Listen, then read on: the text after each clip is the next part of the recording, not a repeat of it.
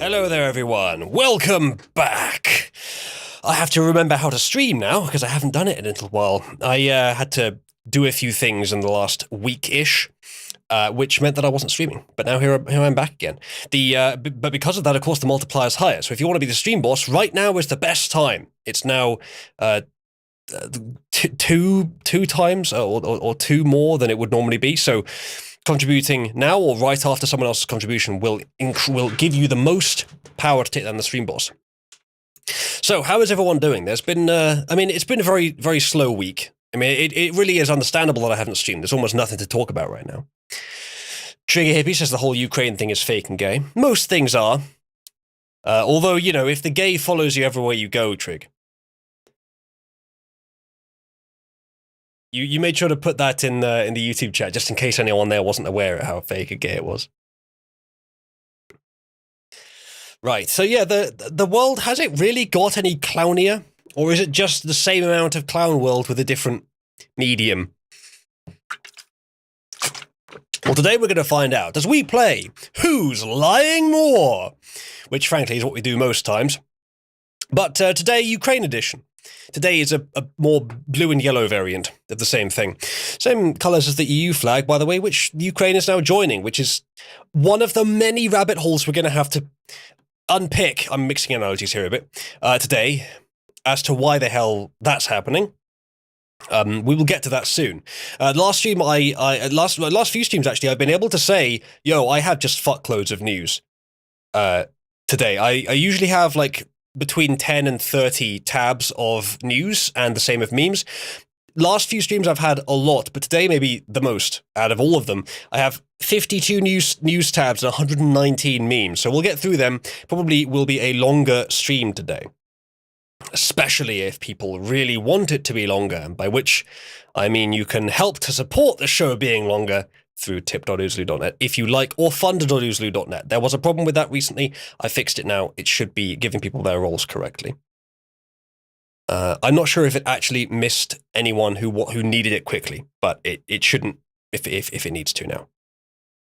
All right, with all that out of the way, I suppose, chat, I would like to gauge whether you want to start with something lighter or something more serious. So the content vote is in Streamocracy, if you'd like to choose. Usually the choice is between news and memes, so of course, pick which one of those you prefer to start with. As I said, I have lots of both. I don't mind which one we start with. Just depends if you guys are sick of the serious side or like genuinely interested in finding out more about the serious side. Not that a lot of you actually know less than I do on this. A lot of you know more, probably. We shall learn together. Mostly you guys are voting for memes so far. Remember, if you want news, now is your time to affect the vote by going into the Streamocracy channel. Also, I recommend a Cabal civil war against those who are sitting in Pit 2 right now. Actually, I think I know what they're doing. I think they're playing a multiplayer game together. I expect they'll come join us later. However, we should still have some people go in there and say, Cabal prevails, civil war. Because it's going to be another one of those civil wars where both sides are saying Cabal prevails. I'm sure that whoever originally made that could post it. That's a good meme. Krasnaya says, hi, Oozloo, just wanted to say it looks like I was wrong about the whole invasion thing last stream. Thanks for keeping balanced discussion. I'll be catching the VOD later. I appreciate you coming back, Krasnaya. I'm not sure exactly how to summarize my answer on that because I don't know what the situation is. I still am. I'm more certain on a few things, but less certain on some other things. So it might end up, Krasnaya, that I'm closer to agreeing with you on some things today than I was last time. But again, even last time, I wasn't really certain on anything. It's all a bit up in the air. But there are things I'm more sure about now, and there are some people in chat who have some strong opinions, so I expect to be getting guests on today to talk to them about it. Looks like most of you guys are voting for memes, so we'll give it 10 more seconds for those who want news to actually vote, because I see not many of you have voted, but if you guys actually have an opinion and you want to do news instead of memes, then go into Streamocracy and put your vote in. Otherwise, we shall do memes. just a few more seconds and then we'll get started. Also, let's do this as well. I put a guest vote. You can vote for no guest if you want to. Anything that looks like a cross or a no or a no entry sign or something, or a 0, that'll count as no guests. But if you want a guest, then put an icon that is representative of them somehow. If anyone wants an icon registered to them, they're welcome to suggest it. You could just use a letter if you want the first letter of their name. And it looks like it is going to be memes. Several of you voting for the Fed. He is in the other room right now. I think he's playing a game. I think they'll probably join us when they finish with the current round. Several of you are voting for a black man. I don't have one on hand, except of course the house man. No, I don't have any on hand. S. What does S refer to? Spyro, maybe? It's Driven asking for that. Driven, perhaps you'd tell us what you are using that to refer to. Most of you are saying no guests for now, so I shall on this occasion, and on many others as well, obey the will of democracy. Not merely because it is democracy, but also because I don't really mind either way. That's fine. Right, we'll do solo memes for a bit, and then we'll go for it with the serious stuff. If you guys want to guest at any point, let me know. So let us begin then with memes, and we will start with what has been probably my favorite meme. And it's easy to know how to entertain me with memes, because there are a few things that I will always find very entertaining, and this is one of them. Bottom Gear Solid 5, the phantom pain in my arse. You put Top Gear in a meme and I'm immediately in approval. Shall I also go and find a great meme that showed up on YouTube recently? So I showed before the Top Gear Skyrim memes. And 1 second. Here we go. So I showed before the Top Gear Skyrim and Fallout memes, which were very good. But there's a new one released. This one, I tell you what, I won't even summarize its structure. I'll just play it. This is from John Kari P on YouTube. Let's watch. The next morning, I discovered that Hammond was back. And how was sleeping in your lorry? Not bad. What about yours? Fine. Where did James sleep in the end? What's he done? Oh, he's got some stupid high-tech mountaineering tent he's hung from his crane. Why is it up there? Well, you know he's snoring. Yeah. So I moved him a bit further away. Jesus! Clarkson! What? Funny. Very funny. Yes, I don't like heights. I don't like camping. I don't like snoring. Anyway, should we get on? Clarkson! Still, could be worse. Very good as always. So, in case you're wondering, unlike the other one where they catapult or trebuchet the rock at the giant, this one is almost completely cut 1-to-1 from an actual episode of Top Gear. There's no mixing of parts from different episodes to get the narrative here. They've just taken what was a funny part of a Top Gear episode and put it in Skyrim. The dragon, however, that was extra. That was not in the original. But yes, it was brilliant. The lack of mixing makes, yeah, kind of. I don't know about way better, but I do like it as an alternative. Yeah, I do like this one. So I'll put a link for you guys if you want to get that yourself. This channel is rapidly becoming one of my favorite just pure meme channels. I genuinely approve of the Top Gear element in memes these days and how popular that's becoming, including this, which Daka has just linked. Also, not Daka, Enigmatic. I'll almost always, if you do link the Bottom Gear memes, I'll always... So, tonight on Bottom Gear, I steal a reasonably priced Congolese child, James laughs at the disabled, and Hammond vomits Cheerios on Prince Charles' face hole. Fantastic. That's, it's difficult to distinguish this from a normal episode of Top Gear. So, frankly, I think we can go further, and I encourage you to do so.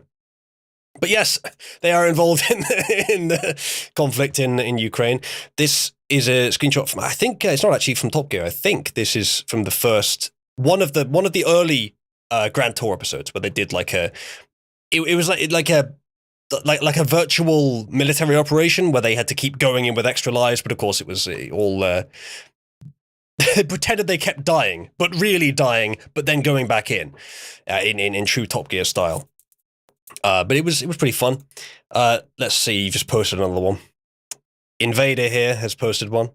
Tonight on Bottom Gear, I drop acid and batter a tramp to death. James gets his cock stuck inside a Sainsbury's honey roast ham, and Richard marries into the Israeli royal family and fucking nukes Pakistan. Israel nuking Pakistan. Stranger things have and are happening. Tonight on Colony Gear, I conquer Quebec from the French. James founds the East India Company, and Richard sells opium to the Chinese. Only for them to later sell it back to us hundreds of years later. Maybe this should be the Stream Boss reward. We'll just continue with doing Bottom Gear readings if there's a new Stream Boss that requests it. Tonight on Bottom Gear, I deep throat an electric guitar. James is forced to give up his left nut to the cartel, and Hammond loses custody of his kids to Pepsi Man. Pepsi Man strikes again, always taking the kids away. Did you think this was a Ukraine show? We will get to it. So let's actually do that, because we probably should get to the important stuff. I will come back to these later if a new Stream Boss requests it.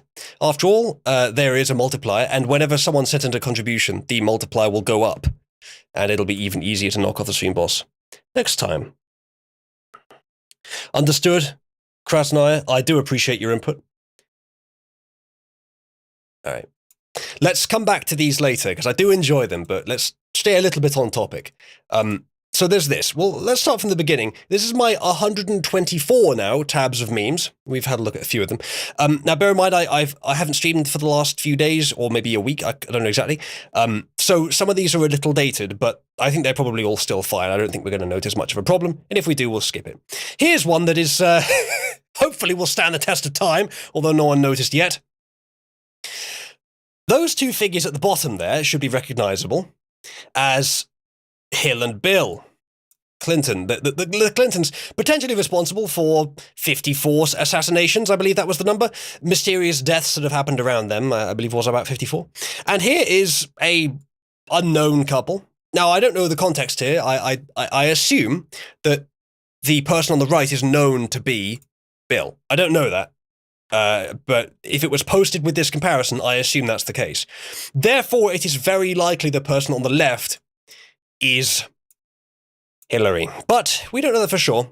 We know for sure that Trudeau did this. We know for sure that Trudeau was Castro's son as well. But we don't know for sure if this is Hillary. But it's a very, very fun idea regardless. Let's continue.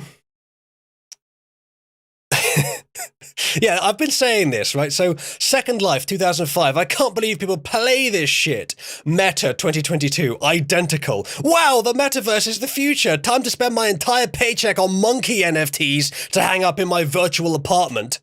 The whole monkey NFT thing, it started as a stupid, like not even necessarily scam, although there were scammers involved, I'm sure, but just a completely empty gold rush.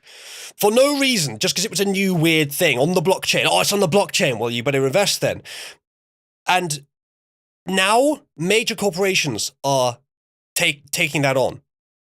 It really makes you think, because most odd trends like that, major corporations aren't so eager to take on because they have, in this case, you have to ask why. Like Twitter, I was surprised actually to see Twitter allowing you to integrate NFTs into your profile pictures. This is not due to pressure from blockchain enthusiasts.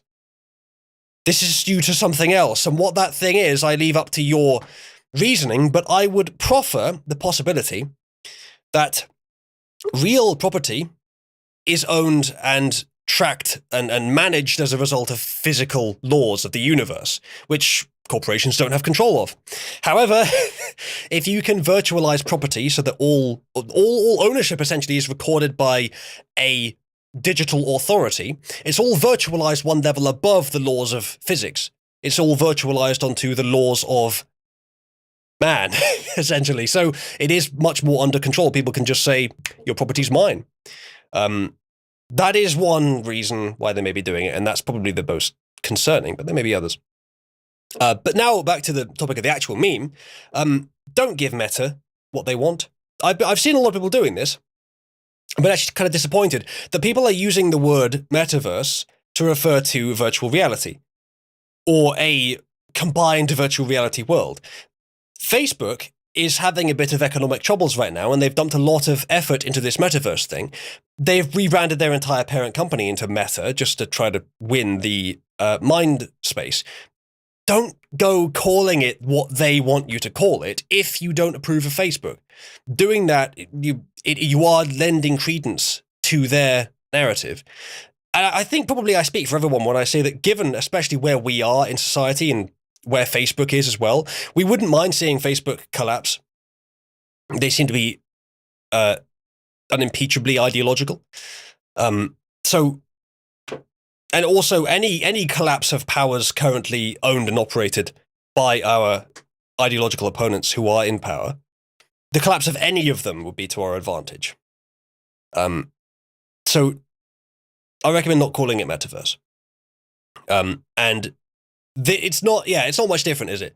Like, as well, I'm not sure that what they're trying to do is going to succeed, especially because it's not so much that VR headsets are expensive. They are currently, but that can come down in time. It's more so that there are physical space requirements that not everyone's going to have a convenient way to deal with. Physical space is becoming more expensive over time, not less, especially if they want us to live in the pod and eat the bugs. You still need physical space to move around and those movements to be translated into the virtual world. Unless, of course, you get new technology. There is already technology in place, but that's, again, a lot more expensive, and it's not. I don't know if it's any good yet. So I somehow I don't think it's going to take off as much as they need it to. But however much it does take off, they're depending on owning it, which you shouldn't let them do. And also, yes, VR chat. TeleG says VR chat blows this cringe verse out of the water. Yes, I'm sure it will. Like if you make the distinction between, do you want a well-established, like open source style indie community? I don't know if it is open source, but not, or the alternative to a massive corporate area. A corporate sort of universe, online virtual reality system. The distinction it's kind of like the difference between, a bit like Java and Bedrock edition for Minecraft. Well, probably even better examples. Usually with the sort of independent, more bottom-up edition of something, you get less polish, but way more customization and probably a better community.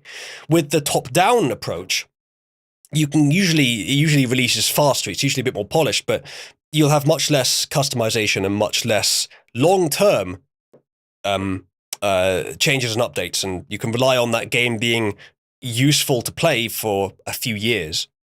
But with the bottom-up version, much, much longer than that. And if they're hoping to do this, then frankly, I wouldn't. For what they're trying to do, I wouldn't want a corporate solution. If you want an alternative name to Metaverse, I'm not really in a prime position to offer it. But may I proffer Interscape, an idea that I was going to use for a story I was going to put into a book of some kind, a novel, a short story, something like that. but it's probably just as sensible as a name, but doesn't reward Facebook's investors. Yes, pool's closed. We did cover that, Dak. I love that.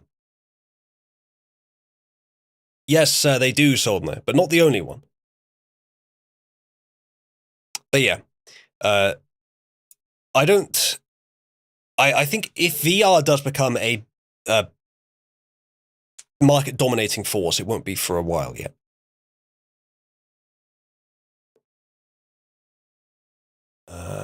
Next thing. What was this? Yes. So, EU yells at Poland for being too Christian. EU yells at Poland for not being diverse enough, too white. EU tells Poland to take 6 Gorillion refugees or sanctions will be applied. EU tells Poland to take 6 Gorillion Jews or sanctions will be applied. Poland refuses. Ukrainian white women flee in droves through the borders, open 8 whole cities for them to inhabit, and sends them Poland passports. So, from the perspective of the sane center or right, those who are pro-border, essentially, both of these perspectives are correct from Poland. Of course, questions as to whether it's all good, but generally agreeable. They are actually in a war zone where there are tanks rolling in, so they are refugees. And I actually haven't looked at a map to see if Poland and Ukraine share a border. My geography is not my strong suit, but they're not far away. It's more justifiable for the refugees to go to Poland than for them to come here. But yes, it's evidence that, like, the whole xenophobic appellation against certain EU nations, mostly Central and Eastern European, isn't really true. It's a little bit true, but it's more so that they are against very different and very great quantity people coming in, because that is the problem. Puts a stress on national services, puts a stress on the working class's wages. The only real people it benefits are those who are looking for cheap labor, which are the people who own the governments who are implementing the policies. Next meme.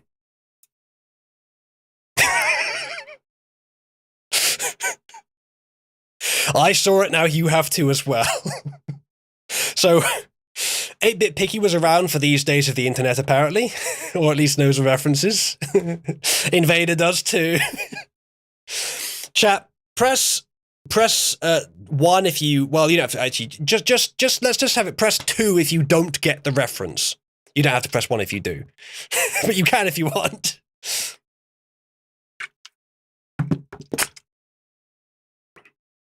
Invader wishes he didn't. Teddy G has spoiled it. Zen Man doesn't get it.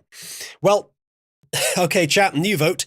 Press 3 if I should explain it to the people that don't get it. And press 4 if I should absolutely not explain it to the people that don't get it. So, this is going to be from sort of half-faded memory, and I never really looked into the backstory. But either way, for whatever reason he did it, in the early days of the internet, a man, shall we say, loosened his back passage and did so in front of a camera. Loosened it quite significantly, actually. And it was, I think, goatsy.something, goatsy.cz comes to mind. I'm not sure if that's correct. But that used to be the website, and it was just, you opened the website and it was just a picture of it was an early internet sort of prank or disgust link. Someone would randomly link you to this thing, and it would just be goatsy ass in front of your face. But yeah, here we have the latest iteration of Goatsy. Goatsy has now gone international. He's that successful. 2010, was it that recently, Telegi? I think it was before that. Yes, I'm also aware of Lemon Party and Meat Spin. 8-Bit Picky is requesting the original image for some reason. So yeah, that's what it was. And now the asshole of Europe has opened up over part of Russia and Ukraine. Except for one absolute mad lad with the blessing of Vishnu, which we'll get to soon. I have it in here somewhere, but I have no idea where it is. But it was so fucking funny. Oh, here it is, in fact. That one flight from Air India. Just straight fucking over the middle. I don't know. I didn't follow the entire course of the plane, but it wasn't just a little bit. It was directly through the middle of the country. They just don't fucking care.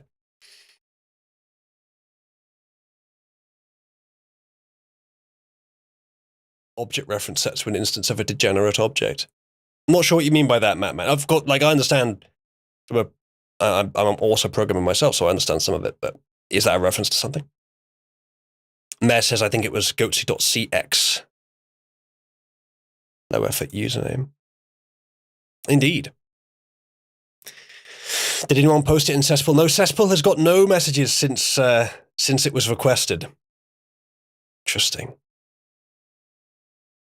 So the vote for guests is equal now between Solo, no guests, and the Fed, which I assume is Isaiah. I'm not sure if Isaiah's in here. I don't see him immediately. He may have changed his profile picture recently.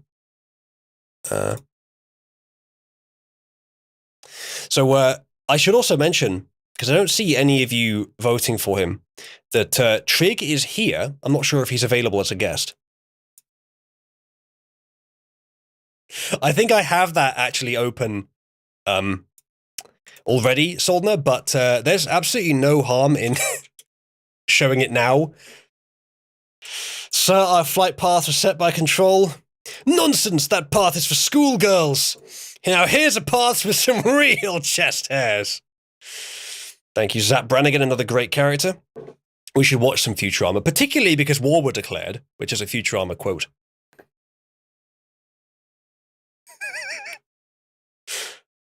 Little baby, I have never done that. However, what I will bring up in response is that there are studies that show that the British have the best teeth in terms of health quality in the world. I think probably what it is, it's a mixture of the fact that Americans care more about the appearance of their teeth, so more of them get them whitened, and also a lot of media that shows people with very obviously British accents is set in the distant past where they had worse teeth anyway. I think it's a combination of those two things, but there's more than one study that shows that British have the best quality, best dental health in the world, or at least close to the top. Usually the US is a bit further down. Next meme. Pornhub cocksblock Russian users. Now the war's really heating up. Russian users who tried to go on Pornhub were presented with a message saying the content is blocked, along with the Ukrainian flag and a message of support to Ukraine. So this sort of begins to touch on the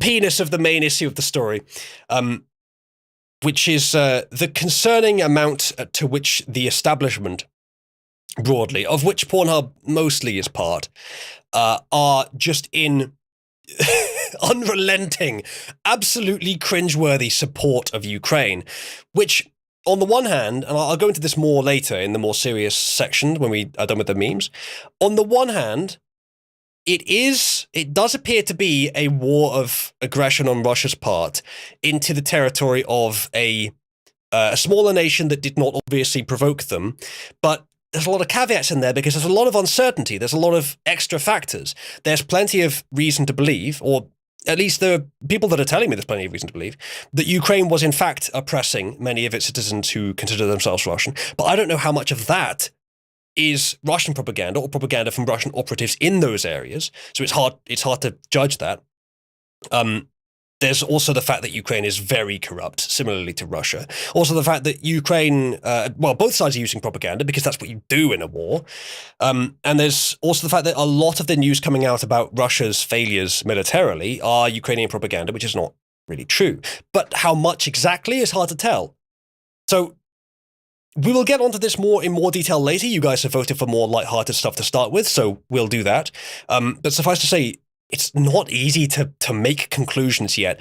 but possibly the best indication we have of where the evil is in this narrative, of who is lying, to use the title of today's stream, is when the establishment is doing the same kind of feverish support of this cause, the exact same kind as they were doing for all the issues they were wrong on over the last 10 years. Now it's important on the back of that not to just oppose it because the establishment likes it. We can't just be contrarian. We have to be correct.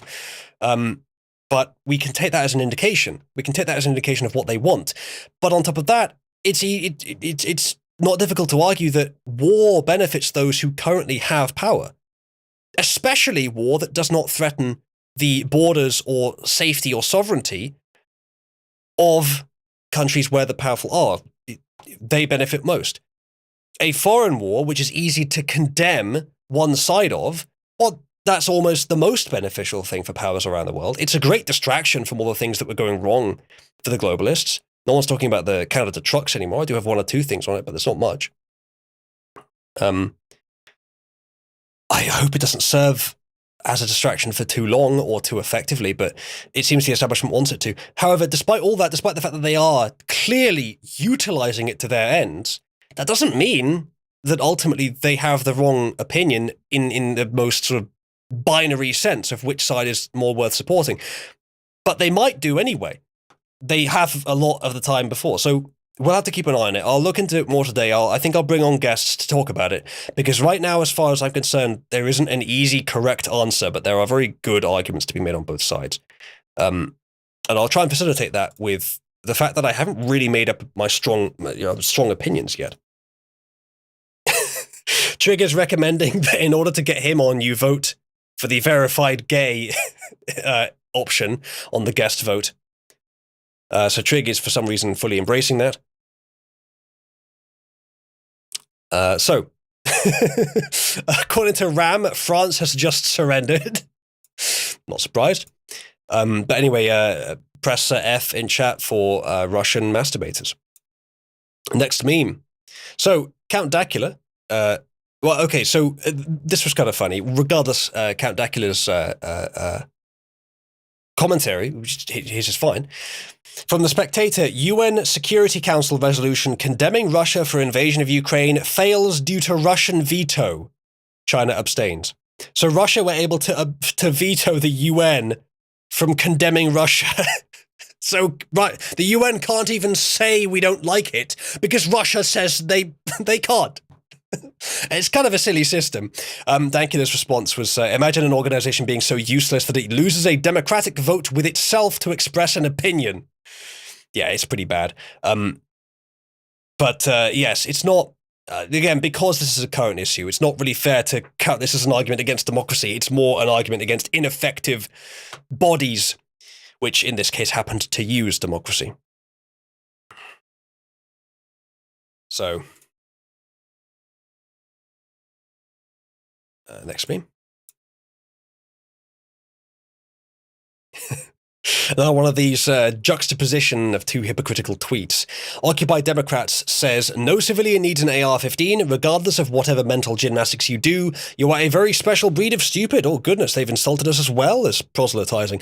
They later said, breaking, Ukraine's interior minister announces that 10,000 automatic rifles have been handed out to the civilians of Kiev as they prepare to fight tooth and nail to defend their homes against Putin's invasion. Retweet if you stand with the brave Ukrainian people, they say. You know, they're going to put me off at this point. Even if I do, in fact, support the Ukrainian people, they're going to fucking put me off it. Put me off even advocating for it. I'm only half joking there because it's not really correct to let that be the case, but it's very cringe how they're acting. Yes, so it's quite obvious what's happened here. And I think the response that is usually given to this, which is the sort of layer one response, is, well, so guns for thee and not for me. So they can defend themselves with automatic weapons, but we here in, for example, the US, where you have a fundamental right to it, are not allowed to defend ourselves with semi-automatic weapons even, let alone automatic. The AR-15, I think, is semi-automatic. So that's the layer one response, but I think what they would say in return to that is, but our government isn't tyrannical. The US isn't going to be invaded by Russia. They would say things that make them look like, well, I hate to use this term, frankly, but cheap. Saying things that make them look like they have such absolute confidence in their institutions that they don't believe it could ever be necessary to defend themselves against them. That they don't believe that any other government but Russia could be evil, because, hey, Putin's not in charge of any others. And Putin's just a bad man. Maybe under Trump. In fact, probably, I doubt this actually, but if they were being in any way consistent with their principles, they might have bought up guns under Trump because they believed that was tyrannical, but I doubt it. I doubt they did. I think they were buying them up when there were riots from the left, but that's about it. So that's what they say in response. And of course, the responses that you can give back to that are multiple. Yes, they are is a perfectly valid one. Or yes, they could be. Merely to say that they are witless conformists programmed by the majority is also valid, though it may not be a very effective debate tactic if you want to maintain civility. Next meme. Putin says we are going to denazify Ukraine. The left says you can't falsely accuse someone of being a Nazi to justify attacking them. Really? Goodness me. It's almost as if they're learning, except only applied against their opponent. It's this mantra. Unfortunately, it doesn't do anything to call our opponents hypocrites like this. It's the mantra that they have been using for years. And frankly, any currently victorious or, in a position of power or ascendant, aggressive power in history has ever used. Yes, be hypocritical. Just use it on your enemy. Or put differently, there are no wrong tactics, only wrong targets.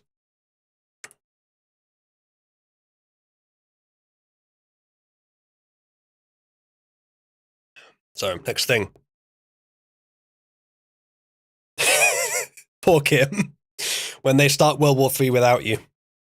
Poor Kim. However, did they? Did they actually? So, something to watch out for is what China does. Now, early on during this, even before Russia invaded, I was saying that that I suspected China would invade Taiwan, but my position on that changed because of considerations of certain factors, which I'll go into quickly again now. If they incurred conflict with the US, they would be fucked. Not just militarily, but economically as well. China's completely dependent on the US. If they try to fuck with Taiwan, the US is much more likely to defend that than they are at Ukraine. The US is quite capable of defending it, as indeed is Japan and some other local nations. China couldn't take it if the US decided to defend it. And then as soon as they did, if they angered the US well enough, the US would not find it difficult to militarily, even if not economically, but to militarily cripple China. So I don't think China is going to invade Taiwan. I think it's far too overt for a country with far too weak a military that's far too reliant upon the only nation that would defend it, or the main nation that would defend it. TSMC is in Taiwan, a massive chip manufacturer. Everyone has a vested interest in that country not being invaded. Pretty much everyone. The only people that would want it invaded is China so that they can control the chips, but that's to everyone else's disadvantage. Especially during a fucking chip shortage. If China invaded now, good luck with GPUs ever coming down in price, frankly. So I think that's unlikely. However, China trying to nab part of Russia, that's possible. China, especially if Russia were to balkanize as a result of this conflict, which depends mostly on them doing badly. Like, if they fail the invasion, there might be a military coup in Russia, but they probably won't. It's hard to tell exactly how well they're doing, but it's probably not as badly as a lot of the popular narrative indicates, because I think it's all a bit tainted by pro-Ukrainian propaganda, which, again, it's understandable that they would be doing it to increase the morale of their troops, decrease the morale of the enemy troops. But we do truth here, not necessarily what is best for people to believe, but just what is true. Let you make the decision on what's best to believe. So, yes, where was I? Yes, China's to look out for. It's also possible, I've heard it suggested, that China is pulling more of the strings than you might think here. I mean, it doesn't look obviously like they're pulling any of them, but they might be pulling a lot more than you think. It's also something that, they might try and do something else while the invasion's ongoing. They might already be doing it. So worth keeping an eye on. And Kim is basically just he's sort of like, he's paid by China to be a more active nuclear threat, it seems like, than China can be. So that, kind of like Guantanamo Bay. Guantanamo Bay allows Americans, the American military, or whoever actually owns it, I don't know exactly, to be much less ethical to prisoners, potential terrorist prisoners, than they can in their own borders. Taiwan allows China essentially to be a lot more aggressive militarily, because of a small offshore, technically not China. That's my guess, and it would explain why, because they don't seem to need their own people at all, so they just run a extremely authoritarian dictatorship.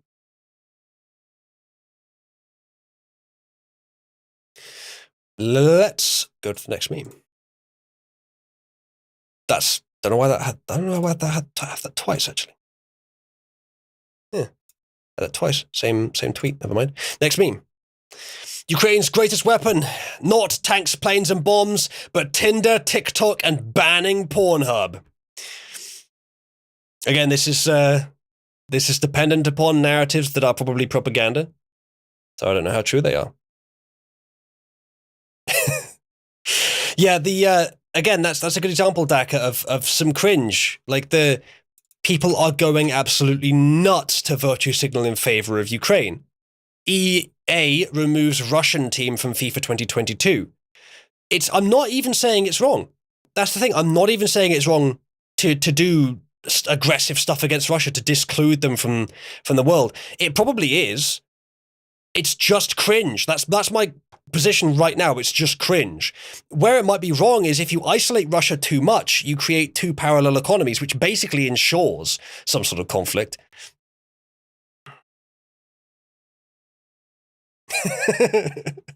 Ran, that's a hell of a conspiracy theory. I said fire at Russia, not fire Russia. Well, I'm afraid that Putin leaked sensitive cover ink information, and so she had to be fired. Wait, Putin, Russia, same person, doesn't matter.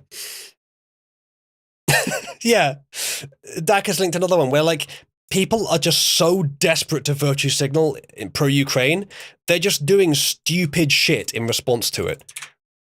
Like this. DICE disables Battlefield 2042's Russian attack helicopter weekly mission reward. Russia doesn't fucking exist, guys. There is a difference between a nation that we don't like and a nation that doesn't exist. You should not make them the same thing. Yeah, exactly, Invader. It just hurts players. It's ridiculous. Go to the next meme. So, a group of open source intelligence researchers have taken to Tinder to speak with Russian soldiers and separatists to gain intelligence posing as women.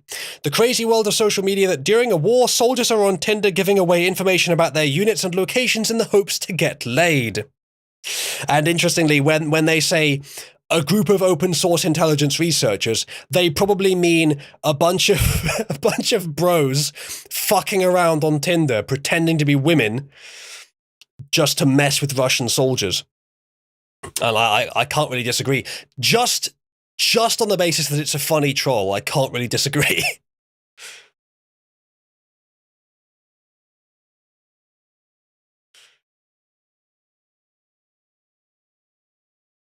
The Biden administration would like to remind you that stopping a pipeline in Russia is an unprecedented sanction aimed at crippling the economy. But blocking Keystone XL was for the good of the country. It's because we live in clown world, bucko, says the meme. Yes. Now, I have heard the argument that what the US has essentially been trying to do, with the exception of Trump, for the last X years, is basically try to extract as much wealth from outside the nation as possible, letting their own citizens pay the expense for that. Trump came along and said, no, we'll just do what's better for the people. And petrol prices within 4 years, within a 4-year period, I don't know how early in that, probably quite early in that, dropped precipitously because of he stopped deliberately messing up, basically. But is it messing up? Is that the question we have to ask? Is, do the evil people, and they do definitely appear to be evil, who are in positions of power around the world, how much of what they're doing is merely for personal, selfish, corrupt intentions, like what Biden was doing in Ukraine? How much of it is that? And how much of it is playing a game that the rest of us aren't even aware exists, or are only peripherally aware of, or are not considering strongly enough? Maybe a lot of the things that they are doing are better. Maybe all the pointless forever proxy wars in the Middle East had some greater purpose that ultimately made the US and the West stronger. I somehow doubt it's that. I suspect it's more so those politicians trying to personally enrich themselves and set up more political control for their next project, which will even greater enrich them even further. It's worth questioning that, though, because leaders are in the unfortunate position where there are many things that they know which they can't tell the people, either because the people around the world, not just in their own nation, can't know it because it's secure information, or because they can't know that it's known, because even the information about it being known is secure.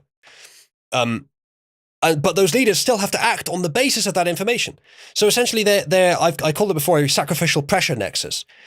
They are the ones that have to explain to the people why they're doing something, even though they can't tell them the real reason, because they can't, for security reasons. They can't release that information. That pattern can easily be used to cover up corruption and evil, though. Easily. And it is, I'm sure, on many occasions. But we can't assume it's all that. We're sitting here way below that level, with occasional glimpses into stuff at that level, but we don't really know enough to be confident that all our leaders are just doing evil all the time.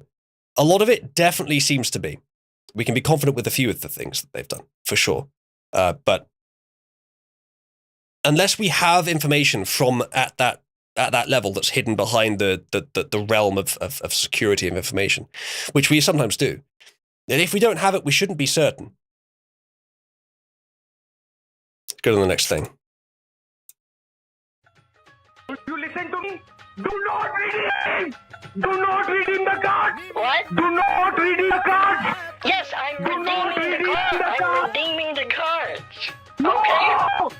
No. I will redeem it. All right, 3, 6, 7, I will redeem it. तेरा माँ का बोल है. 3, 7, 9, okay, whatever you want. I don't know what the context is. Can someone explain the context? But screaming Indian man, that part's funny. Does anyone know the context of this? Indian scammer, okay. Scammer got scammed.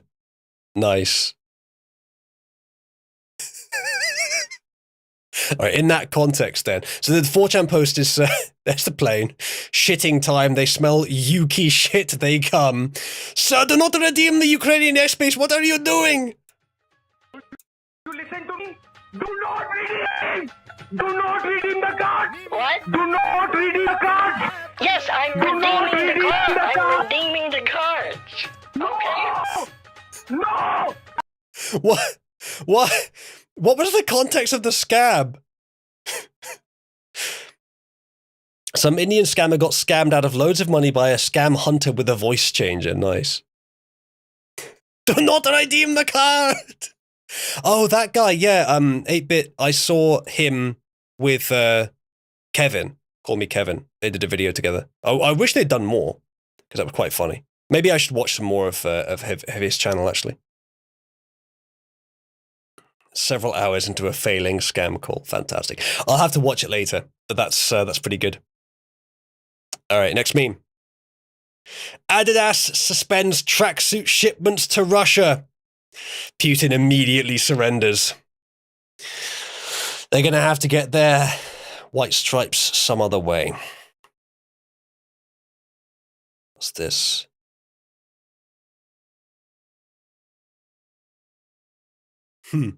So This is another point that's worth making. Kingdom of Vinland in the server has just posted this image. 2021 Russian invasion of Ukraine, 24 plus hours. 20 plus tanks destroyed, 2 confirmed by video. 5 plus helicopters lost, 3 confirmed. And 5 planes lost, 2 confirmed.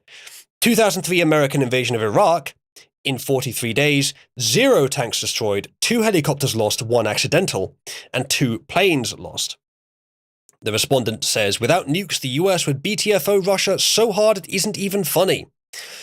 So I have heard a lot of different conflicting information on this. I've even heard information that the Russians just have no idea of how technology has advanced since the 80s in some areas. I'm going to go into any more detail than that, but it's hard to know exactly how legitimate this information is. And even the confirmed stuff here, confirmed by who? Probably observers from Western nations, the UN, maybe the UK, Poland.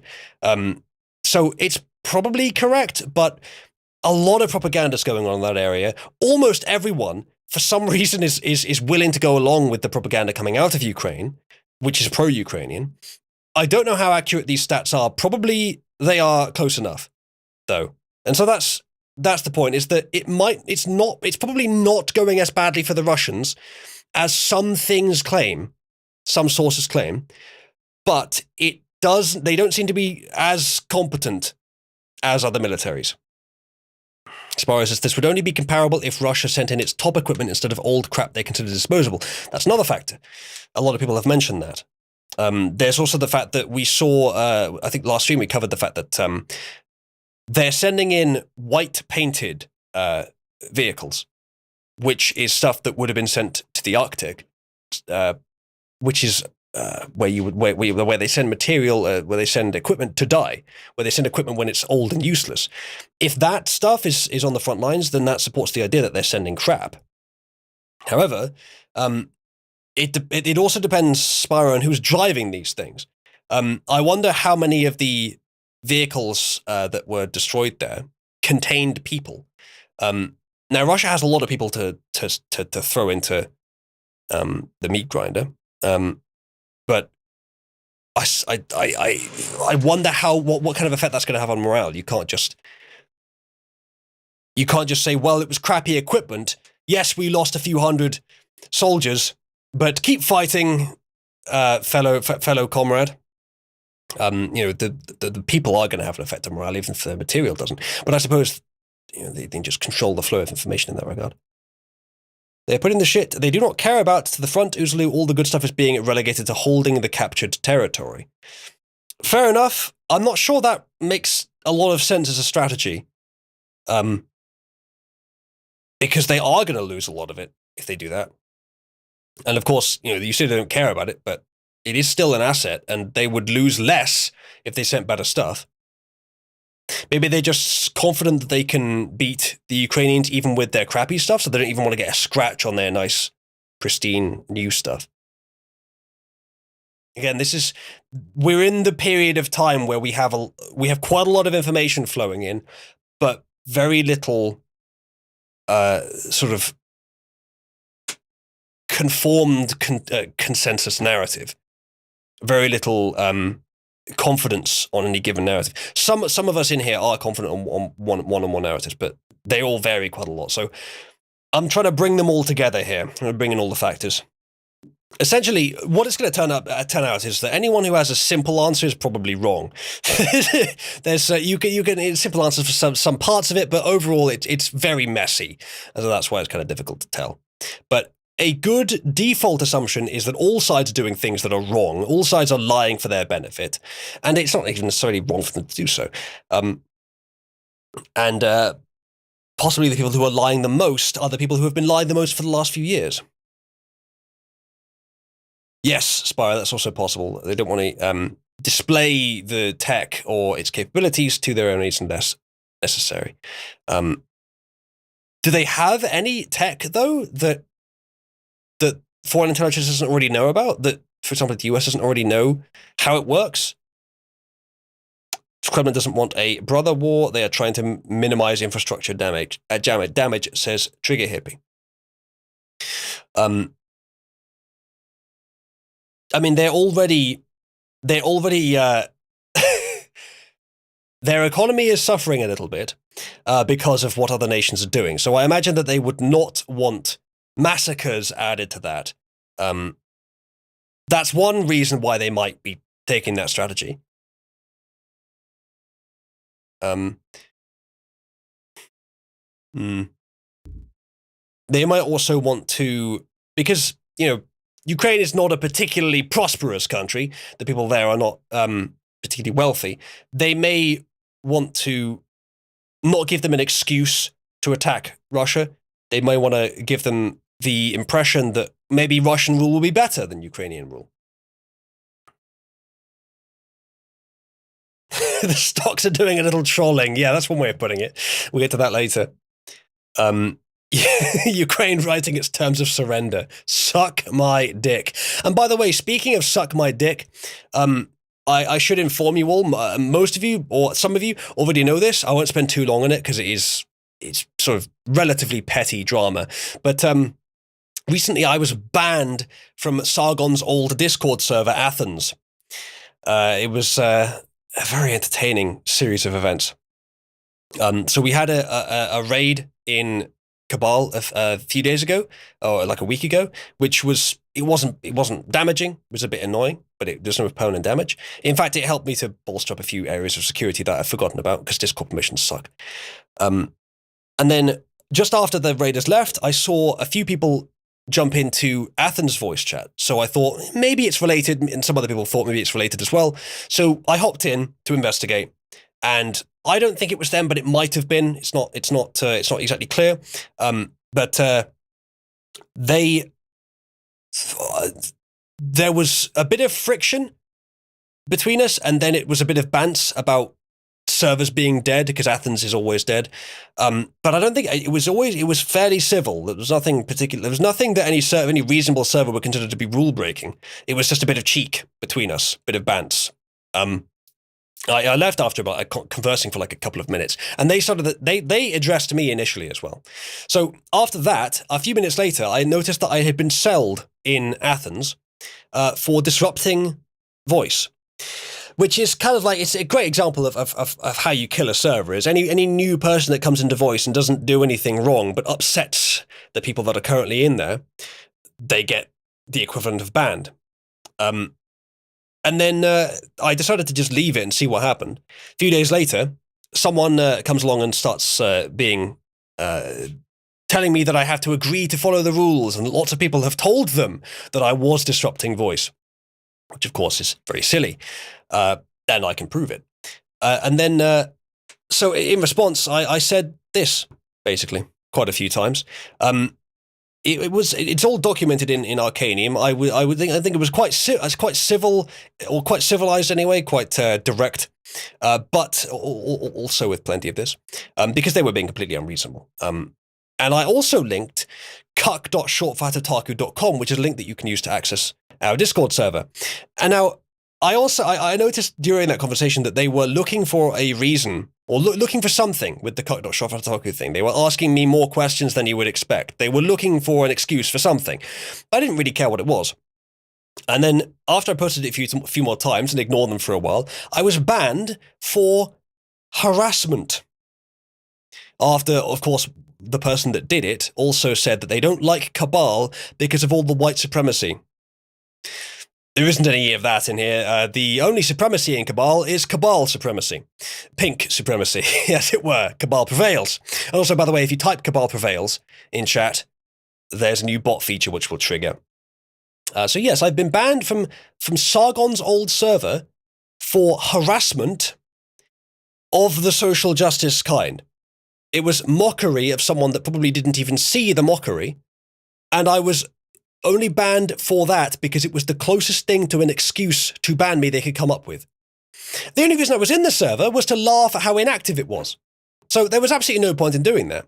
Oh, the feature was not turned on, or the entire bot actually. So hold on, I'll fix that.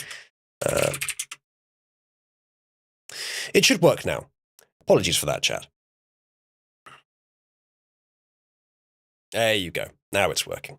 So yeah, that's the story of me being banned from Athens. Now, you could say, but Uzulu, how will your ego cope now that you're not in Athens and can no longer look at how that server is almost always completely empty, while Cabal is almost always replete with voice users and text channel users? How will my ego cope? And I honestly don't know.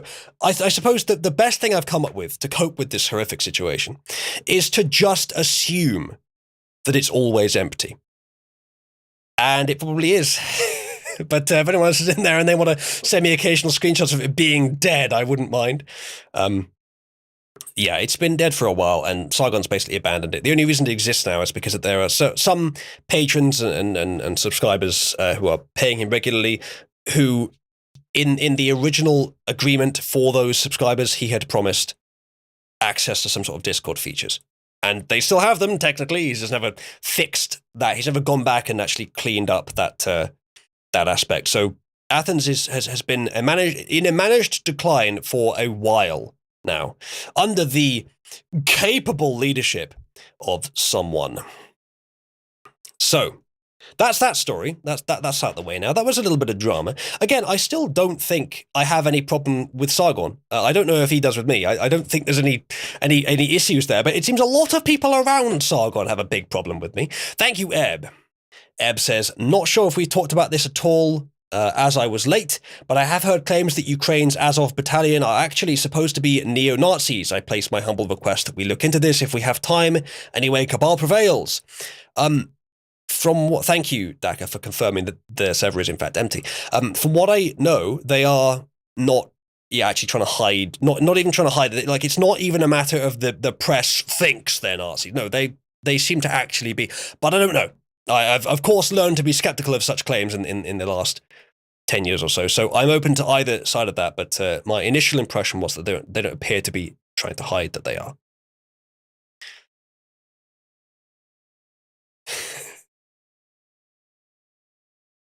Yes, indeed, Ram. Trig says Azov are indeed a bit iffy, to say the least. I mean, the fact that they're funded by Israel, at least in part, should give you the indication that, oh, actually, yeah, okay, maybe they are really Nazis, because why would Israel be funding anyone except those that increase general sympathy for Israel by being controlled opposition? That's what they become at that point. Spyro says they were neo-Nazis and the Russian conscripts annihilated them in a matter of hours. Again, I don't know if that's true, but I am not at all implying that you're trying to mislead. You're probably right, actually. Trig says their funding sources are wild, aren't they just? I know at least of the Israeli source, but I don't know beyond that. Right. So, let's continue with memes. Taliban calls on Russia and Ukraine to end the crisis through peaceful means. And everyone's just baffled. So, I'll mention this again. The Taliban, it's like in Con Air, right? When the psycho that's locked up with, like, you know, iron around his mouth and locked up tighter than any of the other convicts, who was like a serial child abuser or something, a murderer, whatever else, serial killer. I can't remember his name, but is it Buscemi he's played by? When he goes to the garden, like the tea party in that abandoned garden. I have no idea why that child was there, by the way. And he acts all like polite.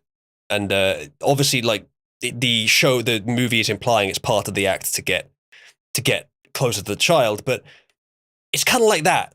It's kind of like you've got the ugliest, worst bastards in the area acting nice at the tea party. The tea party in this case is the world of first world international diplomacy, and the Taliban are some of the ugliest bastards in the area. Yes, I always had that impression back from the beginning that they're really trying with diplomacy, and you know what? They're not actually bad at it. They're actually doing a fairly good job, which again implies that it's not actually just raghead, Middle Eastern shepherds who are in the Taliban. that they have either training or management from someone who is using them as an asset, either business or intelligence or both. And there are many candidates for who that is. But it's pretty clear that they are not merely just raghead shepherds. And this is part of that. They are trying to convince us all as hard as possible that they are a legitimate international diplomatic power, and they got away with it so far, thanks to Biden, in large part.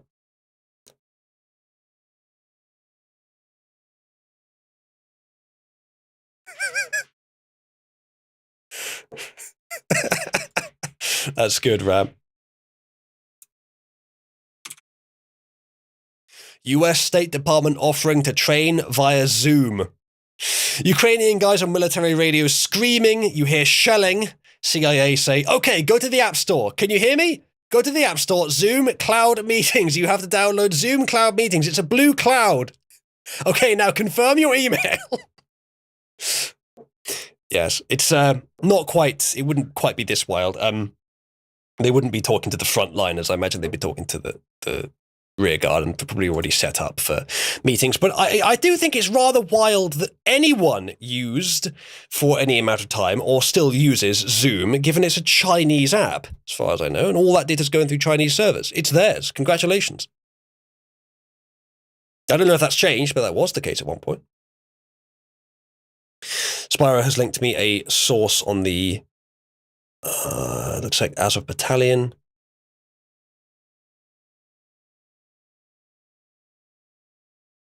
All right. We may get into that when we're done with memes. Ukrainian nationalist volunteers committing ISIS-style war crimes. I'll open that for the non-memes section later. Get to that soon. So, next meme. Little blast from the past here. This is 6 months ago now, I think. Maybe more than that, actually.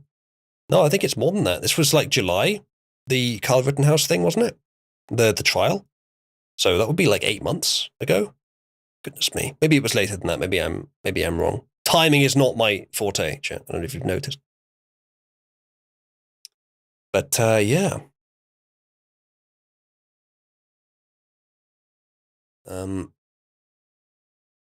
What do you mean, Vinland, by you'd rather use Discord?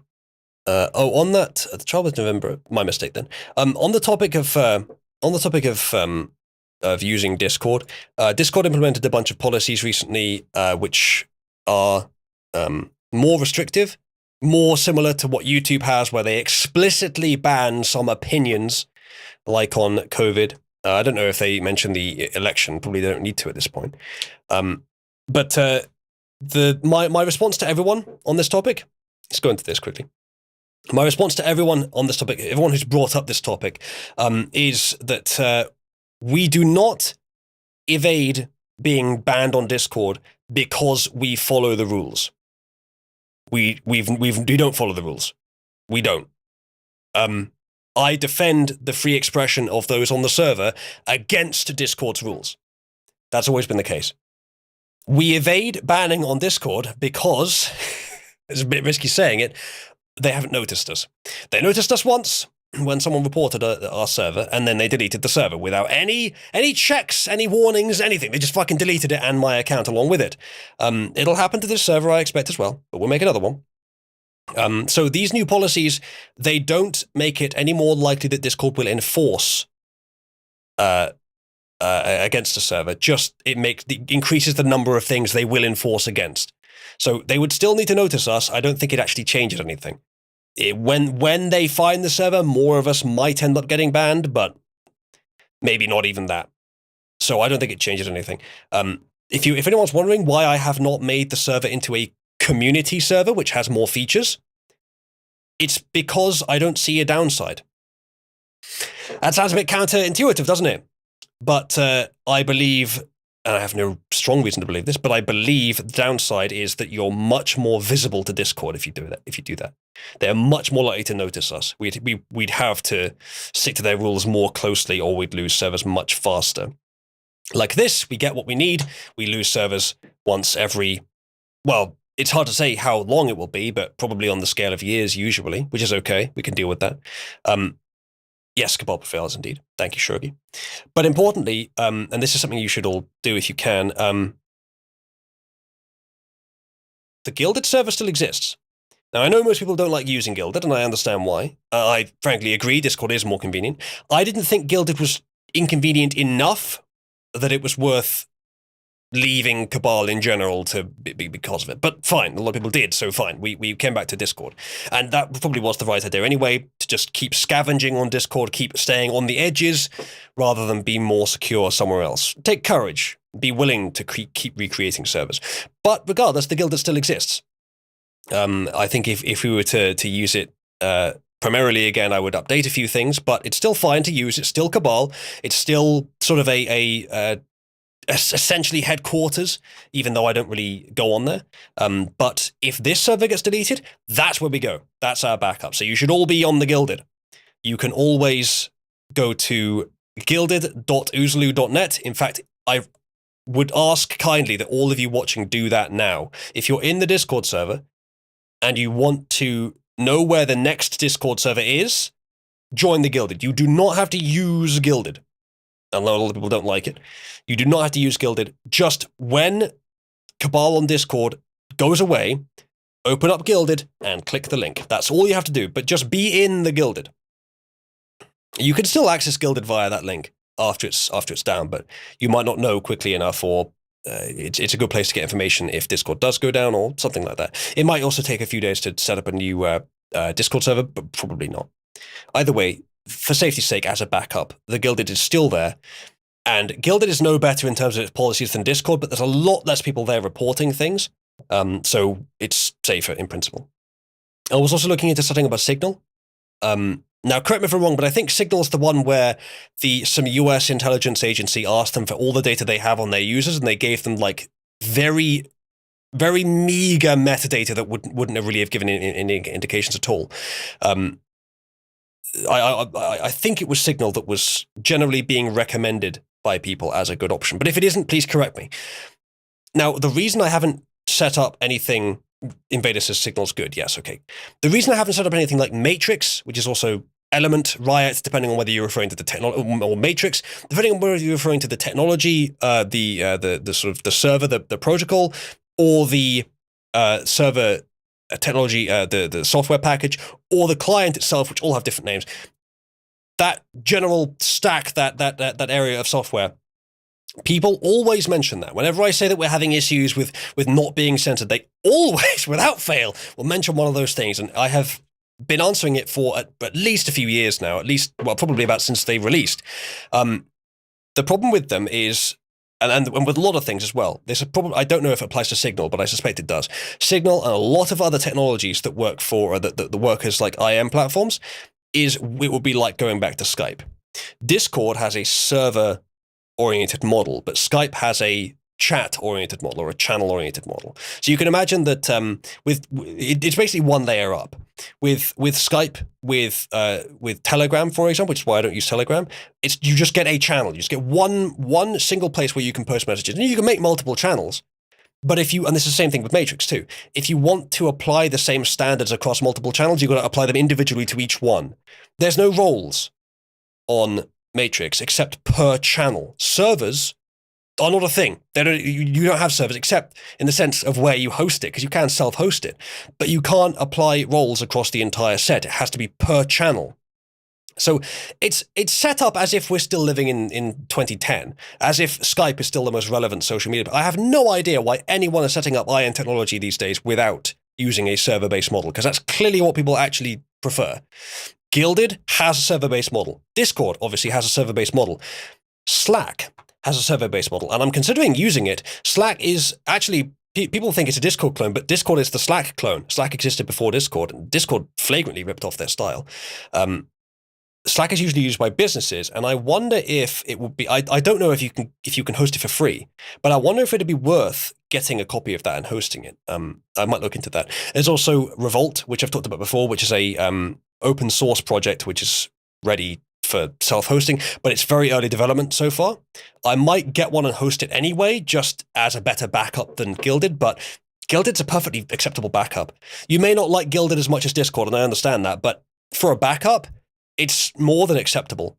However, having a Signal would allow us to have a encrypted communications channel, which would probably be quite easy to set up.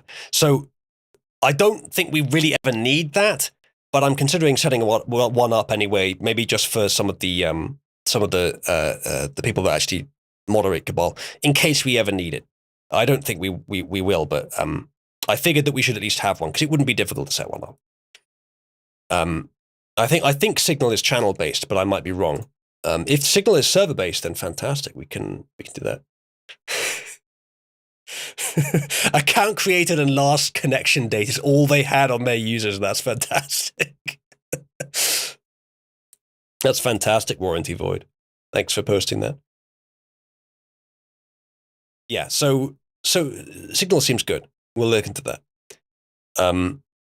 Signal doesn't log a single thing about you. Well, according to that subpoena, they don't seem to. And perhaps here's a wild theory. Perhaps that subpoena was a setup to make you think that's all they have. You know, the government were like, give us everything you've got, and Signal were like, yes, we'll give you everything we have, wink, wink, and just sent them a meager portion so that all of the privacy-conscious chads on the internet will go, ooh, very nice. They're worth supporting, and then get on there, and it's just one big trap. That's possible. But I don't think we're going to need to worry too much. The encryption is not so that we can do anything illegal, obviously. I don't really know what it would be for. I think it's just better to have one than not. Okay, that's good to hear, Invader. Yes, Ram, I have that meme, I think. Okay, is there anything else on that topic? I don't think so. I feel like there was something else I was going to cover on that. Shadow Rose in chat was saying, stop being lazy and just make your own Discord. And the thing is, she wasn't joking. This is Shadow Rose. She wasn't joking. She thinks that's easy. It's not. There was a misconception a while ago that Outreach and I were working on a Discord replacement. That was never actually true. We didn't say that either. We were considering assisting with the Revolt open source project to try and bring that forward to a more workable state. It's written in Rust, which none of us know, but we didn't end up doing that. Possibly we should. Because it seems like a good idea. The state of the project, by the way, with Revolt is I think it has pretty much all the text-based features that a basic Discord-like software needs. But the voice is very limited. The in-server voice chat is exactly like the DM voice chat. It's very limited currently. So it's not really viable, but frankly, the moment it's a worthwhile option, we'll use that. That's interesting, Matt. Yeah, I've been watching a lot of programming videos and lectures and opinions recently, and I like the idea of Rust. I like the idea that it's like C, but with a automatically safe memory model. Never like the idea of if you have to delete things in C, because it's like memory leaks are therefore the default. Rust, you have to do a couple extra things, but it means that it's default no memory leaks, but rather than C, which is default memory leaks. That has to be better if you're willing to do the extra things. And it doesn't seem like it's too bad. In fact, the other extra things might even improve code quality, depending on the situation. But I haven't used it. I'd be willing to learn it, though. All right. So let's go to the next meme, shall we? Still doing memes? C# is into the chat. Yeah, I've always thought that maybe I would prefer C# to JavaScript just because of the features it has and what I prefer. But I don't think I would like the Microsoft-like ecosystem that I think it has. I prefer the open source-like ecosystem that JavaScript has. Also, I really, really do not want to program in different languages for front-end and back-end. I don't even like the idea of having a different code base for front end to back end, but I accept that over a browser it does need to be. And I want most of my stuff to be on a browser. So I want to be able to write all my code in Node. And then, I don't know exactly if this works, but have parts of it that compile into Webpack or something and then get sent over in JavaScript, or at least be able to write in the same language. So that's what I'm doing currently. Anyway, next thing. Dun, dun, dun, dun. Among Us has entered the Russian war. Chat, who do you think the imposter is? Brr, emergency meeting. Who is the imposter? Voting starts now. Invader thinks it's Zane. Well, I think, given that it is, actually, I forgot the guy's name. The guy that it was always. Who we bullied him out of Cabal because we always voted for him in Among Us. I can't remember his name now. Everyone's saying it's Zane. He isn't even in the war, but it's still him. He isn't even in the voice. He can't even hear you mocking him. Why? Why are you being so mean? It's not Conway. No, Conway was bullied out for a different reason. Yes, he got bullied out another way. I can retell the story of Conway if you like.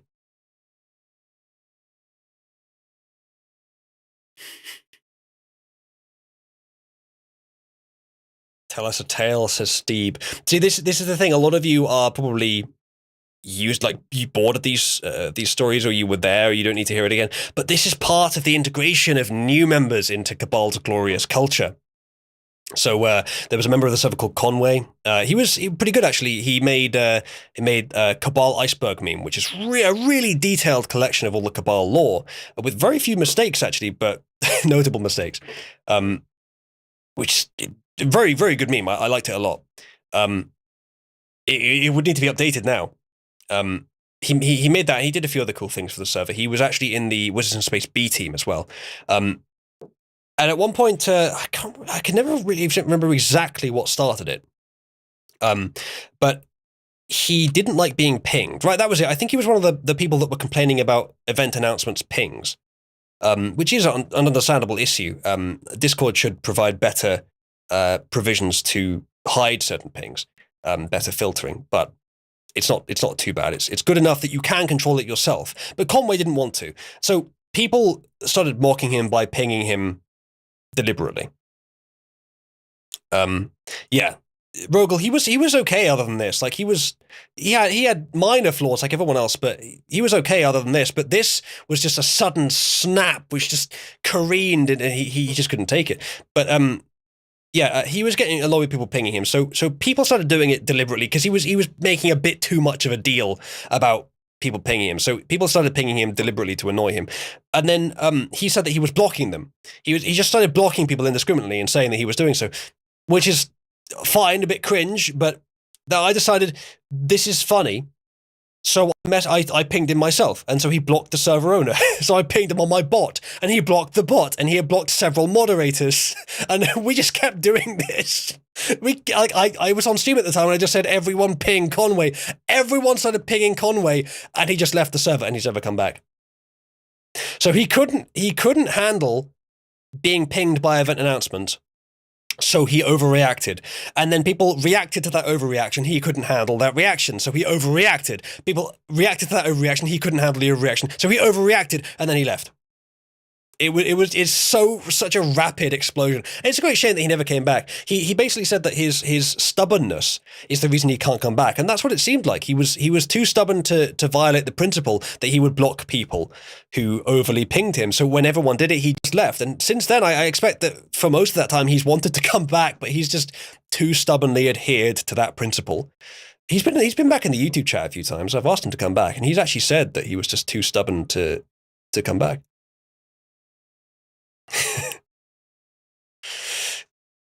Garrow, for some reason, is pinging me. Luckily, Invader does not have permission to ping everyone. Nice one, Ez.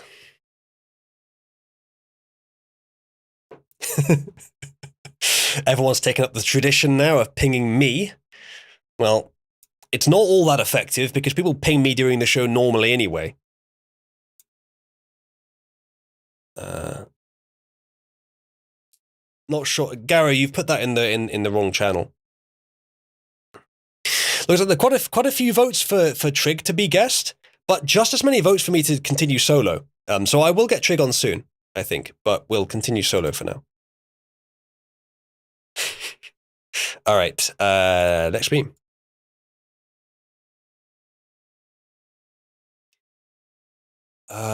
Yeah, so this is just a nice Lord of the Rings quote, which I just thought I would read out because I like it. And maybe in reference to the new quote-unquote Lord of the Rings, but it doesn't even really have to be. Frodo says, I wish it need not have happened in my time. Gandalf says, so do I, and so do all who live to see such times, but that is not for them to decide. All we have to decide is what to do with the time that is given to us. It's even sort of a stoic perspective of essentially the way I'd summarize stoicism is pretty much never complain, never get annoyed at the world, just deal with what happens without reacting overly to it, and do what is best. Continue as a sort of model individual who is stable and calm.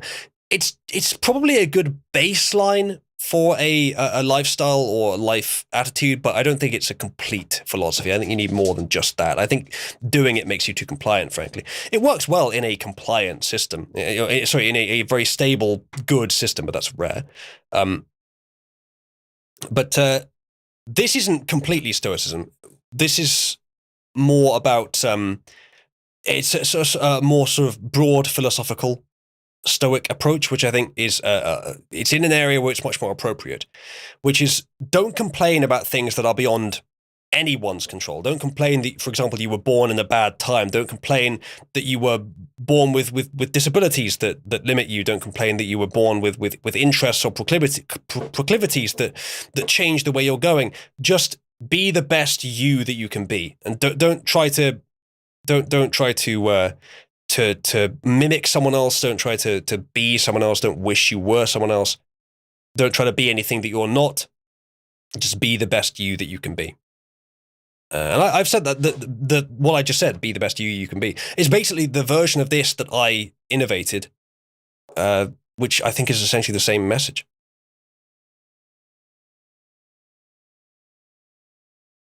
Garrow's asking if he can complain that he doesn't have enough to complain about. So chat, press 1 if after the memes section you would like to have a sort of open forum format for the stream where we can just invite several people on to discuss the Ukraine situation. There are several people that I haven't talked to in a while who I think I'd like to. Who I think have worth hearing opinions on this. And it will be a great way for me to just sit back, relax, and listen to them argue. And of course, I won't be doing nothing. I'll be formulating an opinion myself based on what they say. All right. Next mem. Yeah, so this is a good example of that Tolkien quote. Not the one we just read, but of the more popular one. Senior year of high school, ordinary woman, a bit thottish. And then dropping out of first year of college, basically a demon. What Alex Jones probably would rightly call a demon, and I use that deliberately, analogistically. Not literally, but it's a pretty good analogy. And the Tolkien quote below, evil cannot create anything new, they can only corrupt and ruin what good forces have invented or made.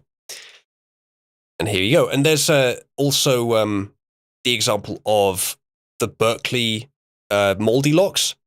That was a popular thing to note at the time, a popular meme going around about the before and after. Before, she looked like kind of an idyllic, just white blonde young woman. Afterwards, she was ruined in every real sense, every sense that has been all throughout history a sign of the merit of a person. Much like here. What she has become here is she's deviated from the norm, but not in a good direction. She's deviated from the norm merely for the sake of deviating from the norm. Gone in the direction of the most sort of anti-traditionally meritocratic the norm in almost any situation, the norm is the safest and most stable path. Those that vary, of course, we can't just be normal. We need to vary. But those, because we need to actually change and improve, those who do vary, the vast majority of them will vary in ways that are unhelpful or even detrimental. And they need to be dealt with however is appropriate. But a small portion of those who vary in a way that is beneficial to society. Many of us, I think, are in that category. But of course, we still respect the ways in which the norm is correct, because mostly it is. But there are a few ways that are the main reasons we're here congregating in which they are not, and we believe that that those things should change, that we should innovate on them. There you go. A bit picky. That's the example. But these people, it's like the ideology that's modified the way the education system and various other things work to create this kind of person. It's like a pipeline directly from the norm, which is what you see on the left, to the ineffective, even detrimental variant, which is to say the degenerate. It's what that word has often been used to mean, essentially. The divergent, but not in a good way, the dregs, if you like. But they're not powerless. That's the problem. They are, regardless, given power. The education system creates these demonic people, creates these people whose ideas, and I mean, here's just the appearance, but the ideas is the real problem, whose ideas are directly counter to what the norm has established is valuable. And then other systems in society reward that anti-merit and elevate them high to the top. It is exactly what you would do if you wanted to destroy a nation. And the other example that 8-Bit has posted, I'll show you here, of, well, they label it as Goldilocks. It's not far off. And then later, Moldilocks. And that picture on the right, I think I'm right in saying, is from the porn shoot that she did. Now, I'm not inherently against pornography. I even think that some people live happier lives because they do it, though not all. But here's an example where probably the pornography that she's doing is the result of her being manipulated by the ideology that she was exposed to in university.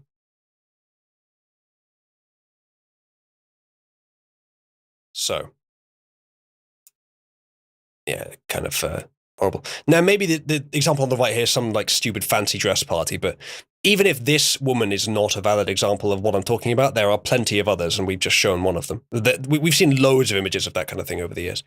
And this probably is this probably is just how she wanted to dress that day.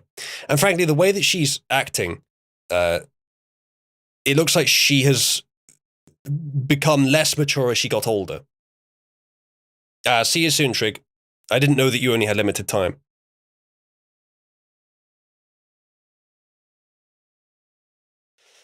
Right, next thing.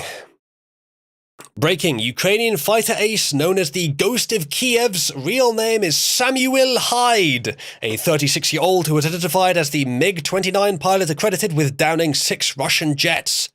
Now, the only question I want to ask, chat, is why isn't this in my news section? Why is it in my memes section? It's obviously true. I mean, he really gets around, this guy. Frankly, this time he can get away with it. Next meme. The ANCOM says "fuck off, fascist" to the boot that says police, and then they write on the boot "police being brown shirts for pharmaceutical corporations," and suddenly the ANCOM is sucking on that boot. Which this is not even a meme. This is just true. This is a representation of reality, not really much commentary to be made. Well, I suppose what I can say is that the thin blue line idea is putting all your support behind something that deserves support about half the time. In principle, police are good. In practice, the institutions of the police are, in many cases, and it's not absolute, it's nuanced, corrupted. It's mostly going to be the managerial aspects, mostly not the grunts, shall we say, or the officers who you actually see, but they are directed by policies from the top, and many of them don't know it's wrong, don't know why it's wrong. So it's complicated, but it's not the kind of thing you should put all your support behind. It's like being anti endless forever wars in the Middle East, but then being very pro the current US military establishment in 2010-ish, let's say. Little different now, but not much really. So yeah, you're supporting something in principle by being Thin Blue Line, which is worth supporting in principle, but in practice it's not. And so it does look a bit hypocritical when, the person with the Thin Blue Line sticker is being beaten by the police for their opinions.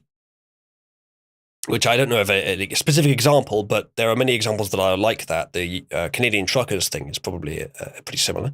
And it's similar here, because here we have an example where as long as the police are attacking the people that the left don't like, suddenly they're the Thin Blue Line supporters in principle.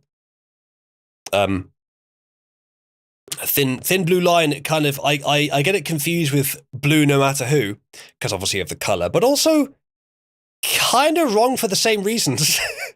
So yeah, support the police in principle, but I wouldn't recommend the Thin Blue Line advocacy, because the police in the US definitely need some degree of reform.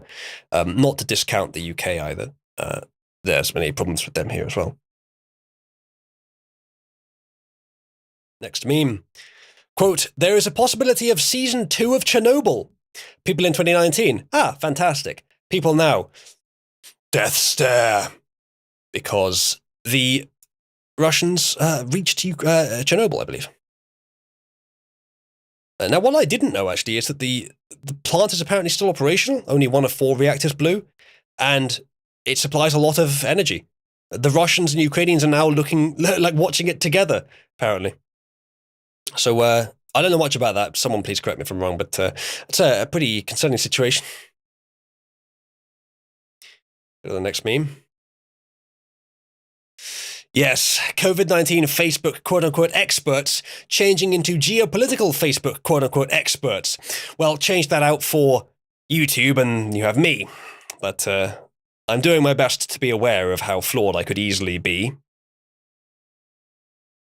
Before Chernobyl, now Chernobyliat.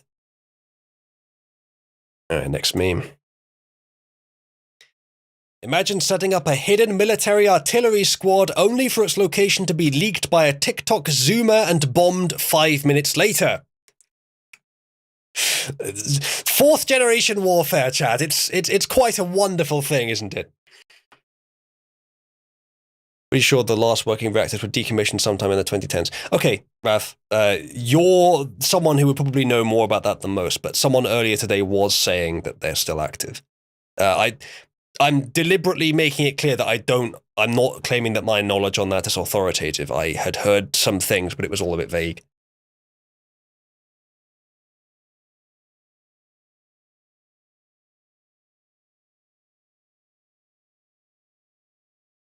All right, next meme. A comedian that became a leader, and leaders that became a joke.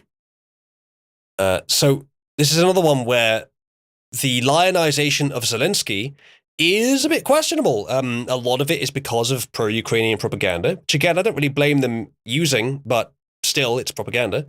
And a lot of it is because the West is in direct support of that propaganda. A lot of it is just because he's the little guy, or perceived that way. Geographically, he is, but their armies are about the same size. So, but the bottom of this is true. Leaders that became a joke. Frankly, leaders that started as a joke in at least one of those 4 cases. Yes, as Wig says, let us all join together and pray for the Iranian people. And if you don't get that reference, you will. Don't worry, we'll get to that. I do plan on. Okay, let's do this actually. Press 1 if you'd like us to watch at least highlights of the State of the Union address today.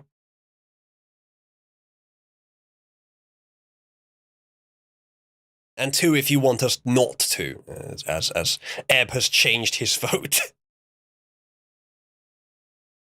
Most of you saying no. A few of you saying yes. Steve says it was so good. We'll watch the Iranian excerpt. I think I have that open. There's quite a few of you. Most of you saying no, but quite a few saying yes, so I'm not sure.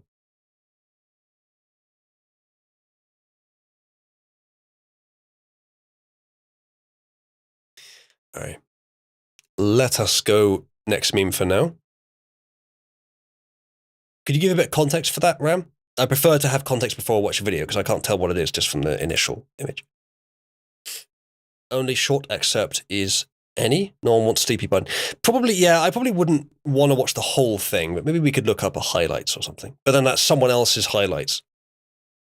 And if it's a mainstream media highlights, then it won't have the Iranian quote.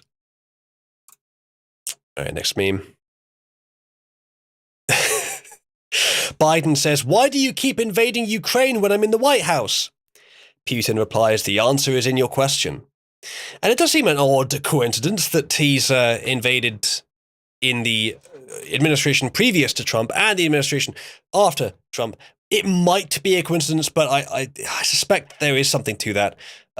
Trump was, like, again, I think with Obama and Biden, to some extent, they were deliberately mismanaging the US.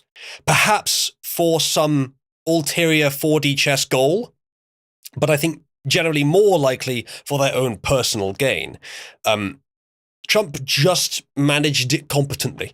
That was about all he needed to do. It was honestly, I think it would be easy for a leader who is not corrupt in the US to run it well, much better than it's currently being run. But you get people from this dynasty, it's always going to be run badly. It's more of the same shit. It's arbitrary. It's artificial. The natural, easiest way to run it, I think, is essentially what Trump did. Of course, made difficult only by their arbitrary actions. Other than that, it would be the natural course, I think. But yes, one of the things that Trump did, naturally, as a part of running the US, as the way it makes sense to run it, was to be strong on the international stage. He made peace in the Middle East on several, or at least got several things signed. I'm not sure how well they lasted. We'll never know how long well they would have lasted because he was rigged out. And then, of course, it's on Biden what happens after that. Trump was making a lot of good changes, and simply being there, Putin and Xi and others probably realized that, oh, okay, this guy will actually defend, or will actually, do strong things. So they would prefer to wait for someone weaker. And Biden is definitely weaker. With Taiwan, you can guarantee that Trump would do something about it. Not sure about Ukraine, and I'm not sure it's right to.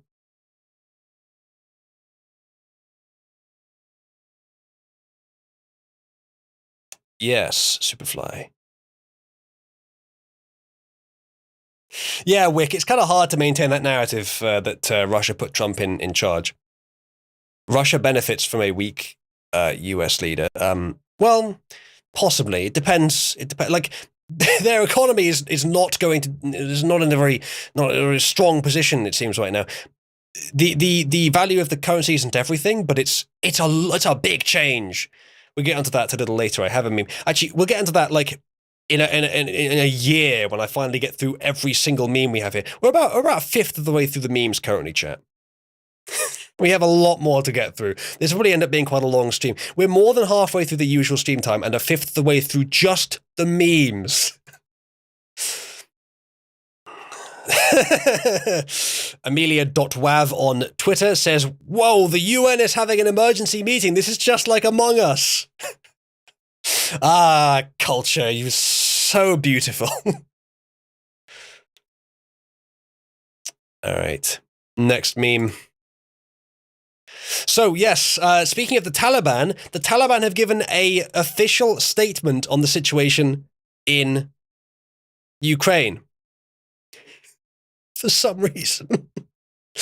Oh yeah, the International Space Station. I'd love to know what the hell's going on there. In fact, with the ISS, I suspect that the individuals there have formed enough of a personal bond that it doesn't necessarily outstrip their bonds to their nation, but especially because they're not in their nation, they're in fucking space. their personal bonds might be strong enough that they don't want to do anything. Like it would take actual all out war between the US and Russia before anything actually was done. Thank you, 8-Bit Picky. 8-Bit Picky says the memes must flow. Cabal prevails. Thank you, and that's put a significant dent into the stream boss. It wouldn't take much for someone to knock off the stream boss currently. Ebb, you put the exclamation mark. I probably should improve that to account for some variants of Cabal Prevails and to also account for people that put Cabal Prevails just somewhere in the message, even if it wasn't the entire message. It was a very, very quick feature I wrote just for the meme.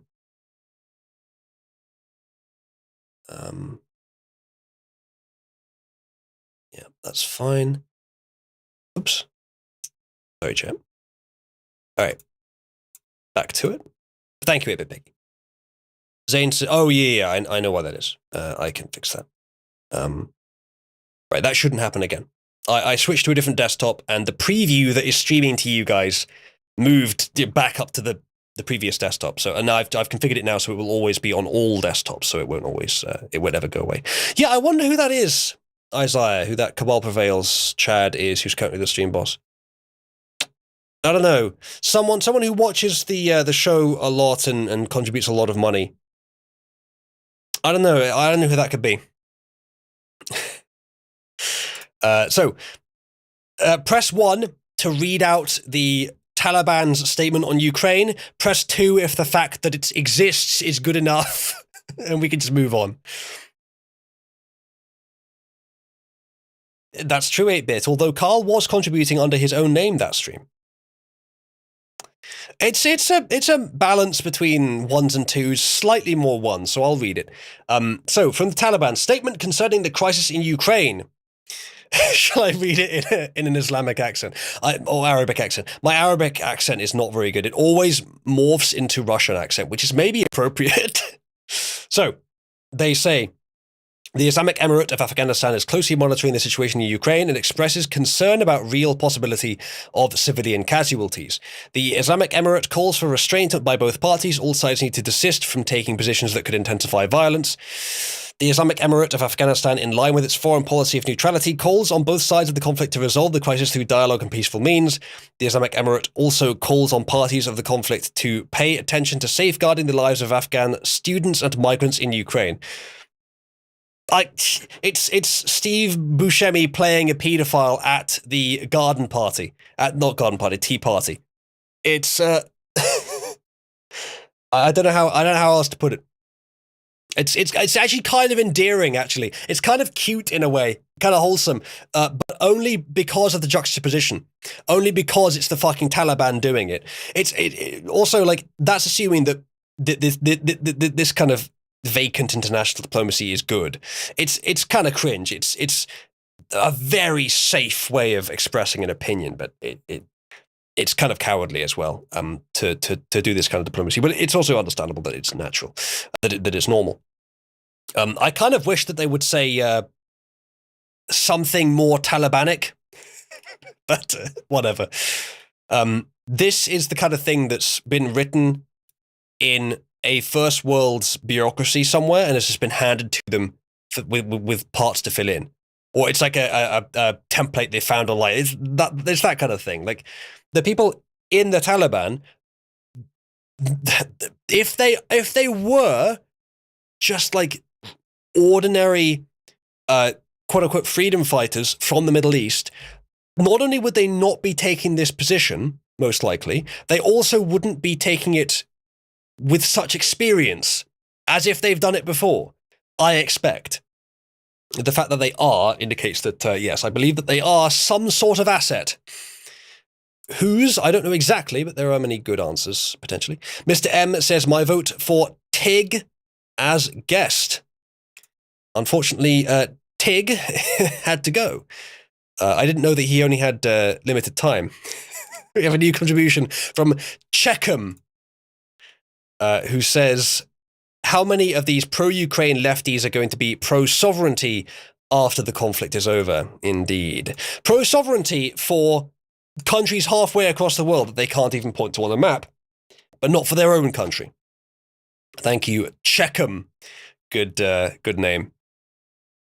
Thank you for the contribution. And you have knocked off the previous stream boss. So, Checkham, now you get the opportunity to choose some things. If you have any requests for us to do different stream content, you have an empowered access to make that request. There are several rewards that we could use that we've done in the past. One thing that we could do is we could immediately now stop doing these memes and just do bottom gear memes. We had a bunch posted earlier. People seem to enjoy me reading them. So if the current stream boss wants to, or if any new stream boss wants to, we can stop doing memes and just watch that. All right, Ram, I'll play your video. I saw several other people vouching for it, so it's fine. It's not clear what may have been taken, and no arrests have been made. A 71-year-old man is accused of inappropriately touching a 12-year-old girl at the Walmart in West Mifflin Sunday afternoon. Nice. Very professional. Now, this is the kind of professionalism you don't get from the Taliban. Let's have a look at one little frame quickly.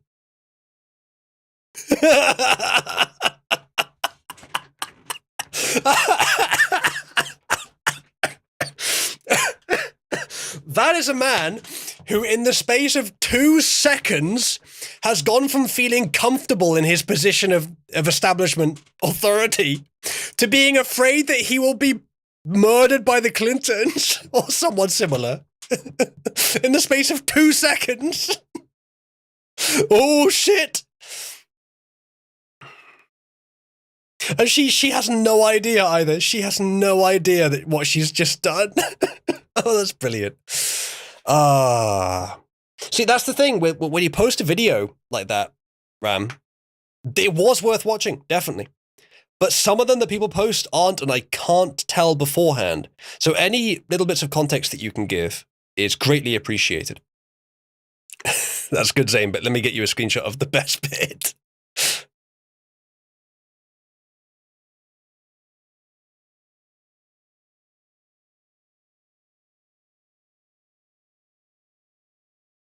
There you go. Oh shit.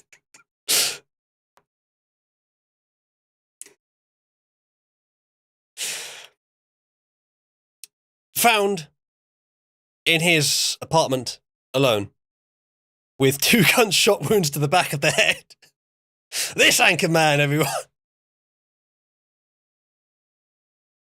Yeah, Ram, I of course, I understand the difficulty of trying to tell me what it essentially is without ruining it. But I think it is still possible to give enough context that, you know, I have a good reason to think it's worth playing.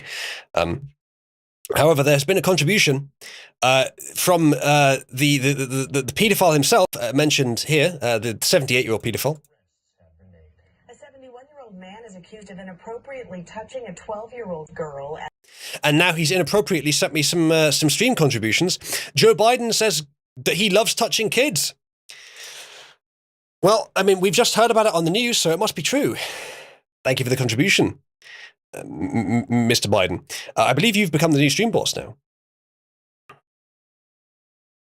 So, next meme. Yeah, so this happened. You may remember that at one point the Venezuelan currency was worth less than the RuneScape GP, and the ruble is making a mad dash in a speedrun attempt to try to beat it. The ruble, and this was from a few days ago as well, it might be even worse now, is worth 0.011 US dollars, so 11, no, not even 11 cents, 1 cent. 1 cent, just over 1 cent, and as I say, I think it's got worse since then. And Roblox currency is 1 Robux is worth 1.25 cents. 0.0125 USD. So, as of when would this have been? It's not easy to tell when this was, but it's worse now. In fact, yes, Isaiah's posted a screenshot. It is worse now. As of even this, though, yeah, the ruble was worth less than a Robux, and now, as Isaiah has shown, it's worth I guess, like, would it be about, you could reduce the value of a Robux by 1/5 of its overall value, and it would still be more valuable than the ruble. Now, is that good or bad? No idea. It's probably short-term good to encourage the reduction of invasion, but it's hard to say beyond that. It's more likely that it'll cause problems, I think. It's funny. It is very funny. And I like, if you ignore the potential horrific outcomes of having parallel economies, etc., and other issues, but it is funny how vast the change has been. The whole gas meme was popular a little while ago, which I fucking love, by the way, of the inflation over time, and of Venezuela just fucking shooting up past, may have been Ukraine actually, or some nation that had high inflation. That was so fucking funny, and now Russia is trying to beat their record, trying to speedrun it. Rogel says, earlier you had an Among Us meme up, and you asked who we always said was sus. I think the name was Ranmafan. Yes, it was Ranma. Thank you, Rogel, for remembering.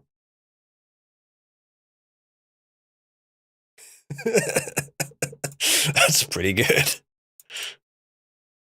Esteemed members of the media, behold, the invisible woman. But we can see her perfectly. Joe Biden touched me. Gasp, where'd she go? I can't see her anymore. Exactly. Yes, and thank you for posting my sus sapiens meme. All right, next meme. The ghost of Kiev trying to maintain Ukrainian air supremacy. Air India flying through an active theater of war. It's so funny. If nothing else, I think we can all agree, wherever we come from, whatever our opinion on this conflict is, we can all agree that it's an excellent opportunity for some quality memes. Let's see what we've got next. So, Ben & Jerry's is weighing in, as they are wont to do. They say you cannot simultaneously prevent and prepare for war, which is wrong. And that's listed as the green square. And now the yellow square response is NBC's Erin NBC News reports there is a pizza shop owner in Kiev offering free pizzas to any Ukrainian who shows they've got a gun with which to fight Russians. So yeah, I don't know what the context of the Ben & Jerry's quote is here, or like when it was, but it is wrong. You cannot guarantee peace without the implicit threat of force. And if you have the implicit threat of force, you do need to be willing to use it, or at least convince your opponent that you are. That's how you maintain peace. It's the only way. Anything like all of the usually leftist perspectives which err in the direction of pacifism are idealism at its finest, at its most extreme. The notion that you can have peace without like maintaining it, just we will just talk about it and settle it because ultimately everyone wants peace and everyone's fine with the status quo. No, the people that are fine with the status quo are likely to be the ones who are trying to just make there be peace and assume that it'll work fine, but it doesn't. Doesn't work that way. Congratulations to Germany for not being the country that caused World War III. You did it! 1 out of 3 is a pretty good record. Well, we don't know that yet. Germany are connected in a way to this conflict that almost no one else is. And they are about to change leader. But it doesn't look like it. And it also doesn't look like it's going to be World War III, but it's still possible. It's still on the table, sadly. This is pretty funny. So, Ukrainian soldier's last words. Wish I got the vaccine. A Ukrainian soldier's last words before bleeding out from shrapnel tearing off his right arm. If only I got the 3rd booster. My last wish is that Trump doesn't choose the next Supreme Court judge. Trans rights tell my husband I turned into a pig. Ukrainian man's last words. Tell my wife she needs to have black babies to fight white supremacy. None of our lives matter until Black Lives Matter. Yes, Queen. So this is, to spell it out in case it's not obvious, essentially a mockery of how the establishment, the same establishment that unironically said all these things, is now wholeheartedly supporting Ukraine in every avenue, in every way, in every inch of their being, and all of the NPCs are immediately on board. And frankly, it's more understandable this time. It's not difficult to support Ukraine in this conflict, but you always must assume that there's nuance. And in this case, even if we don't have enough yet to confidently say the establishment is wrong, there will be more nuance revealed or just circulated. There may be someone listening in live now that has the piece of nuance that will, once examined, once rigorously tested in the tempering of conversation about it, it will turn out to be the dominant aspect of our opinion on this. But we're in that stage now where that tempering needs to happen, and so I'm not presenting any sort of conclusive opinions on all this. I'm remaining open. A Twitter user called Flint Bedrock says, the president of Russia's Twitter account seems to be working just fine. He's invaded a whole country and still not been banned by our tech overlords. Unlike Trump, who was not involved in a small jaunt into the US Capitol building after the election was rigged and those people's, as well as 80 million others and frankly 360 million others, fundamental rights were violated behind their backs and was covered up by the press, the same press who lied about it being an insurrection.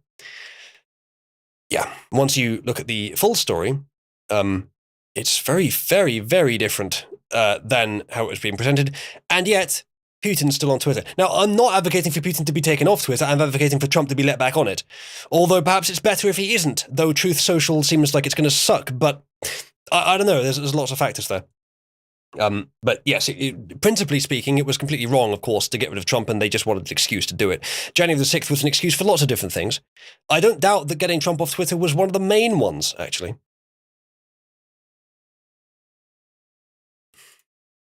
Next meme.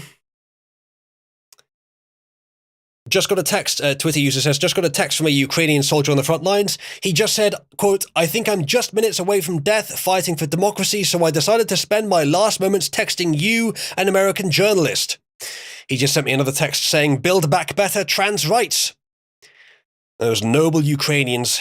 I always knew that they would fight for our very first world, Amerocentric, social moral concerns. Always knew that that was their true intention. I want to believe in the ghost of Ukraine. Or Kiev, sorry.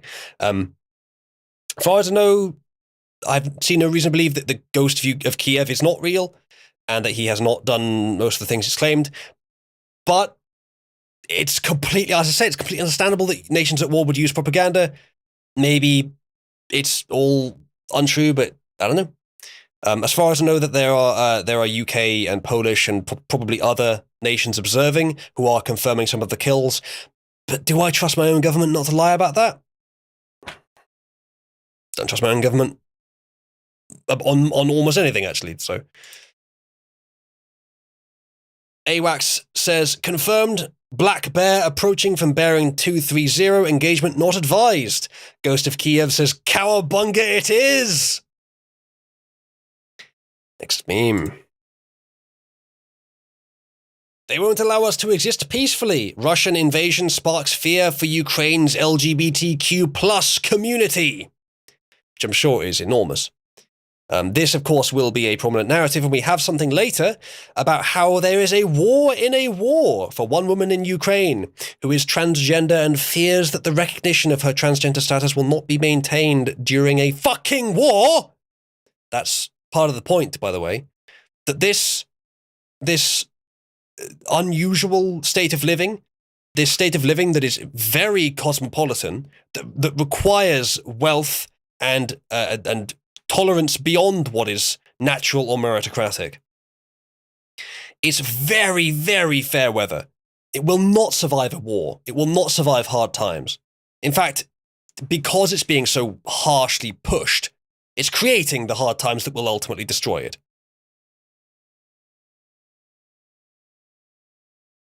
So yeah, this is the natural result of the situation that you are in. Next meme. A far better rendition or version of Lord of the Rings, The Rings of Power. If it's anime, then suddenly it's better, because if it's anime, it's probably written by someone that is not part of the Western media establishment, media in this case referring to entertainment rather than press, and therefore it's likely to not be horrifically ideological in an ideology that is distinctly anti-human and very much anti what Tolkien was about. So yes, I mean, this I would watch. This I would watch. Even if they are brown. See, that's not the problem. That's just an indicator of the problem. Because the kind of people that write shitty stories along the same ideological lines that we all understand immediately what they are, and that they are awful every single time, those people insist on using certain characters with certain appearances. It's not just the race either. I can tell if a character is put there by ideological people almost all the time. Even if I don't know if a show is ideological yet, I can identify a character's mannerisms as being indicative of the ideology that probably the actor themselves and certainly the writers hold. There's more than one example where I've noticed that.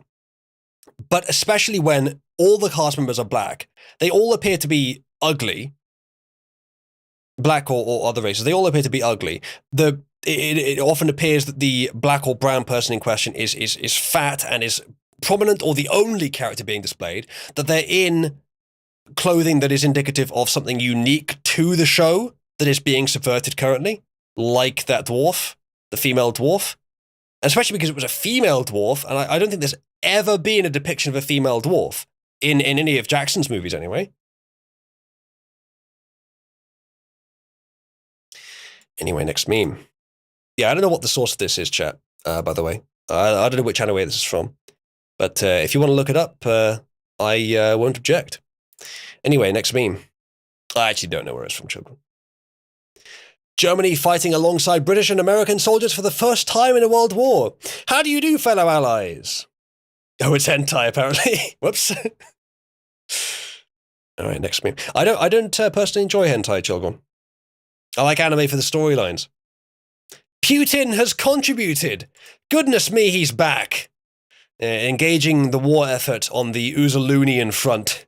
He says, I return Western pig dogs. I reclaim this stream boss title in the name of the glorious reborn USSR. Goodness, he's declared his full intentions. I had no idea. Or did I? Thank you, Putin, for your contributions. I shall attempt not to become a Russian puppet as a result. Ukrainian officials trying to make one last Russia soyjack tweet before a hypersonic missile obliterates their base.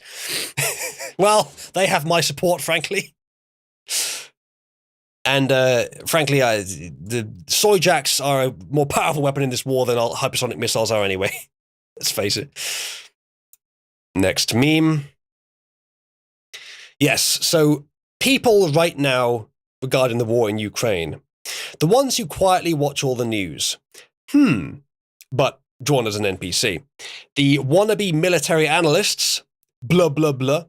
The annoying outsiders. Fight, fight, fight.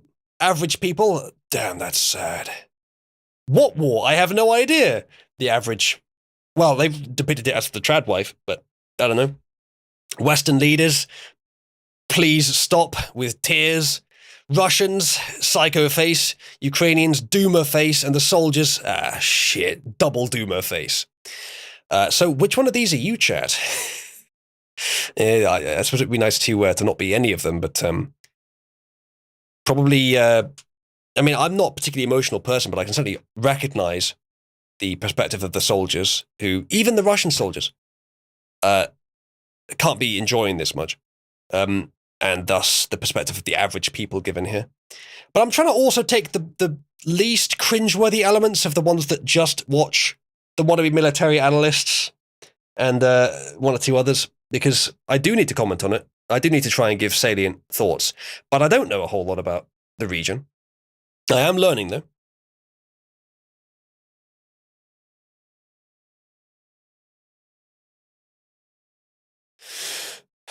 All right, next meme.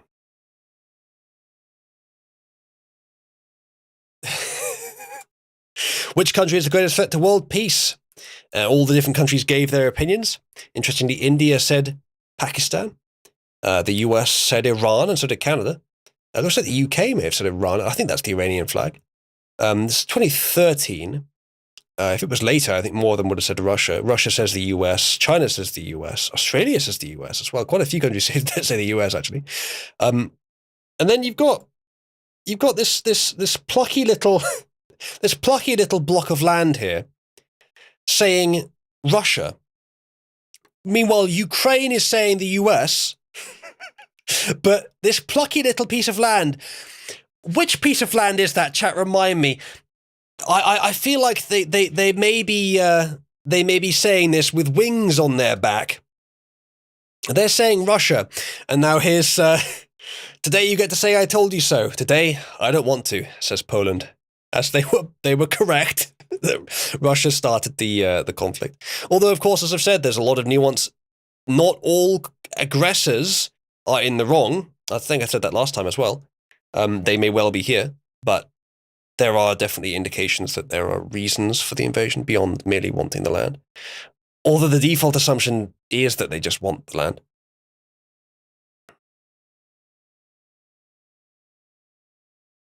This 4chan user says, I will sit here and shitpost on the funny politics board until an explosion directly hits my apartment and kills me instantly. Frankly, that's the way that any reasonable person would want to go.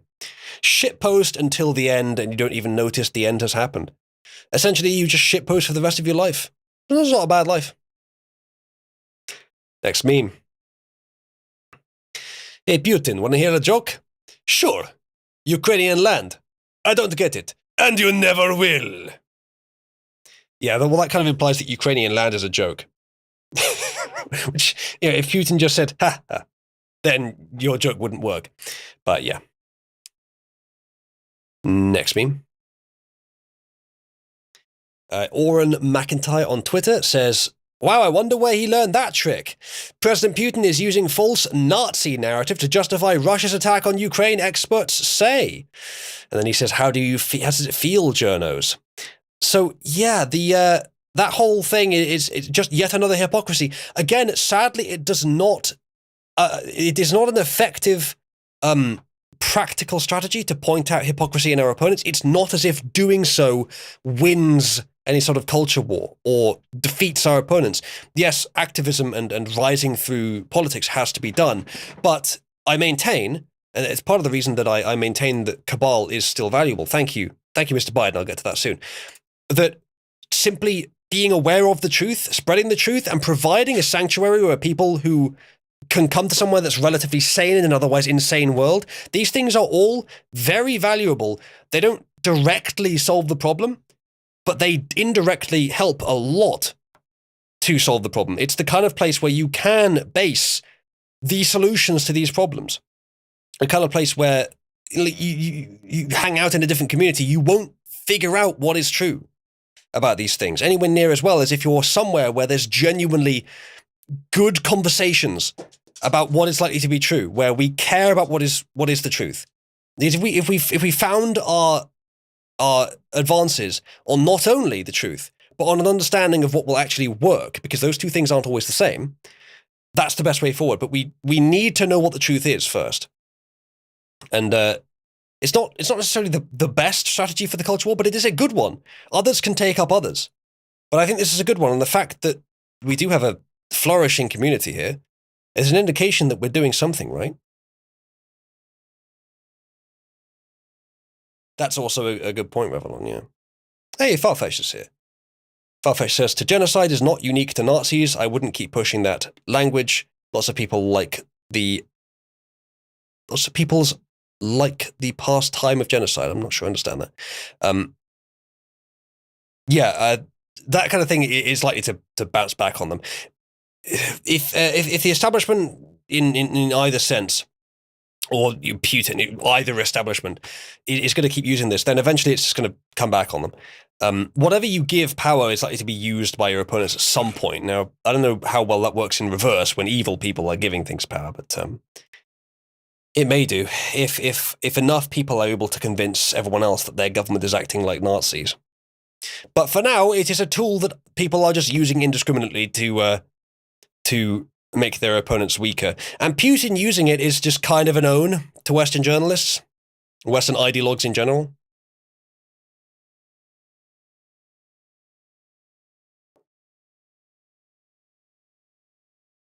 Yeah, far-fetched. I've certainly heard reports that there's genocide or at least mistreatment of Russians in Ukraine. Whether they count technically as Russian is questionable. How many people in that region are Russian is questionable. How many of the people in that region that say this is the case are actually Russian operatives? There are certainly some. How much oppression is being done and how much that oppression is the kind of thing that a blue-haired feminist would call oppression, although that kind of thing is also up for interrogation. Some of these answers are probably known well enough, but according to who, still even then, and some of them are based merely on competing propaganda from both sides. And even still, some of it we need to do the work to interrogate in a way that we can actually incorporate and temper the ideas and come to a reasonable conclusion. Orange Bull says there is mistreatment of Indians in the Ukraine now. Shit's nasty. The current president is Jewish and allowing Jewish men to leave the country, but not Ukrainian or Russian men to leave. I've seen the news. Yes, I have the story that Ukraine has closed their borders to Ukrainians leaving the country. Not sure how normal that is for warfare. I can understand the tactical angle for it. But allowing some people to leave and not others is pretty questionable. However, if the Ukrainian leaders are allowing the Jews to leave, but not their own people, and they're run by Jews, it does kind of prove Putin wrong. So maybe that's the only reason they're doing it. Probably not.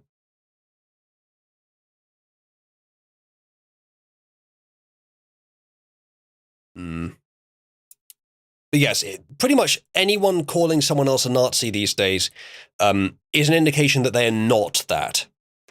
There are, of course, exceptions. The Azov Battalion seems to actually be Nazis. There are a few others as well, but generally you can assume that if someone's being called a Nazi, they're not. Even when Putin says it. All right, next meme. Oh, yeah, this was good, right? So this is like earlier I said, and this is not a position I'm super confident in, but I suspect the case.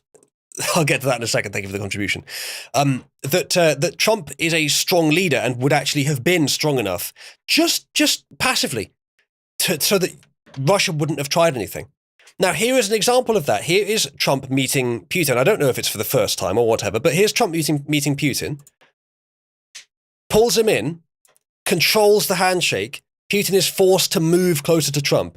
It's a classic dominance gesture. Trump's probably been doing it in the business world for years. Here's a different slow motion preview. Just deliberately pulls him in and then continues to shake his hand. The fact that Putin is a bit of a manlet also helps. So, and then Trump starts the conversation. So there you go. So that may be enough of an indication as it is that Putin realized that Trump is strong. Let's wait for someone weaker. Jesus, Orange Bill. There's so much fucking nuance to consider. So Orange Bill says, what if I told you that the Jewish president used to work for the same media mogul that funded the Azov Battalion? Yeah, so this is why I'm saying that we need to discuss these things more before we can come to any really solid conclusions. Or at least I do. Maybe some of you have already done the interrogation and the tempering that is needed, but I do, if nothing else. I think it's possibly a more admirable perspective for me to admit that I'm not fully informed, because I'm not, than for me to just pretend to be and make pronouncements that are going to be disproven. Yeah, far-fetched. That's a notable oddity at the moment, which we will look into. I have that story to look into. So there's contributions that have been going on. Joe Biden knocked off Putin from the stream boss spot by saying, "You're a really bad guy, Putin. Bad guy. We're gonna where was I?" And then Xi Jinping responded with, "Shut up, Joe." Kind of like a shut up Wesley moment. And Xi Jinping is the current stream boss. So Chad, if you want to defeat Winnie the Pooh and disrupt China's subversive dominance over the stream chat, then you can contribute as little as £4 to knock him off.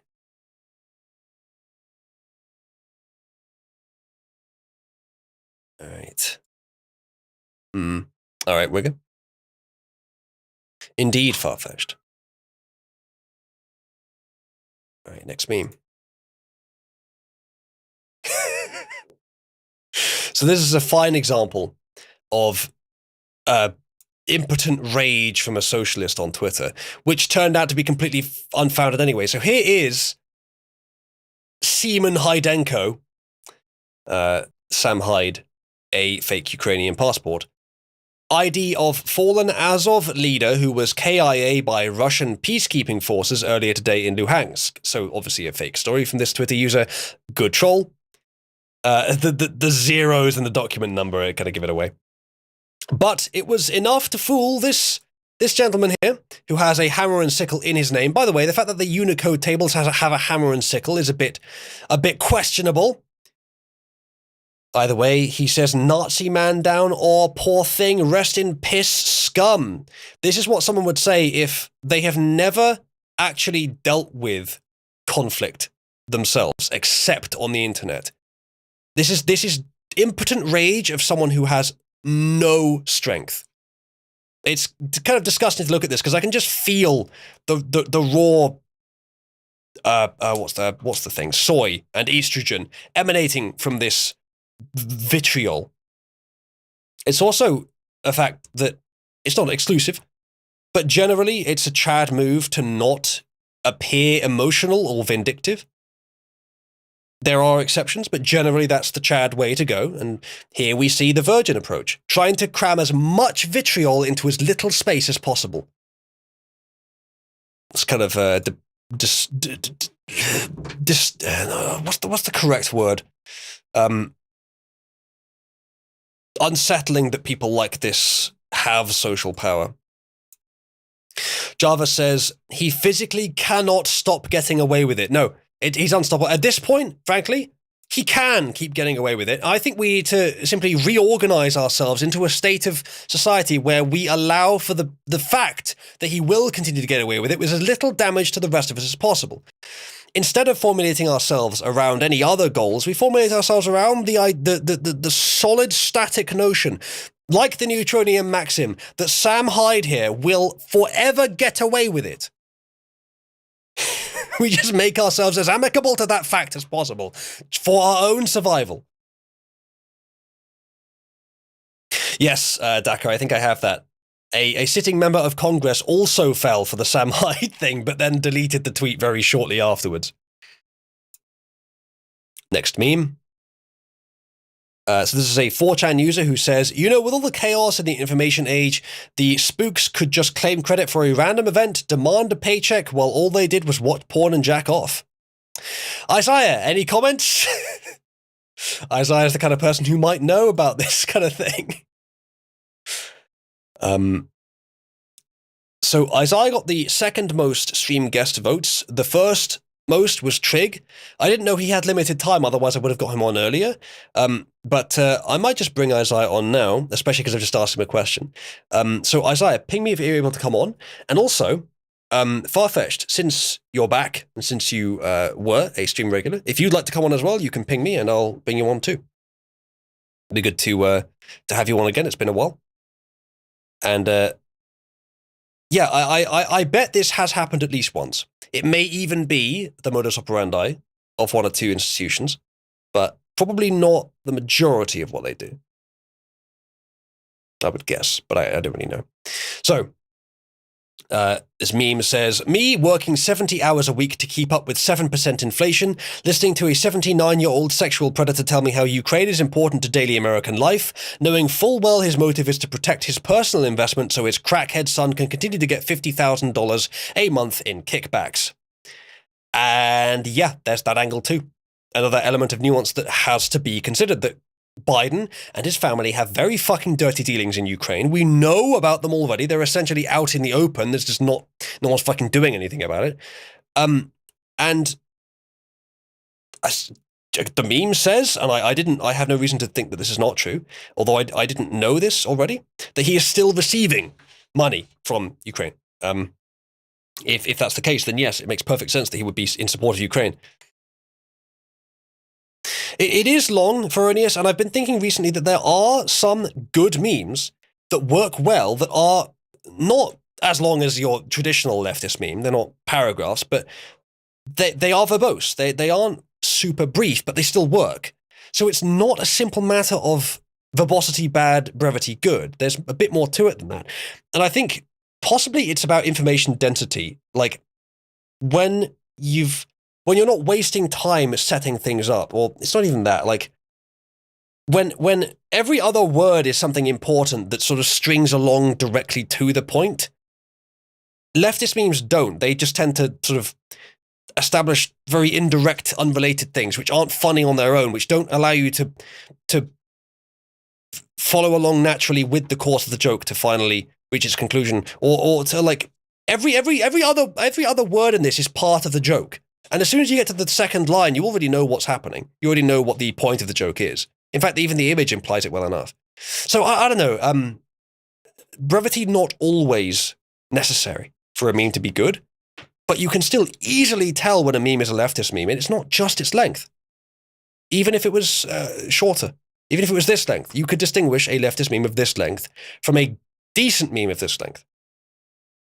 Every part of that text improves the meme. Boomer, what are you doing? Boomer, I'm streaming. Go and lie down. Actually, I'm going to just go make sure he has water. I'll be right back, chap.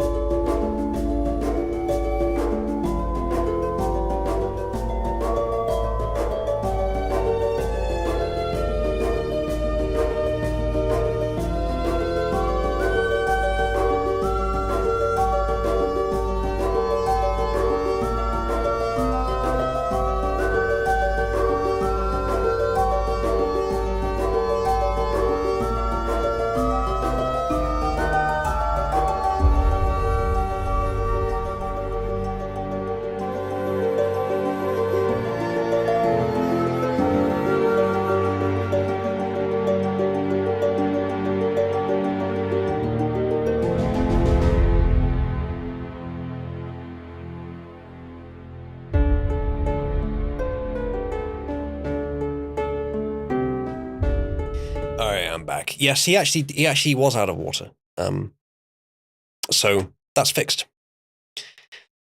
Some of you are saying boomer stream. I could have him on at some point. I suppose it depends what the stream boss asks for. And yes, Farfetch, that sounds good. I probably will stream at the weekend. I aim to stream every day. Although I never actually do. I suppose I'm not really aiming to. I'm probably aiming to stream every other day. I don't know what the ideal ratio is.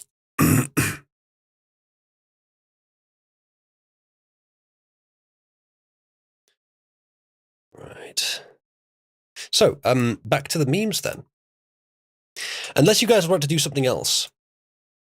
We've gone through memes for 2.5 hours. It doesn't feel like that long. It feels like we've only just fucking started, but I've been going for almost the full stream length already.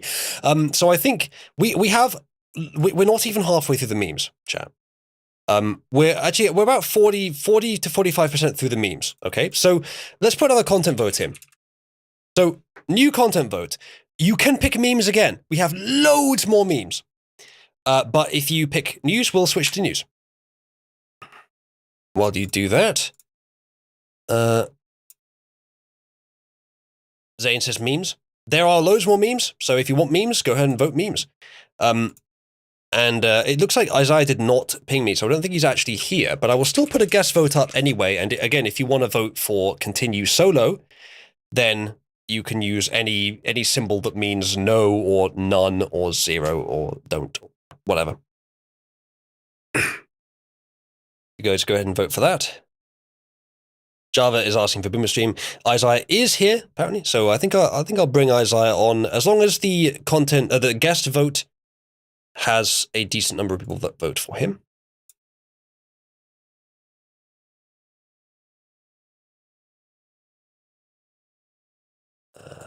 Okay, that's fine. Zane wants those dank memes. Well, you know, I've been wondering this, like, what exactly is, this is not fishing for compliments, but it maybe a little bit, but it's incidentally fishing for compliments. What is it exactly that you value about me covering these memes? Because these memes are, I get, every single one of them is from Cabal, I think. There's none of them that you couldn't just go find yourself. And I don't think my commentary is funny.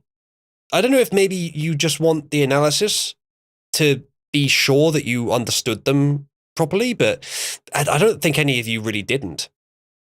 So I'm not sure what it is about the meme sections you actually like. So a campfire moment. Fair enough. Lazy shits. I have picked out the ones that I liked the most, but that doesn't necessarily mean that they're the ones you would like the most. You're too lazy for the from your side. They're all in Meme Shrine. Almost everything posted in Meme Shrine's good. Fair enough, Zane. I suppose it's like watching highlights of HoloLive stuff, but with my commentary. I suppose then, would you prefer that I just display the meme and stay shut up? Well, I suppose people listening via audio might prefer me to read it out, but is the analysis even necessary? Like, would you prefer no analysis? Perhaps you should find memes from outside Cabal, says Rogel. Maybe. Sadly, I don't know of any good repositories for memes from outside Cabal. And there's so many good ones in Cabal, especially right now. There's days of memes I've just missed. I wish I'd got them. I got 130 memes. We've gone through almost the entire length of the stream with memes alone and haven't even got through half of them yet. And they're still, like, since the beginning of this conflict in the last 2 weeks or so, there's been about 4 or 5 days of memes where I have scrolled through on my phone and I've thought I must come back to this on my PC and pick these up and add them to the list, and I just haven't. I think if I'd picked up all the memes I wanted and we were doing this today, we'd have 250 memes, and we could go on for like 6 hours on memes alone. That's how many there are, so... Rogel says, please be silent during the meme part of the stream. I come to your streams to not hear you. Interesting, okay. I know a few shitpost, trash post channels, says Zane. Well, then by all means, cross-post to Cabal. At least read them. I'm doing other shit, can only look back once in a while.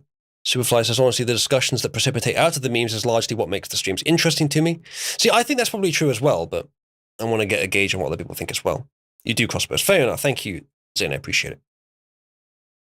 I get my dopamine hit every time you show a meme I made. That's good to know, Daka. If I ever do show one that you've made and I don't know that you've made it, please do tell me and I'll credit you. I'm very enthusiastic to give credit where it's due. You enjoy the vocalized reading, Lugan. Fair enough, that makes sense.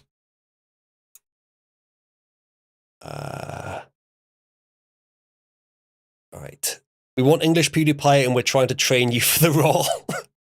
I'm not sure that I'm as broadly appealing or accessible as PewDiePie is. So, let's see what the vote was for. Are you a busy? Okay, that's fine. So, quite a few of you are voting for having my dog on as guest. We may have him on later in the show.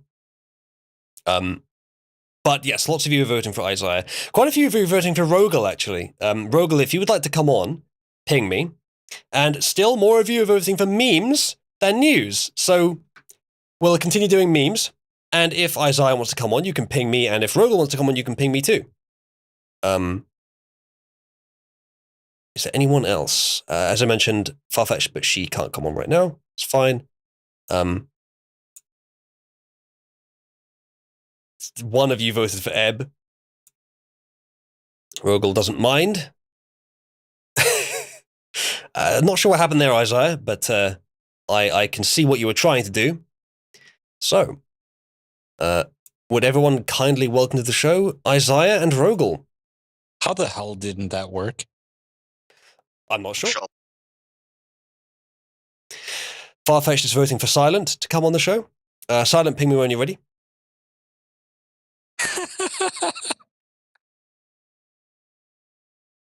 Also, Doughty Bill and Shadow Rose should be guests. Yeah, get Shadow Rose on. And Velicus, who I don't think has ever talked. Or if he has, I don't think I was there at the time. Who else? Who else does not talk that we could get on? We should unironically pull Silent on. Silent says no. Chat, press 1 if that is a good enough reason on its own to pull him in. I think it is. All right, I need to be right back for just like 10 seconds or so. So why don't you guys open up a hearty discussion about what's been going on recently? If you wouldn't mind just taking it for 10 seconds, I'll be right back. Or I can leave it on the standby screen if you prefer. All right. So, my conspiracy, right? This is my globo homo conspiracy. The left is going to use Ukraine as a launching off point in order to gaify the rest of Europe, being Eastern Europe. And they're going to do this by sending trans soldiers in to Ukraine. And when they face high casualty numbers, whether that be through self-destruction or by destruction from the enemy, they can use that as further justification to further the war. Perhaps. Oh, they're take it completely off topic. There was something I saw a while ago. Don't know if Uzu's covered it, but have you heard about the American trucker convoy? Yeah, I heard little bits and pieces of it, but like it's not covered by any sort of news source right now, which which is to be expected. It's not shocking at all. Yeah, It's collapsed. I did cover it, yeah. Oh, you did? Yeah. No, Did you just say because it collapsed? it stopped? Apparently, like it's no longer a thing because when it got to its second destination, apparently there are only like 5 trucks. That's something that I saw. So, yeah, it's really hard for Americans to pull together for something like that. Yeah, because it was going to be from like California to Washington D.C. if I remember correctly, right? Yeah, we don't have that kind of unified culture here. That's kind of surprising. Maybe the Ukraine thing was just so much of a fucking distraction. Yeah, it did have the poor luck of being right when Ukraine kind of fucking detonated into a shit show. Yeah. See, this is just another one of Russia's subversions in order to keep the United States down. Yeah, probably. I mean, because there's a bit of like, I don't know what I want to happen more. Ukraine to lose and see what happens with all the Hunter Biden shit, or Russia to just get fucking beaten by Ukraine. It is so hilarious. Each time I keep on seeing a group of Russian vehicles just get fucked by like Ukrainian civilians with Molotovs. It's like, what the fuck? I laughed really fucking hard, and I saw like the documents that the Ukrainian government giving out, telling civilians, hey, make a Molotov cocktail, and you gotta throw it right fucking here to destroy a vehicle, like right in the back of it, like right where the radiator is, just right there. And the videos of just the fucking Russian convoy going through the town, and some guy fucking throws a Molotov cocktail right in the cabin of the truck. Do you see the ones from? It was like nighttime or early morning, and Russians were pushing into northwestern Kiev, and just out of fucking nowhere, there's like 100 fucking Molotov cocktails just burn the first fucking vehicle to a crisp. No, I haven't. I'll see if I can find it. One of my buddies posted it on the group chat. Have you It's seen so fucking funny. I mean, Have- yeah, you're baking Russians alive inside of a burning fucking metal container, but it's funny. This is what I was saying about the idea that they're throwing their crappiest equipment at the Ukrainians first. Maybe they're just trying to tire them out in this way, but they're still letting a bunch of Russians die in them. Yeah, there's a bunch of like, there's a bunch of those fucking riots that are getting shut down by the Russians, fucking pretty brutally too, because everyone most Russians don't fucking want the war, and Putin's going, no, we're doing this fucking war. It's gonna happen, and people are rioting and shit, and fucking bodies are stacking now. The fucking guy, the Ukrainian gypsy that fucking yoinked the fucking BMP or some shit. Oh, dude, there's more than that. There was that trucker who just like drove off with one too. Just hooked it up to his fucking, or not trucker, farmer who hooked up to his tractor and just drove it off. Yeah, there's been a bunch of shit because I heard that apparently the fucking Ukrainian government was also telling people how to drive and start up Russian tanks and shit so that they can just steal it. Apparently I heard that was going on. We have recruited a crack team of Romanians to steal all of Russia's equipment. Fun fact, yeah, that's actually what the Ukrainians are sending. Not sending troops, they're just sending the fucking impoverished. They are sending their best.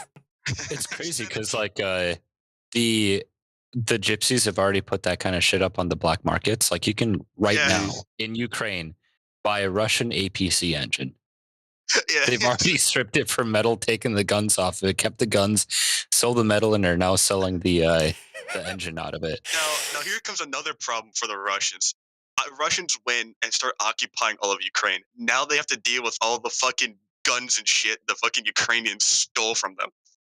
Because there's going to be some asshole that sits in a fucking bush waiting for some convoy to go by that just fucking destroys it because they stole a tank a while ago and they start shelling fucking trucks.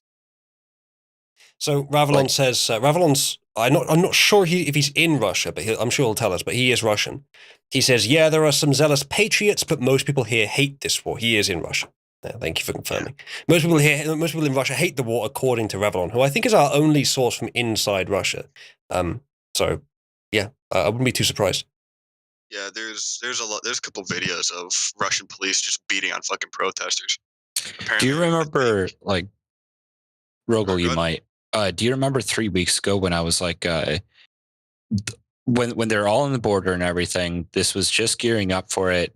And I'm like, dude, this is going to happen. But like, this is old style of warfare. Like this is 80s style warfare. This is old fucking tactics, old vehicles, old setup informations. I'm like, they either have a fucking ace up their sleeve where none of our fucking shit's going to matter, or they're just fucking not ready for this. And I think I remember you saying this. Yeah, and I think they just weren't ready for it.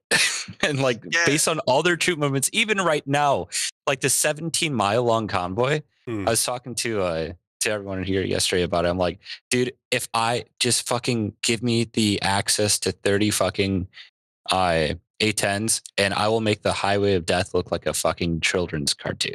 Yeah. I've seen people saying, God damn, I wish I could just go at it with a gunship.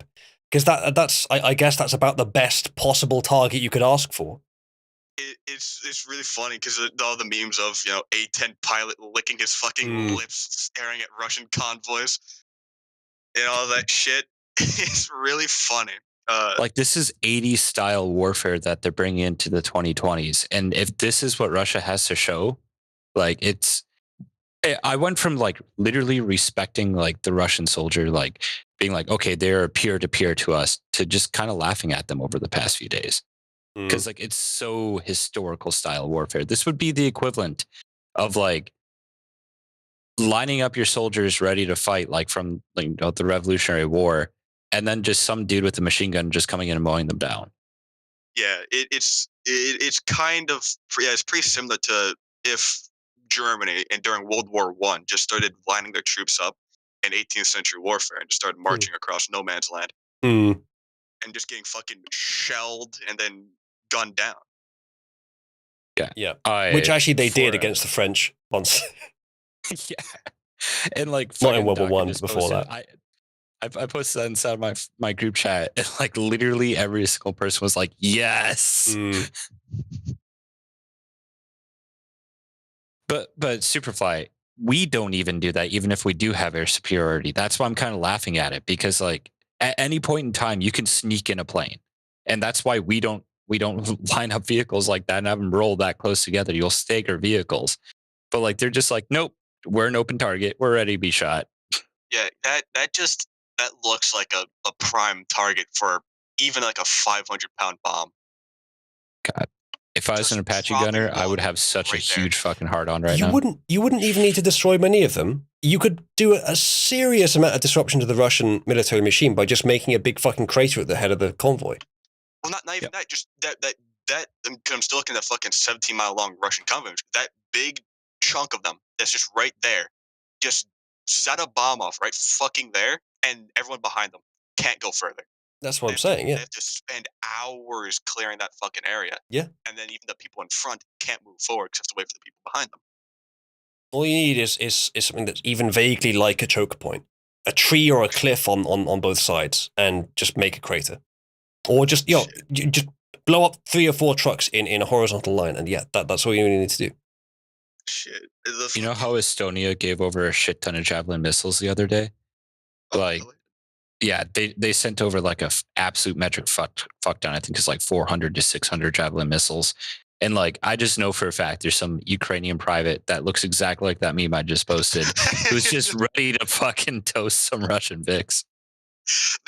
Wasn't there that quote from like a Mujahideen fighter or something about that the only thing Afghanistan needs right now is more stingers? Is we gonna get a Ukrainian version of that quote where the only thing Ukraine needs is more NLAWs and javelins? Like, it's actually really bad. Like, because all of we have to now retailor all of our training material to face against this version of Russia, because we've been facing like a peer-to-peer threat, like how we would fight ourselves, because that's how we consider the Russians, as like a peer-to-peer. Because they kept advertising their motorbike helmet, advanced warfighter gear. Yeah, so like we train peer-to-peer with Russia, and now it's like, wait, they're not even a near peer.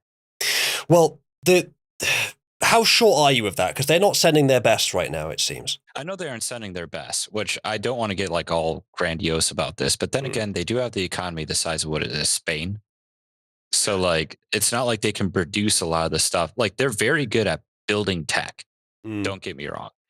But it's when it comes to equipping their entire armed forces with that tech, that's where it becomes an issue. I doubt that their economy, the size of Spain, apparently, I didn't know that, is likely to stand up long with its main with its currency worth almost nothing.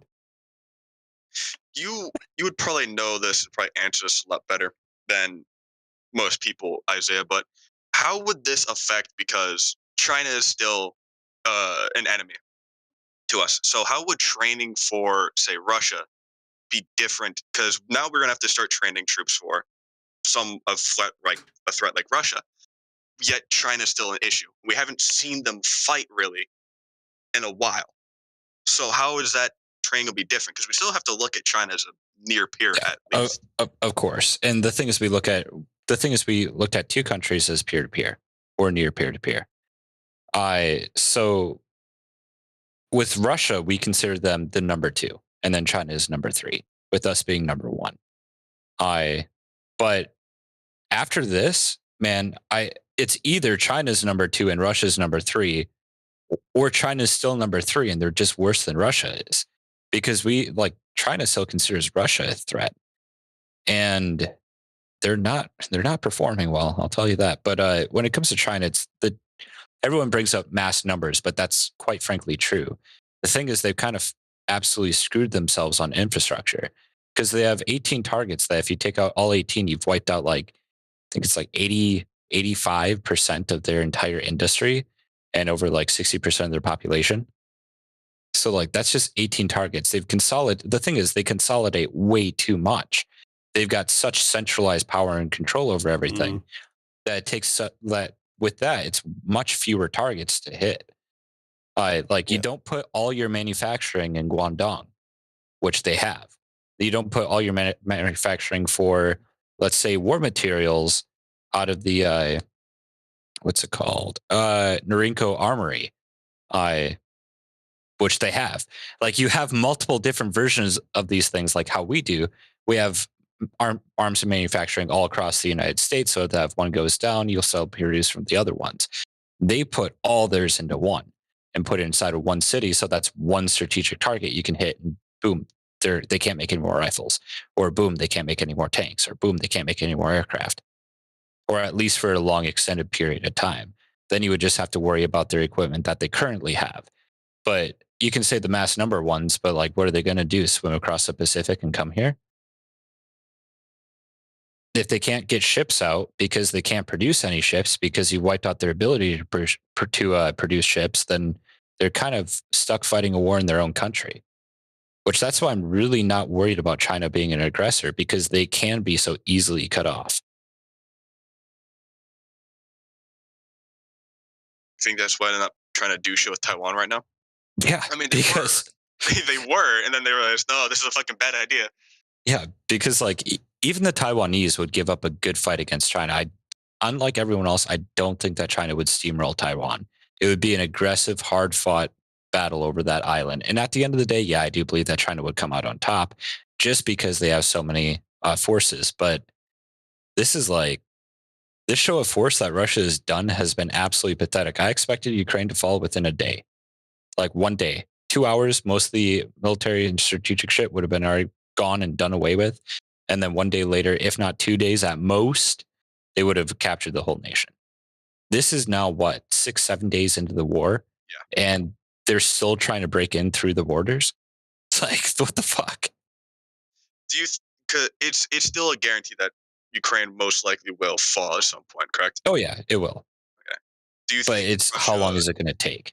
Do you think Russia's going to try and actually go through a peace deal just to save themselves a fucking embarrassment of losing any more shit? I think they've lost too much to do that. Now it's at the point where we were in Vietnam, where it's like, well, if we pull out now, then we're going to look bad. And then they're going to stay and try to do it for 20 years. I'm not sure what the source of this map is, but this is apparently the state of the conflict right now. Yeah, from what I've seen, from the other maps that I've seen, that looks pretty accurate. How did you post it in live? It's screen sharing. Yeah, he's screen sharing. I will post it in live, though. I forgot that you do that. I usually forget, but I remember today after a short while. So if you're going to compare this to like Vietnam, when are we going to see the Ukrainian version of the fucking Viet Cong pop up in random areas? I think civilians are starting to do it right now. That's them stealing tanks that you were just talking about. Well, no, I mean, like, just peering out of fucking holes in the ground and saying, hello, Ivan, how are you? And then that's kind of like what happened the other day when the civilians just opened up their windows and started chucking Molotov cocktails. A couple of Russians get out their tanks to survey a couple of Russians get out their tank to survey the surroundings. Look back at their tank and it's fucking gone. The vague smell of Ukrainians and Romanians in the air, but no tank. There was a report of a. Oh, go ahead, Rogel. There's just a tank just gunning it down the fucking road the opposite direction. Just 4 fucking Ukrainians running after it, shooting. Yeah. There's a report of a farmer the other day. I don't know how true this is because there's a lot of bullshit going around. But apparently he walked up upon a APC that was left running, which that's what you do. You just let them idle because when they're idling, they don't really use that much fuel. When they're moving, they do. But when they're idling, they don't. So it's much better just leave your vehicle idle while you go out and do things, you know? And this APC was apparently just left unattended and the dude just got inside of it and drove it off. How true is it that because the Russians actually thought that they were just going to be there for training and shit, that they decided they were going to siphon gas out of their fucking tanks and sell in the black market? I wouldn't put it past them. Russia's a very poor country. And you got to make a buck any place that you can. That's what I heard for the reason why they're running out of fucking fuel just randomly, and that's why there's shit on the side of the road. Like I saw one, I think it's a self-propelled gun that was just chilling just off the side of the road because it looks like it just ran out of gas, so they didn't bother to fucking move it anywhere. Yeah. Do you know who will put gas into that and drive it off? The gypsies. The gypsies and Ukrainians, because fuck you, mine now. Can't wait to see fucking Russian convoys get shelled by their own equipment because they're too fucking stupid to not. You go, hey, maybe some of us should stay back here and keep this fucking thing safe so no one takes it. You know what's interesting? That little blue dot there is on that map is specifically where a huge amount of gas reserves are. Well, unfortunately, the key is in Russian or maybe Ukrainian, so I don't know what it says. Yeah, well, I can tell the red bits are where Russia are. That's why I'm using this. Yeah, apparently they fucking there was that giant explosion that happened, and Ukraine was like, oh yeah, we fucking hit one of our own oil reserves, so the Russians couldn't have it. Yeah, a huge reason why Russia wants to do this is wait, there's forces pushing through in Transnistria. That's hilarious. Anyway, huge reason Russia did this in 2014 is do you see where Crimea is? So if you look at what would be Crimea's coastal waters, what would be sovereign for those that don't know, Crimea is this landmass down here. Yeah. I don't know if it's exactly an island, but it's either an island or a peninsula. It's connected. It's a huge peninsula. Yeah. But that whole area around there, the coastal waters, is like 83% of Ukraine's offshore natural gas fields, which was being built up under the previous presidency until someone took it over. I'm not going to say who took it over because apparently it was little green men that did it. But what's interesting about that is it's that whole peninsula there has lost over 90% of its arable land because Ukrainians shut off the water supply going down to it. And Russians got really pissed off about that, which is why they're trying. If you look up into the southern part of Ukraine there, that red push is, they're trying to recapture. You see where that river connects right there? So there's that river, how like the bottom of the V there. They're trying to go there so that they can blow up that dam that the Russians, or not the Russians, that the Ukrainians put in that's blocking the water flow down to Crimea. The water flow somehow going. They must have a pipe through the sea there. It's a canal. But to the island, like there's sea in the middle. Okay. Nope, it's not sea. That's connected on land. Okay. All right. This must be like high tide levels or something. Yeah. But there's a canal that goes down there and provides water to Crimea. Yeah, I heard the Russians, I think it was like day 4 or some shit, they actually got up there and they removed the dam and water's now flowing down to there. Oh, good for them. That's what I heard. So all the Ukrainians need to do is poison the water. Well, honestly, there's been enough war crimes already. I won't doubt it. Yeah, at this point, like, dude, honestly, put it this way, if another nation did what Russia's currently doing to Ukraine, to your nation, you would do whatever the fuck dirty tactics you wanted to do to them afterwards. Yeah, I was talking to someone a while ago, an IRL friend, and I was like, I can't fucking wait to see how the UN deals with this shit afterwards. It's like, if Ukraine somehow pulls it out of their ass and wins this war, who the fuck's gonna get punished for all this fucking war crimes? Because they haven't done shit yet. Yeah, to answer that, no, it doesn't count as war crime because that's an artificial canal. So that water doesn't belong to Crimea. Fair enough. It belongs to Ukraine. So Dirty Bill is questioning your credentials, Isaiah. He's pointing out that the 2003 invasion of Iraq is listed on Wikipedia as lasting for 1 month, 1 week, and 4 days. And yet you said that you think that the invasion of Ukraine would happen in a day or so.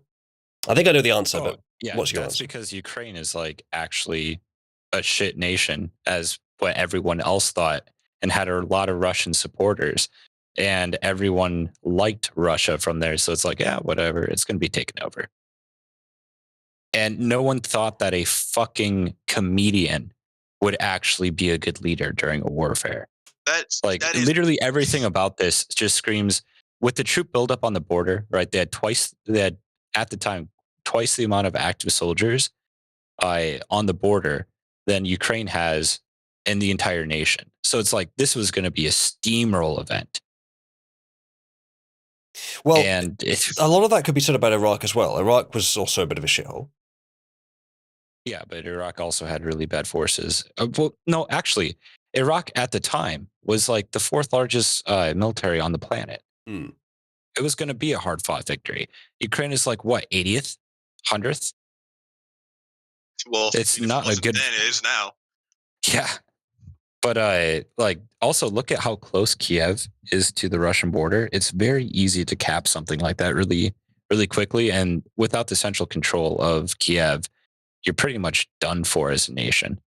Isn't that not being an asshole? But isn't that fucking Belarus? Yeah, Belarus but is there. the Russian forces were on the border of Belarus. Well, yeah, but still, being an asshole. Isn't Belarus like a Russian satellite anyway? Literally just a Russian puppet. Yeah. Yeah, it's just a Russian puppet. Oh, and Uzul, earlier you said if Poland borders Ukraine just to the left of Belarus, that part that borders Ukraine, I believe that's Poland. Yeah, right there. Yeah, anytime we do any sort of war games, like all that's Genovia, like Russia, Belarus, that's all the same place. Because Belarus is literally just a Russian puppet. All right. Well, I mean, they are nothing without Russia. Apparently, Belarus is about to go into fucking Kiev. And I've been hearing a lot of people say, oh, well, you know, the first Russian conflict got fucking collapsed by a bunch of Ukrainians, but now the Belarusians are going to go in there and finish the job. Oh, no, Kiev's fucked. Yeah, no one thought it would take this long to do. Like, especially with the amount of forces Russia had up on the border, you would have expected a capitulation within like the first day, or if not within the first few hours. I was expecting Ukraine to just capitulate, be like, yeah, we're going to save lives. We're not going to do this. What the fuck ever. Just take that land off on the Far East and be done with it. Kind of like what, because if you look historically, what Russia's done, that's all they want is they want to grab the land. They did the same thing with Georgia. They literally did the exact same thing. Declared 2 regions of Georgia to be sovereign nations and then invade through there, met up with unexpected resistance from the Georgians, and then eventually the border settled, and those 2 regions now belong to Russia. You know, if it works one place, it'll work in other places. Mm. But no one expected the mass amounts of resistance that the Ukrainians are putting up. Like, this is an unprecedented amount of resistance. Mm. And it's fucking good on them. Fucking just badass shit. Yeah, I mean, whatever you can say about what the Ukrainian government's been doing to justify Russian aggression, the people have probably taken very little part in that. So the individual people, I think we probably support. Then again, the same thing goes for a lot of the Russians. A lot of the Russian soldiers probably don't like this war either. Yeah, and one of the more fucked up things I've heard about this is that a lot of the Russian soldiers that went in are conscripts. So they didn't really even, want any of this shit, and they're also conscripts. So, and they're just fucking dying for no fucking reason. Riptokus in chat is saying, I knew Ukraine would fight, but that their leaders would fight surprised me. As far as I know, there's still no indication or evidence that Zelensky has actually been on the front lines. The images that were shown were actually from a border inspection years and years ago, 2012, I think. I have an image up of the comparison, but I won't be able to find it immediately. Give me a second. I think it's in here somewhere. Allegedly, Poroshenko is also fighting, the former president. There we go. So yeah, on the right, Ukraine president inspecting the border. Oh, this is actually more recent than I thought it was. It's 2021, 4/9/2021. I don't know if that's using, I think that is using US date format, so that would be April 9th, 2021. And then Ukraine president fighting on the front lines, all the same images from a week ago. Yeah, so this is the kind of propaganda you have to be careful of. Yeah. When it comes to the conscript argument, right? Most of Russia's army is conscripts. Like, even in non-times of war, like, here's the thing of the globalsecurity.org. of these, okay, so they have 384,000 like frontline soldiers, right? And of these, 270,000 are conscripts. So that's the what, 1/3 or 2/3 of the army are conscripts. It's pretty large amount. And conscript forces always fight poorer than voluntary forces. That's how it is across every single nation, every single army. Yeah. That's why the U.S. is made up solely of volunteer forces, Mm. and why we perform so poorly whenever we have to draft people. Mm.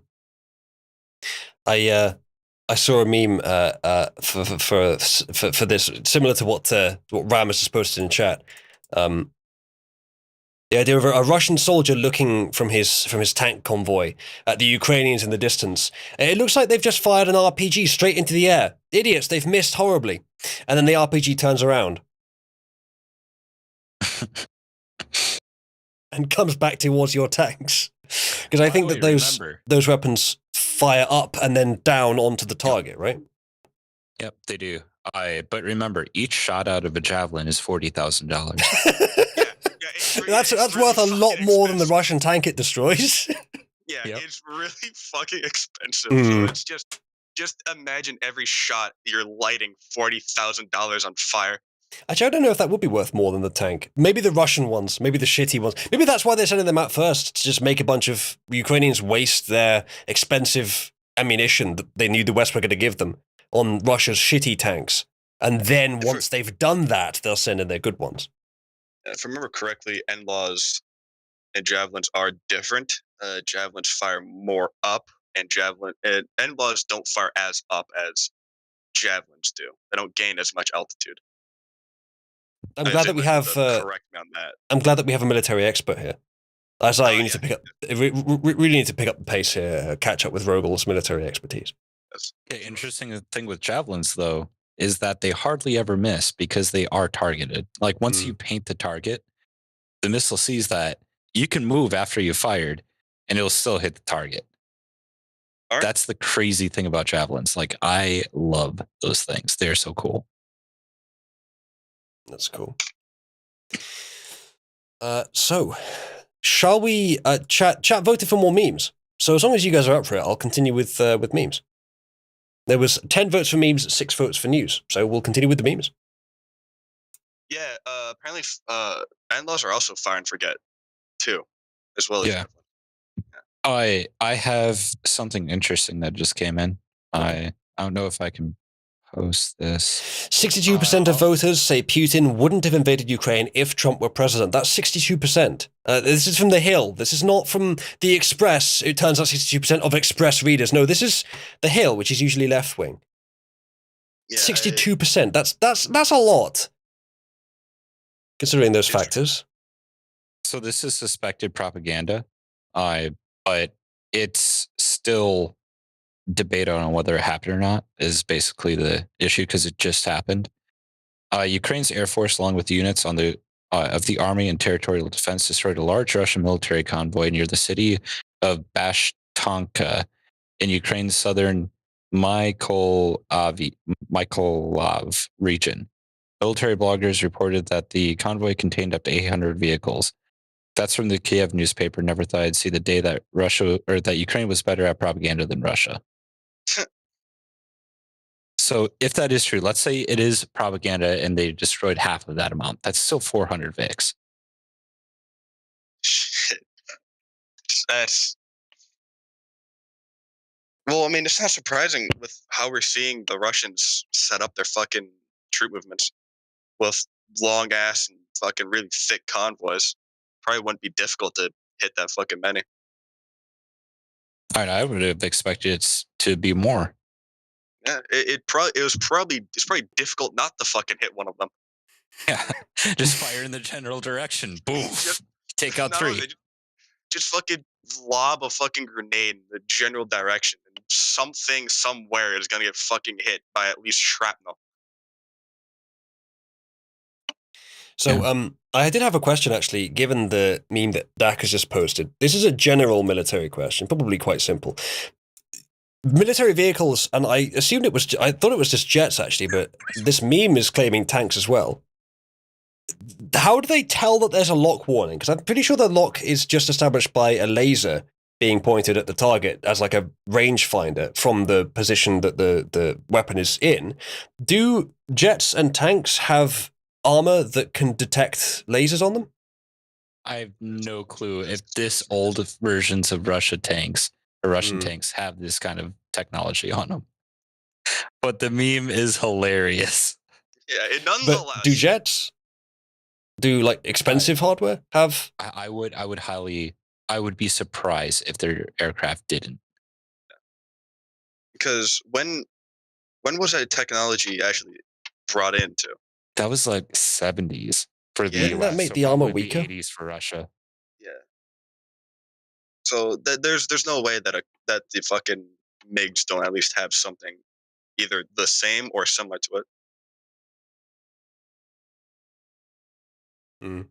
Makes sense. I figured that there'd have to be something like that, but I would guess that would make the armor weaker, but probably not much. I'm really surprised at the no, it's just a device that sits up on top of the vehicle or outside of the vehicle. How is it detecting the laser?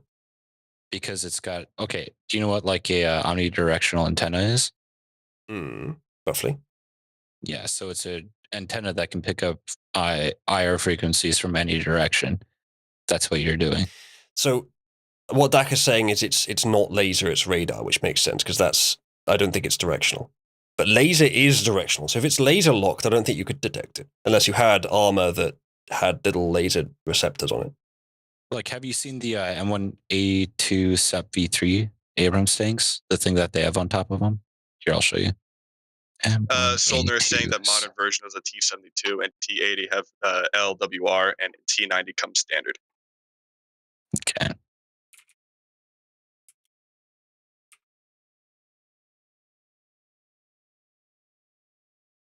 Give me a second. I'm looking it up right now. You can continue. I'm dealing with something else. I'm very inebriated at this part of the day.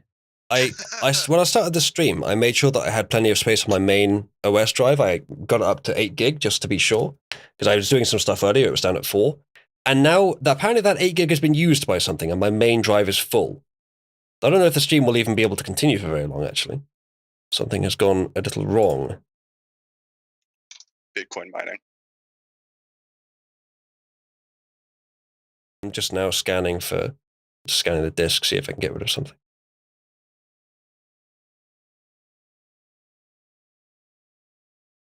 Now, just to clarify, I am not a tank guy, but I can get an autist on here who is. But Soldner says the lasers usually have beam widths measured in meters. Okay, that makes sense. Enigmatic says explosive reactive armor plates make having lots of thickness wasteful. Okay, makes sense. So that's like your trophy systems and everything. That shoots out and makes a formed projectile to hit the oncoming threat. Yeah. Before it hits the tank. Yeah. Yeah, I actually do know a tanky Chilgron. He is the saddest case I've ever seen in the entire army. You know how like autists, how like some people are so autistic about trains? Well, he's that way about tanks, right? And so he joined the army to be a tanker. His whole dream growing up was to be a tanker. He got tossed into a division headquarters where basically he's a mailman. So like, he just got fucked by the army. Oh no. And he can't leave because he's a very good mailman too, and they reject his orders to leave each time. That's fucking tough. Stop being a good mailman then. Just do shit at your job on purpose. Yeah. Oh god, I feel so bad for him. That's fucking hilarious though. Yeah, I feel bad for him. Does he like every time like he's on base that has tanks on it, does he walk past? Oh dude, he literally just looks at them and he's like, you know, that does this, or like that has this thick armor. I'm like, that's great, buddy. That's great. Come on. Let's go get your mail. You have to go give it out now. Come on. Oh god, I feel so fucking bad for him. would he be the type of person to give people that over at War Thunder top secret information about tanks? No. He was he while we were deployed, right? I came off of I was done with duty for that day. I came back. He was playing War Thunder, and I was like, just as a jab, and I'm like, oh, doing this because he can't do the real thing. He looked at me and he actually started crying.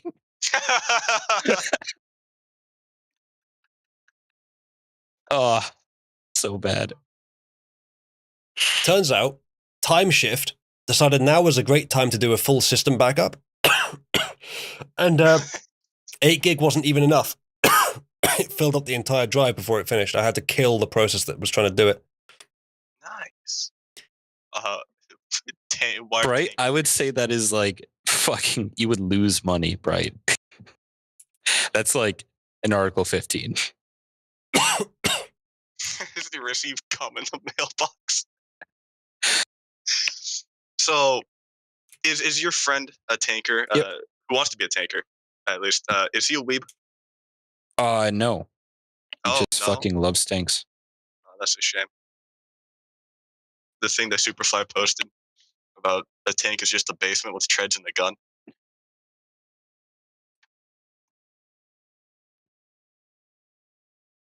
All right, I deleted one more thing, and now we're up to 28 gigs, so even if it tries to do that backup again, it will probably have enough space. Sorry about the relative absence for the last minute or two, but I'm back now.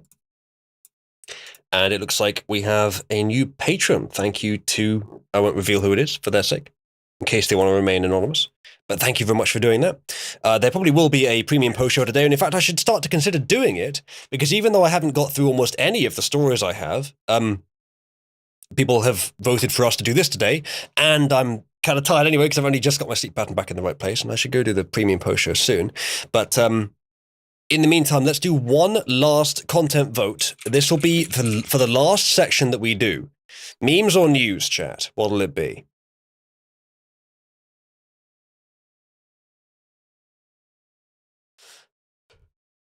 Was So, Streamocracy? Yes. Yes, in Streamocracy. Until that's decided, I'll open some more memes. I didn't remember that there was more. Tonight, Richard tries to make a Molotov cocktail. James tries to get a Ukrainian bride. And I try to race the Russian army to Kiev.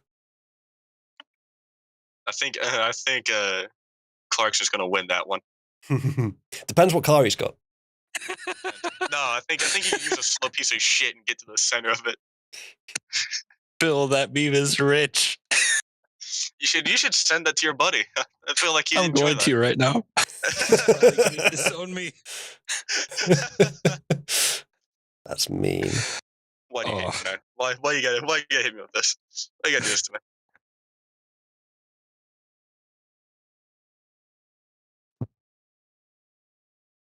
Jesus, Silent.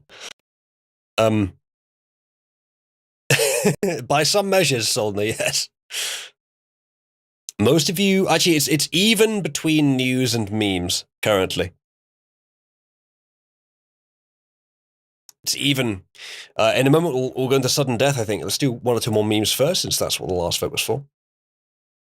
Breaking news. US government to begin drafting citizens with 300 plus hours in Escape from Tarkov, Battlefield 4, and Squad into the armed forces. Oh, no.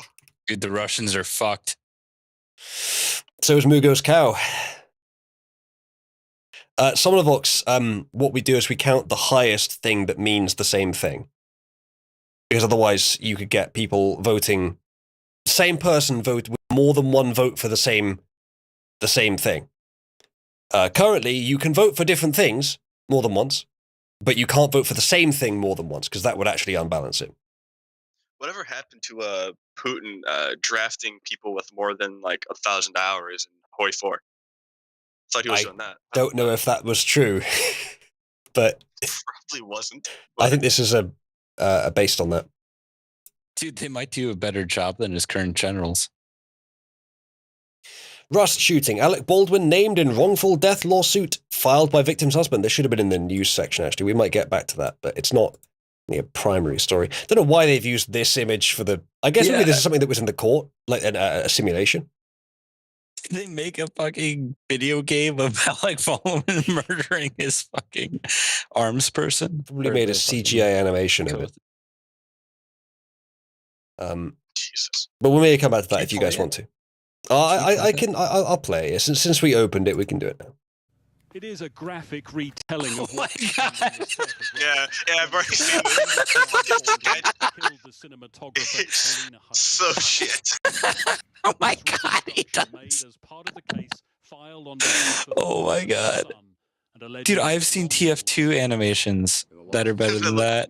Yeah. Old fucking like source engine shit's better. They should have just used SFM.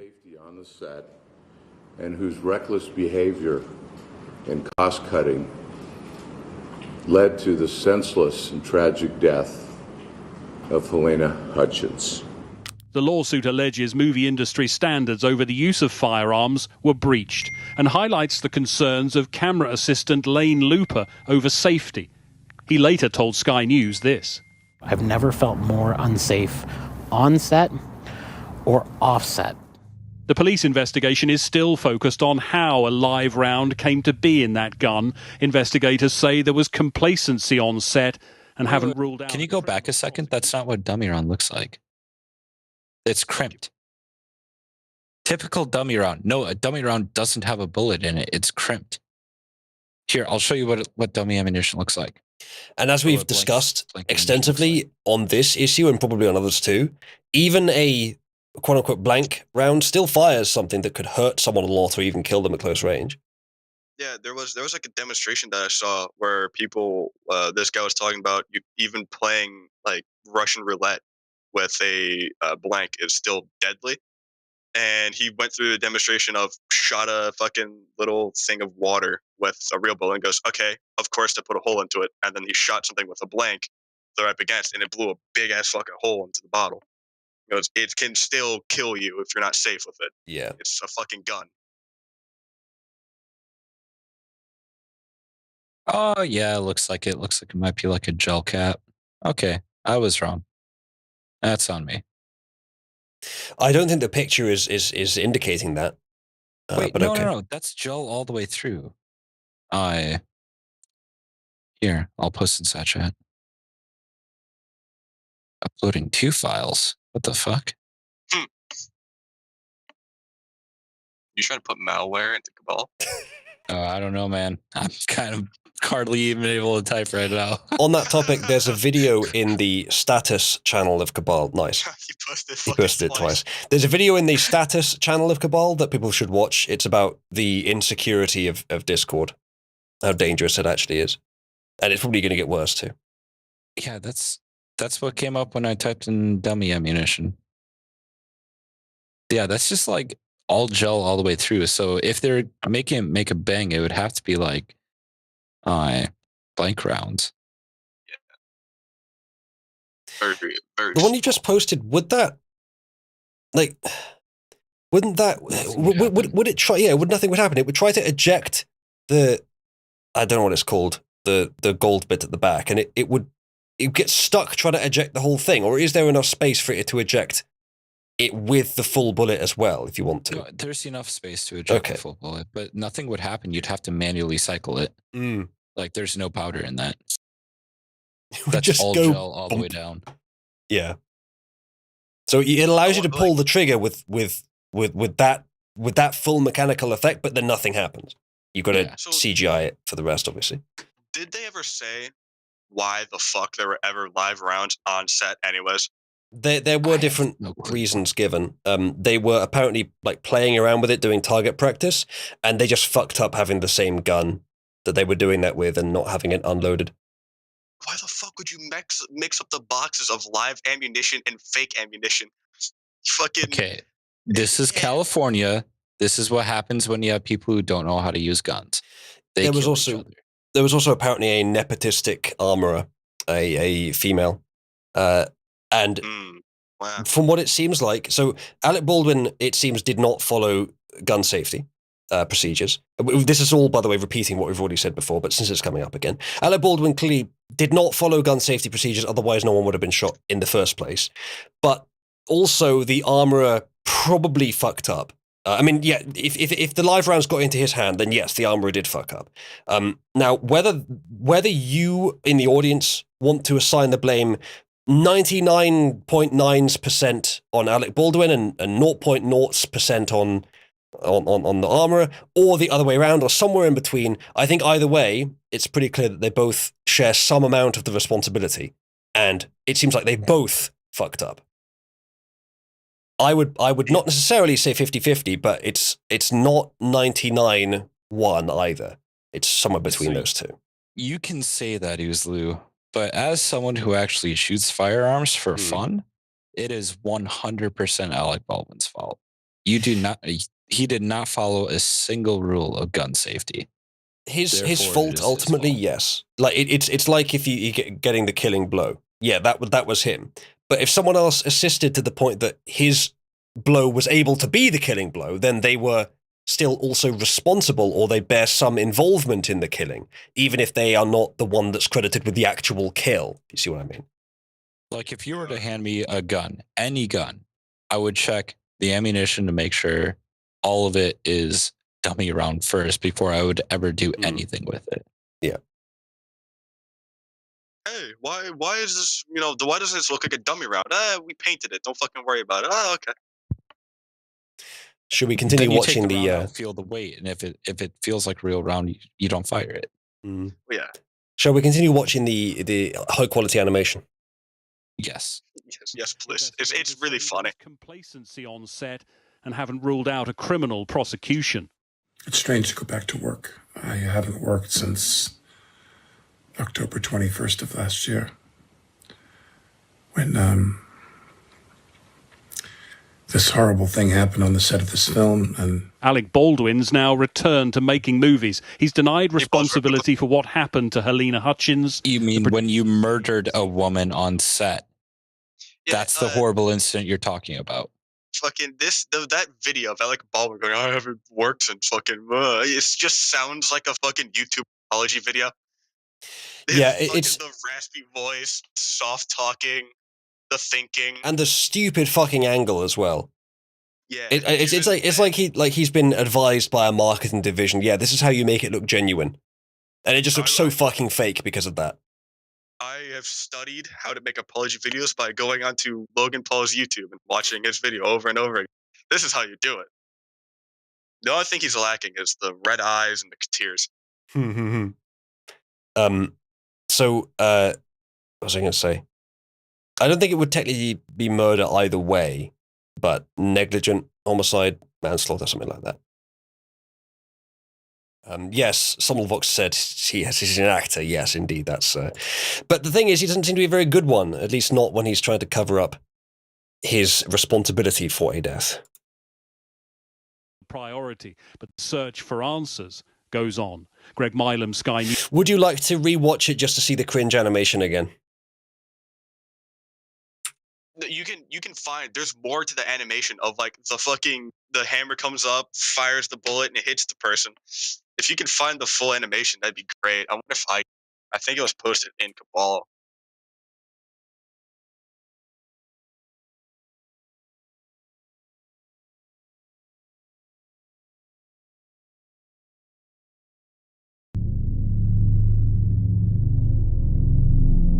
Here it is.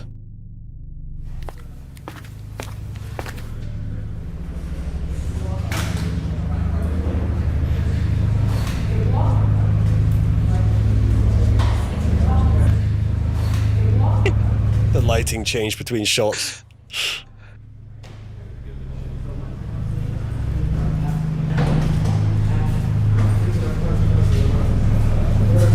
All these Californians with their masks on. What the fuck?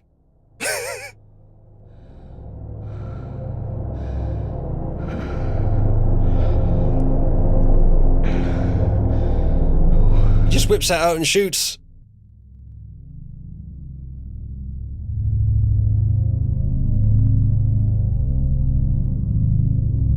What would the drilled hole do?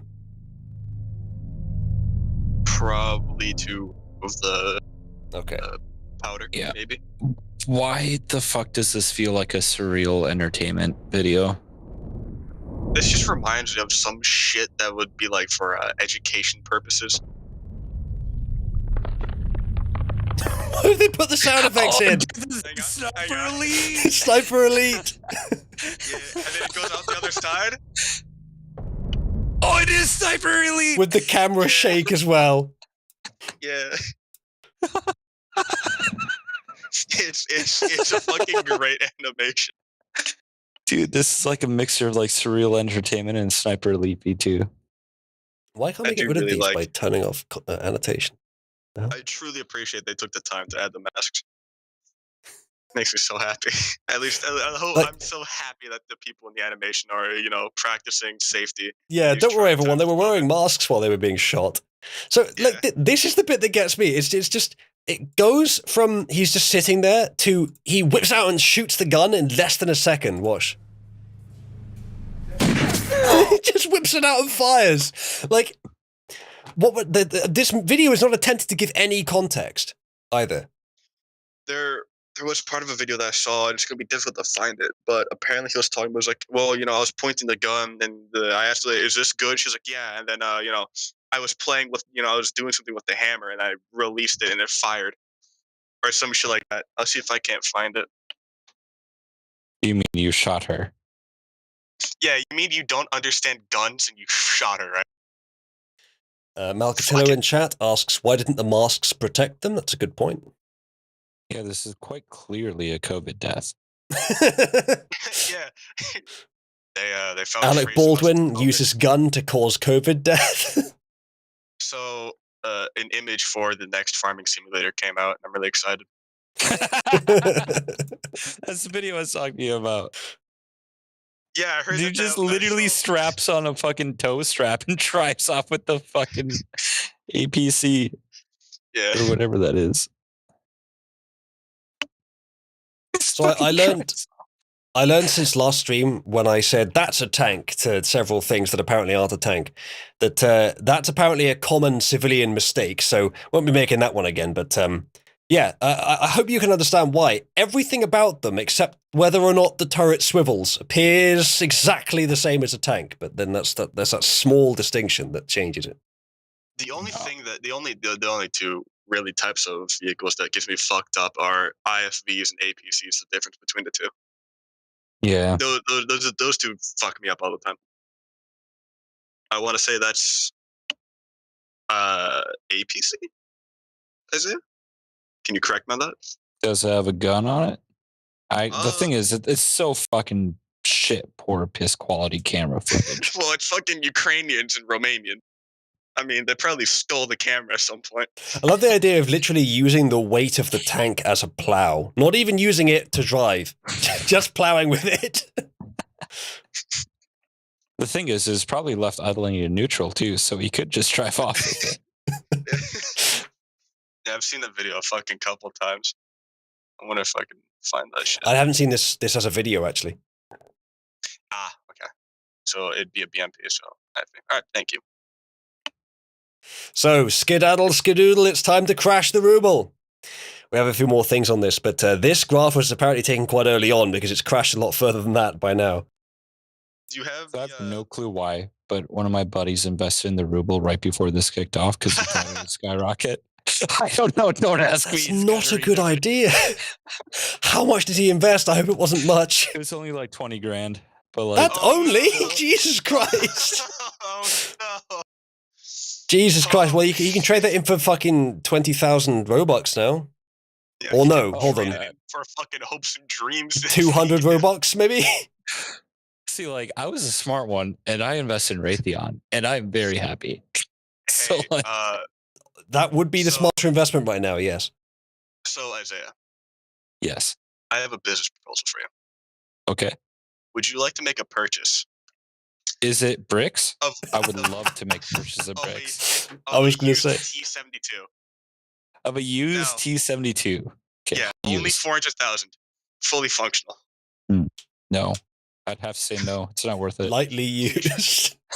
Lightly used. Lightly stolen. 600 watches in the last 24 hours. Lightly reappropriated from Russia. But on the brick question, you would have to ask our CEO. You have to speak to him, Tyrone Floyd. Oh, sorry. Could you imagine if the USD wasn't as inflated as it is right now? How much further the ruble crash would have seemed? So fucking bad. Like, we're doing so poorly right now when it comes to USD, and the ruble is just tanking faster than we are. They're going for a speed run. They're trying to beat Venezuela.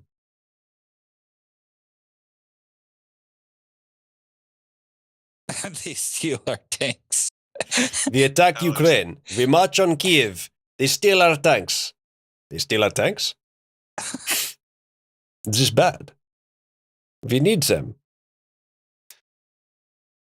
Biden says, I have signed an executive order to help Ukraine fight against Russia. We will be sending 15 million crack pipes to Ukraine. Fantastic. He already sent his son with several. Well, like, think about it like this, right? The Ukrainians, they don't do drugs, but the average Russian soldier, if given the opportunity as a conscript, would definitely do drugs. So this could be just an inverse, or like a opium war 2.0. Great, more problems in the region. That'll be great.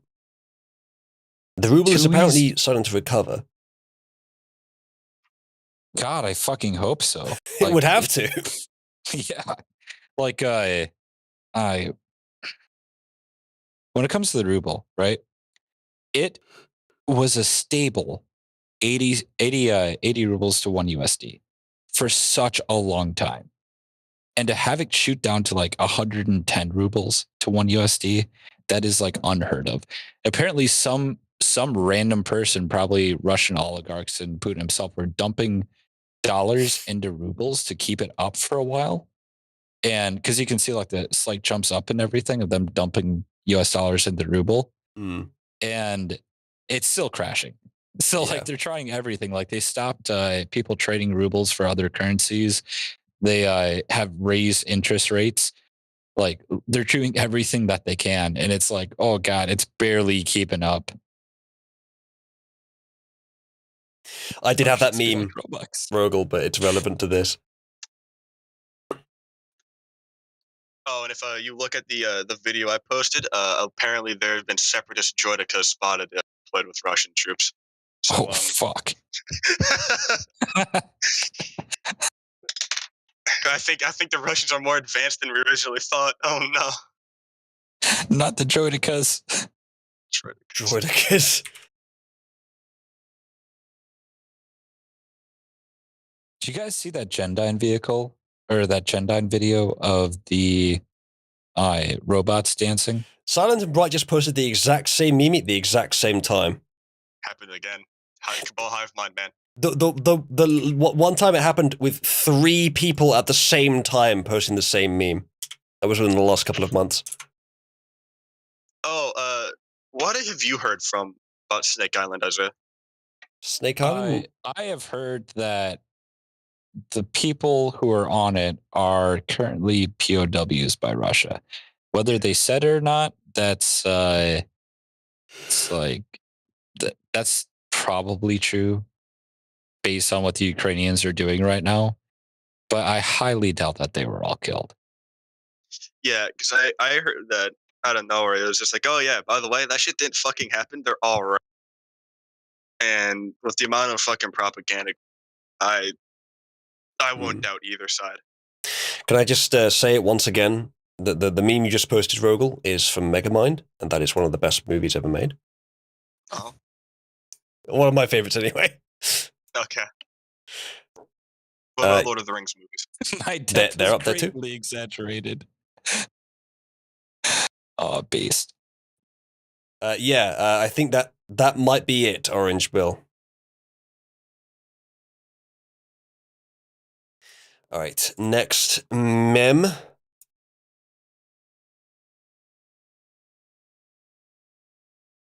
God, that one's loading slowly. Is it just me that's getting like really slow access to Discord CDNs? Has anyone else been noticing that when you try to click on a preview, like an image in Discord, it opens up the preview and then it loads for like 10 seconds, and then it shows you the full resolution one, rather than seeing it immediately. Is that just me? Hackers. I wonder if it's something to do with our server. Maybe it's requesting too much. They shut off their CDN because of Russia, says Farfetch. They might have shut off some of them. But I mean, it still works, so they didn't shut off all of them. So, I won't. This is too much detail for my current state of awakenedness. But basically, the argument is that that Russia looks more Nazi-ish than Ukraine does, even though Putin's saying denazify Ukraine, which is not a difficult argument to make. No, we'll skip that for now because I'm too fucking tired. Everyone at Aragorn's crowning, shaking hands with Frodo, who is totally going to keep the ring. Another example of a Lord of the Rings meme that I'm happy to just show on its own merits, regardless its lack of context relevance with anything else we're discussing, because it's Lord of the Rings. Yes, he was. He's still hailed as a hero, which I kind of don't like that. It's one of the things I would have preferred to be different in Peter Jackson's rendition, because he did kind of change that from the original. But I couldn't think of a good way to do that ending, which still allows for the ring not to be undervalued, or also for Frodo to be a hero at the end. Because the heroism of Frodo was keeping going all that time with the weight of the ring. Of course, Sam gets a lot of that credit too, and Frodo fucked up quite a few times.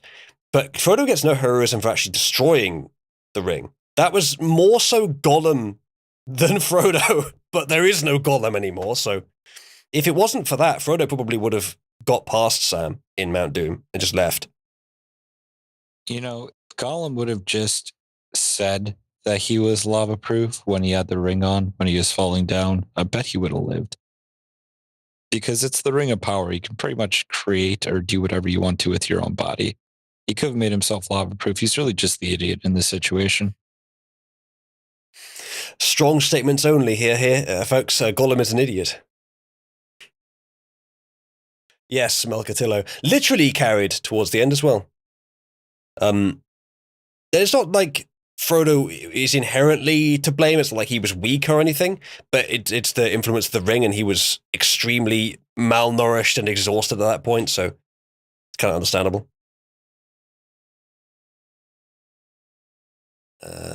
But yeah, that is kind of a shame. Next meme.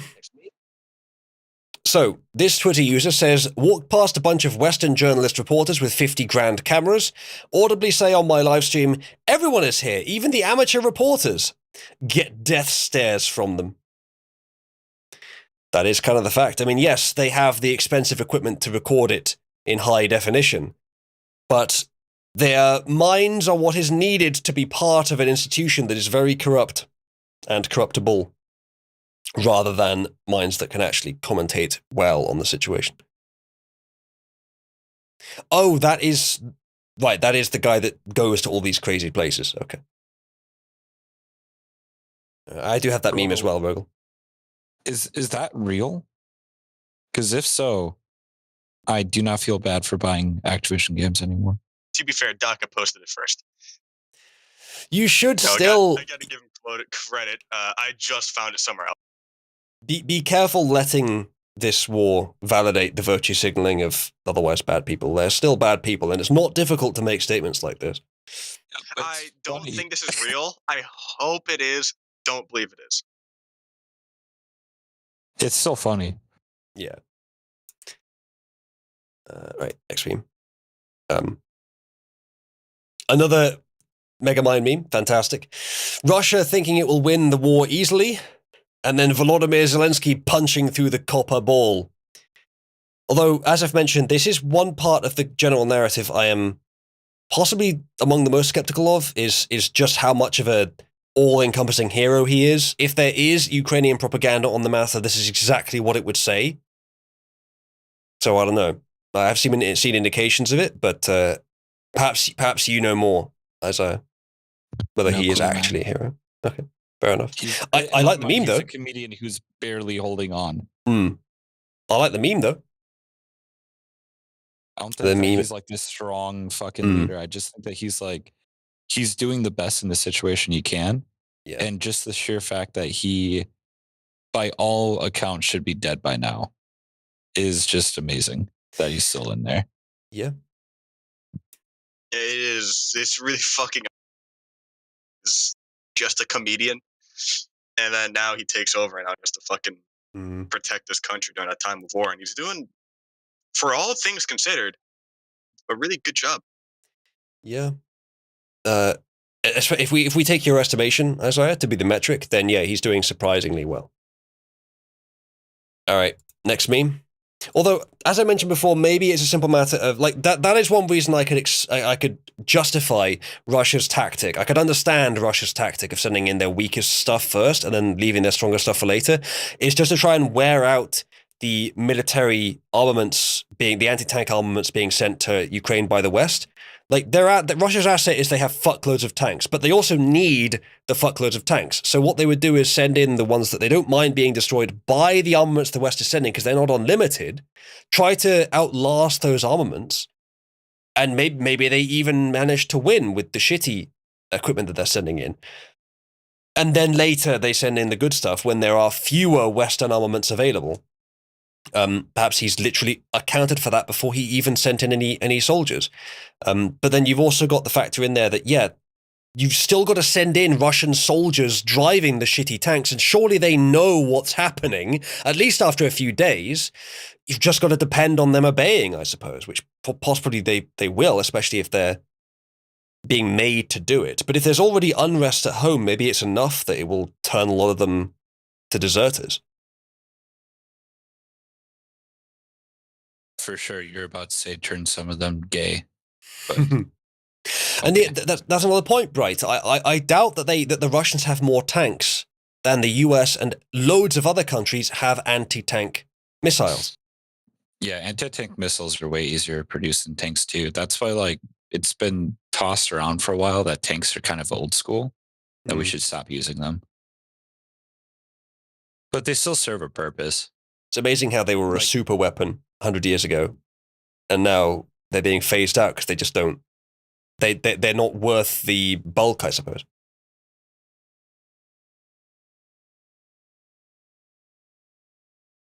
This is kind of like I always thought Free Space 2, which I played for chat, in which one of the premises at the beginning is that the Alliance, after the events of Free Space 1, built this enormous, vast ship, which was the biggest one that they'd ever seen, let alone produced.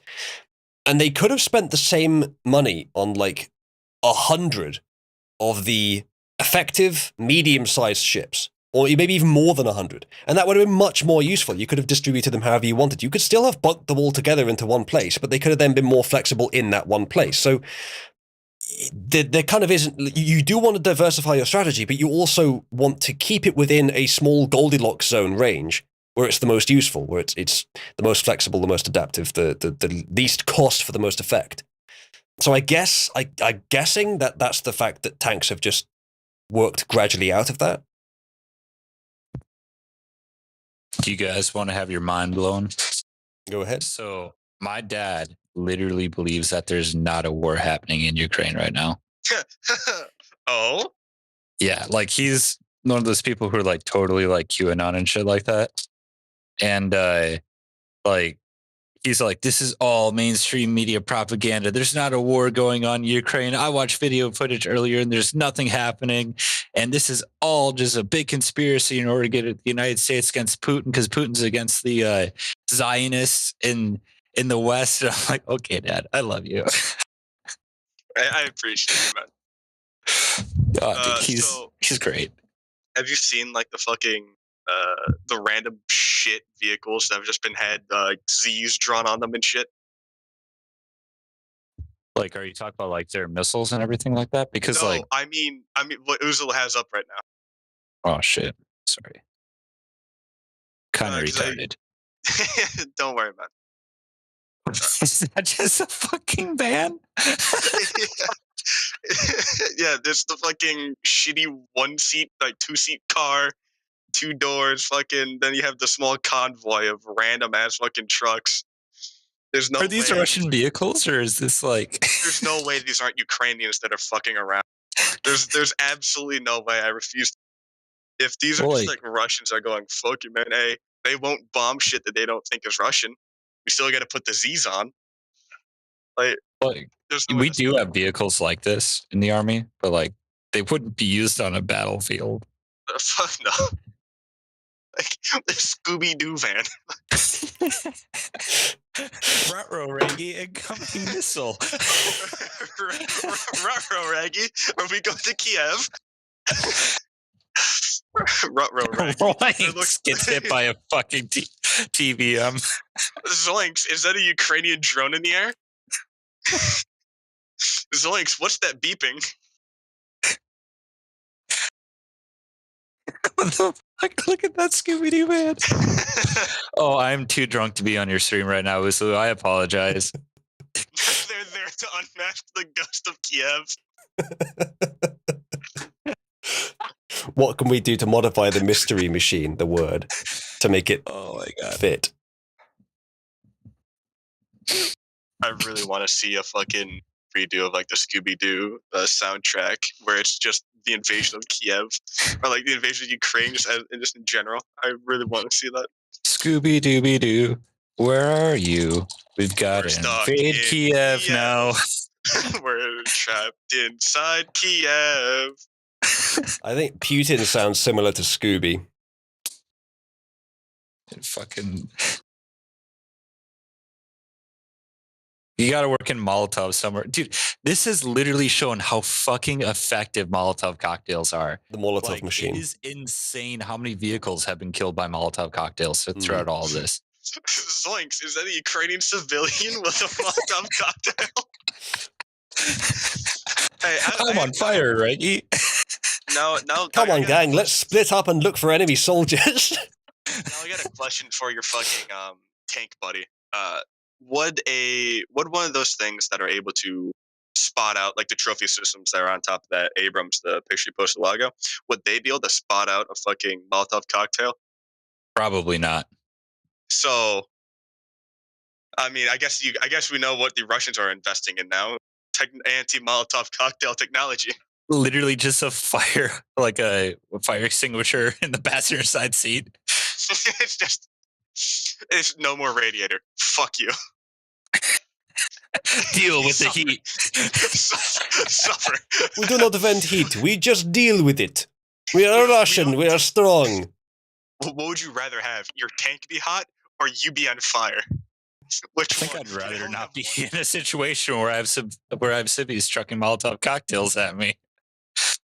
I can't wait I hope to God there's a picture already. If there is, I want to see it. But I can't wait to see an image of a fucking Ukrainian civilian with a Molotov cocktail in one hand and an endlaw or javelin in the fucking other.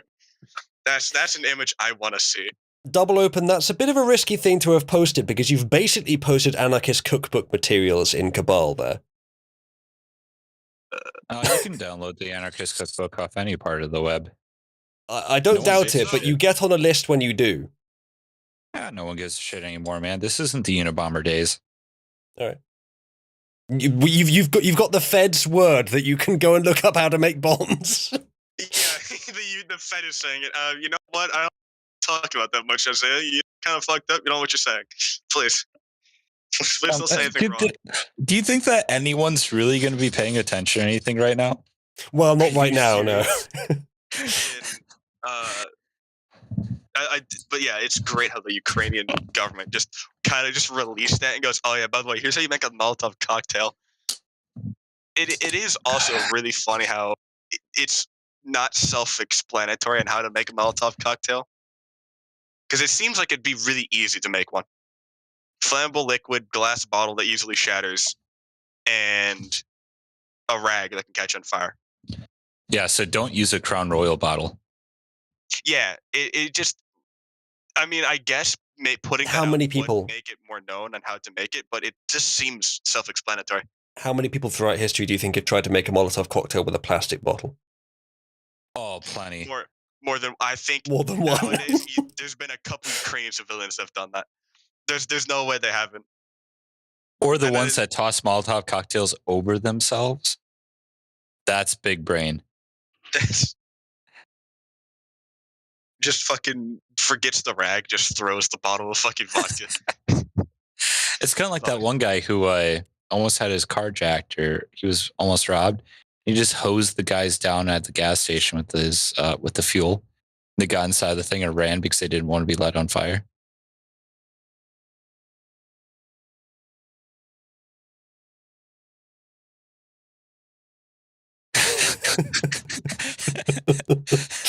The Zistry machine.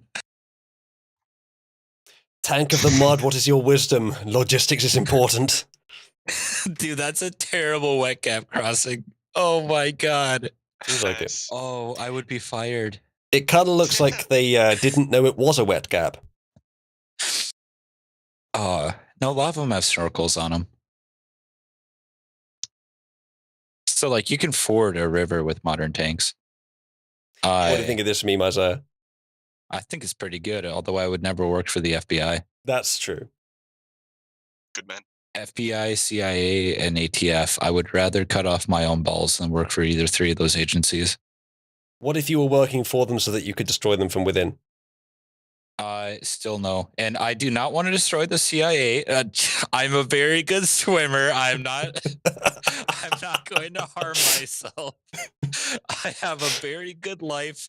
I'm not afraid of heights, and I'm very good with weapon safety. See, I wouldn't shoot myself on accident. This is a Fed's full rendition of the "I'm not feeling suicidal right now." He knows all the things you need to say. Well, chat, do not cry. Do not attempt to unpick any of the institutions of your nations. As far as I'm concerned, I work for them at the moment. I have personal disagreements, and the CIA is all assholes. And they questioned my diagram when I made one, even though that they weren't in the area yet. Is this inside Fed drama that we're getting? Yeah, dude, fucking every single person in the CIA is a fucking asshole. I've never met a good one. But I made a fucking diagram of sizes of places in the Middle East that were compared to U.S. states. It wasn't even a big thing. And they're like, well, actually, Iraq is more the size of Nebraska and North Dakota put together. So, yeah, this isn't a good comparison. I'm like, you would fucking on the map, you're, of course, going to put the states that are closer to each other, not the ones that are closer on landmass size. So it's easier for people to understand the fucking difference. God, I fucking hate the CIA. I think most people in this area will agree with you on that. For both personal and professional reasons, I fucking hate them. Politely, I fucking hate them.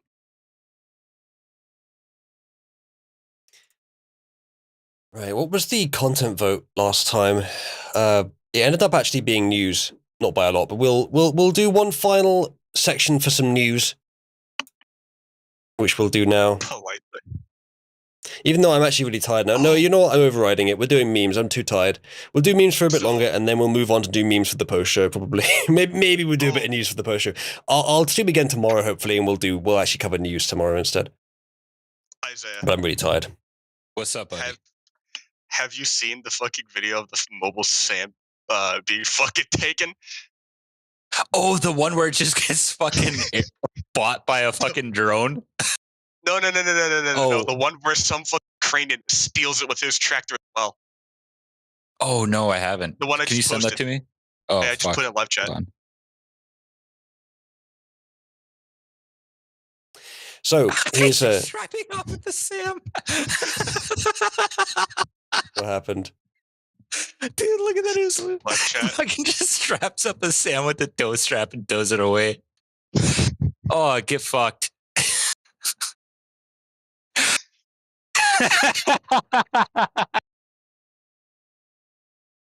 Oh, man. Someone literally just lost their job. How do you lose that? Because like that's considered like high value equipment. Not only that, but like that's not like if I remember correctly, that's not its own vehicle, correct? Like that's something that's they can drive themselves. Oh, okay. All right. I just didn't see the fucking like compartment. I thought that would be something you got towed. So that just means that they just left that there, set it up, and then fucking abandoned it. Well, this is why you can never trust conscripts and why fucking draftees are shit.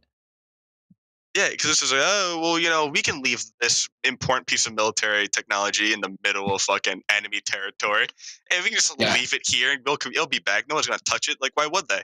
Yeah, you didn't sign up for this. Well, why are you responsible for it? Do we have any reason to believe that this is from the current crisis? I mean, not that this kind of thing happens often, but No, I haven't seen anything about that being confirmed, but that's just a bit I found it funny. So we can hope and pray that's fucking real. And yeah, the footage is real enough. It looks like it's somewhere snowy. I don't know where else it could be, but it's not impossible. That's actually Have you guys seen the Have you guys seen the UK drone footage of that fucking MLRS system just getting fucking tanked by a fucking random like it's like a JDAM or something like that? Literally just like out of nowhere, this JDAM run goes down, completely cripples all the missiles, and then you just the MLRS right next to it is just like, oh fuck. Have you seen the video where there's like a couple of guys like doing a it's one of those? Okay, yeah, that makes some more sense. Thank you, Solder. There was oh, by the way, according to the Ukrainian government, captured tanks are not subject to taxation. Is that an actual thing or no? Yeah, apparently it's real. Well, I'm going to Ukraine, boys. Have a wonderful day. I know where I'm moving. Fucking no, but there was like drone footage, and it was like someone was recording the screen, and it was like of a Russian column, and all of a sudden, out of the drone, you just see a fucking explosion happen in the middle, and all the recorders like, oh, so yeah. They'll fucking be laughing at it too. It's a good fucking video. I should find that. Don't worry, Ari. I think the same thing, except we should kick everyone who doesn't meet their dues out of NATO. If you're really not into fucking NATO, like if you are not willing to fucking pitch in and defend the United States, then we shouldn't be defending you. It's probably the fair way to do it, yeah. But it's also true that I'm tired of my tax dollars going to defend other nations. It's also true that give a shit about their own defense. By being part of NATO, those other nations are allowing the US to have fully US-controlled military bases in their nations. Maybe the US finds that to be worth it enough that they don't require them to pay. I hate that argument because they can also post up bases in here. They're just too afraid to do it. Well, maybe that's the price the US pays for being world hegemon. I'm not saying that's the case, just that's an argument that could be made.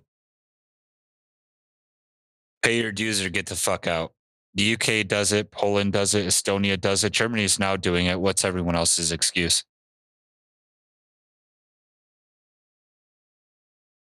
Imagine if this was a union, right? Like a workers' union. Do you think you would stay in it long if you weren't paying dues? No, I agree. In principle, you're of course right about that. I just wonder if there is a pragmatic reason why the equilibrium is clearly a little different than it should be in principle.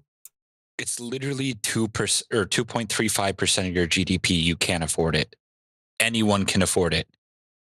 It is such a small amount of dues. And like, right, if you're from like, I don't know where you're from, but if you're from like Germany can definitely afford it. Any country can, except barring maybe Greece.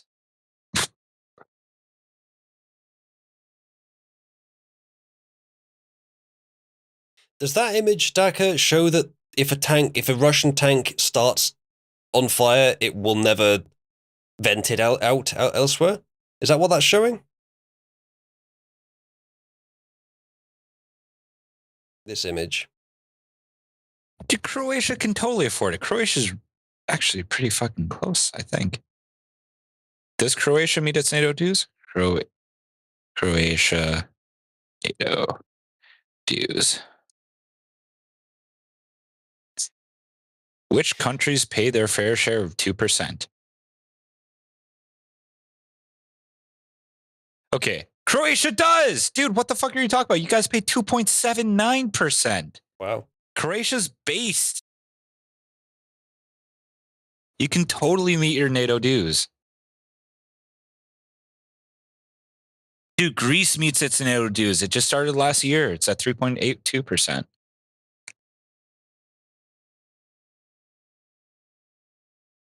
I can't believe that Greece meets its NATO dues, but Germany doesn't. I can't believe that Bright is a Croatianist. Anyway, next meme.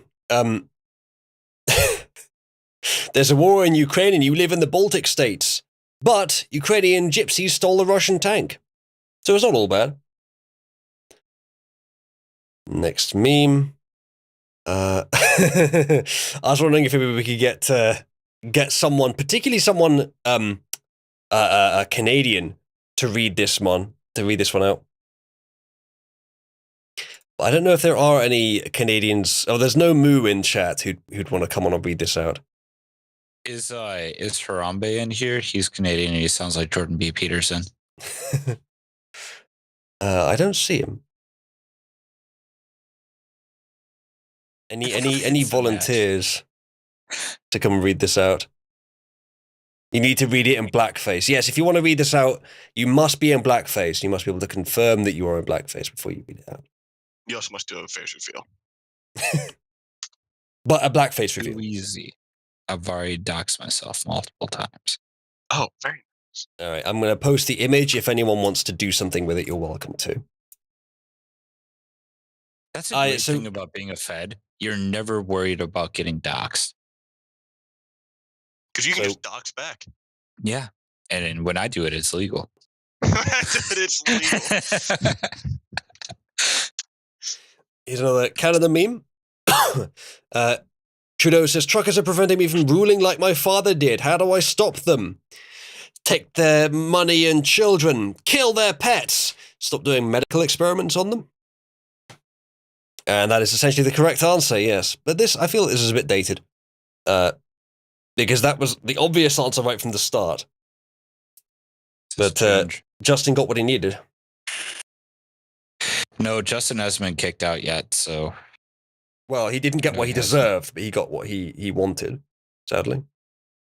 So, bad news, folks. OnlyFans deactivate all accounts of Russian and Belarus girls for no understandable reason, says Killer Katrin on Twitter.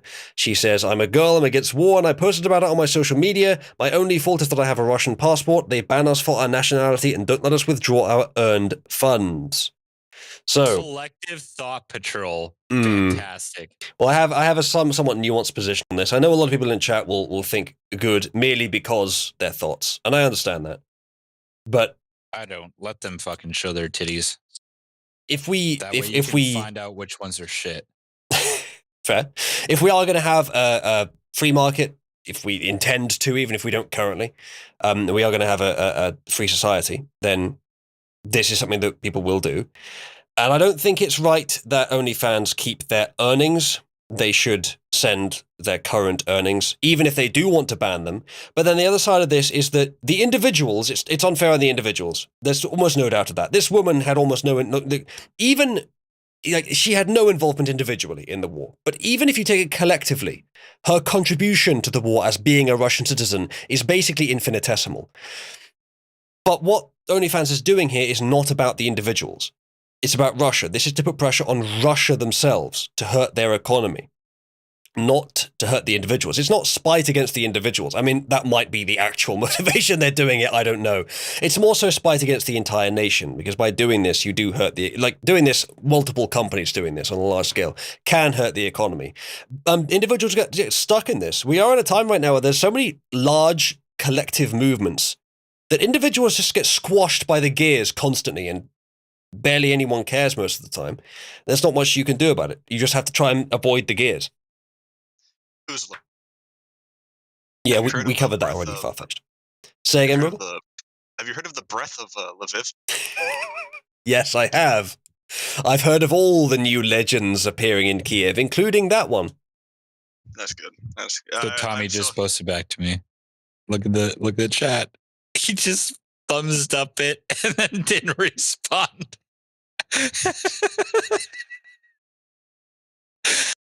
Oh, beautiful. Is he sad now?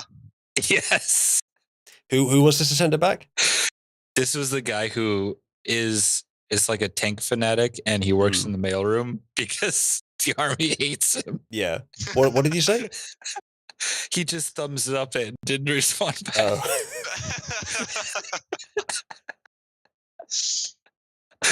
Oh god. So wait, so you said that he can't like leave that post because he's just too good at just Yeah, doing because they won't allow him to leave. that? I'm guessing not too many people go into mailroom in the army. Yeah, he literally spent like such a long time learning to become a tanker. His whole life, all he ever wanted to do was become a tanker. Like, there's pictures of him as a kid, and all he's doing is driving around tank. Like, he gets his fucking dream job at AID, goes to his unit, and is like, mailroom, bitch. Doesn't the army allow you to select what job you get? What? Yeah, it allows you to select what job, but not what unit. He signed up with 34th ND. He get fucked. We're not a tanker battalion. We're a fucking infantry division. Oh no! So his job is tanker, but he's not. But he has to work in a fucking mailroom because he's in the infantry. No, because like our unit doesn't have tankers. Like we have tanks, but he has to sign up for a different unit, and they won't let him change units. Oh yeah. Get fucked. Mean. It's called the Big Green Weenie, and everyone has to take it. When did you take it? I took it in 2016 when I joined. When they promised me I would work 1 week in a month and 2 weeks during the summertime, and so far in the past 6 years, I've worked 4 years and 2 months. So, news out of Germany, sadly. Chancellor Olaf Scholz is announcing a full paradigm shift of Germany's post-Cold War policy. Putin's aggression has succeeded where generations of Western leaders failed. Germany will rearm to protect Europe's democracy. Germany rearming, frankly, is more ominous news for the world than Russia invading Ukraine. I don't think so. They're too pussified right now. They can't do shit. Fair enough. That might change. They are changing leadership, but yeah, you might be right. I don't think much else is changing. Still, as an indication following on from precedent, given World War I and World War II, Germany rearming seems like one of those prophetic events. Yeah, I honestly don't think that this is a big deal. All they're doing is meeting their NATO dues right now. And Germany kind of fucking sucks as a nation. Because the fighting force is even worse. By the way, I'm having troubles talking right now. Can't tell. But anyway. I think we'll end soon. We've been going for 4 hours. I was discussing with Bill earlier. And Bill's like, oh no, we shouldn't be spending this money. It's like, dude, fuck you. Pay your fucking bills. Your Dami mommy isn't in charge anymore. Fucking pay up. Bullying Bill on the basis of things about Germany he doesn't like. Can you believe there are things about Germany he does like? Cringe. Disgusting. The only countries in the world worth a damn are the UK, Estonia, the United States, and Poland. What about Croatia? They pay their dues. Oh, any country that pays their NATO dues. I should put that out first. They're like A tier. Any country that pays their dues is A tier. Rwanda's like a B tier. And then the United States, UK, and Poland are triple S tier. So this tweet has since disappeared for some reason, but I think this was the tweet about this image here, which was used by both sides as propaganda for their side. Now, this might not even have been from the current conflict, for all we know. But and it's also possible that it was used by one side mostly, and then one person got confused and posted it, and so, in fact, the mockery of it being used by both sides is unintentional propaganda. So there's all kinds of things it could be, and this is why everything's so up in the air right now, because you can't really trust anything. Yeah, it's real fucking funny that you can show someone that image, and you show two people that one image, and they'll say either it's Ukrainian defectors or it's Russian soldiers. I don't think there's any indication in the image that would tell us what it is either. No, I don't see any.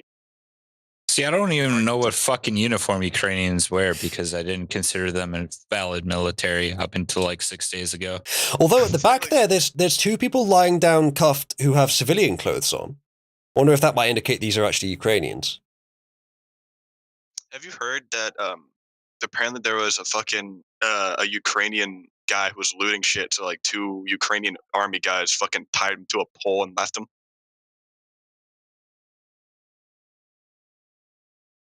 Don't loot in warfare. We showed that map already, Ori. Yeah, it's good. Silent, I like how you're painting on layers like makeup rather than just changing the color balance. Dude, look at my face. Fucking, it's a PNG.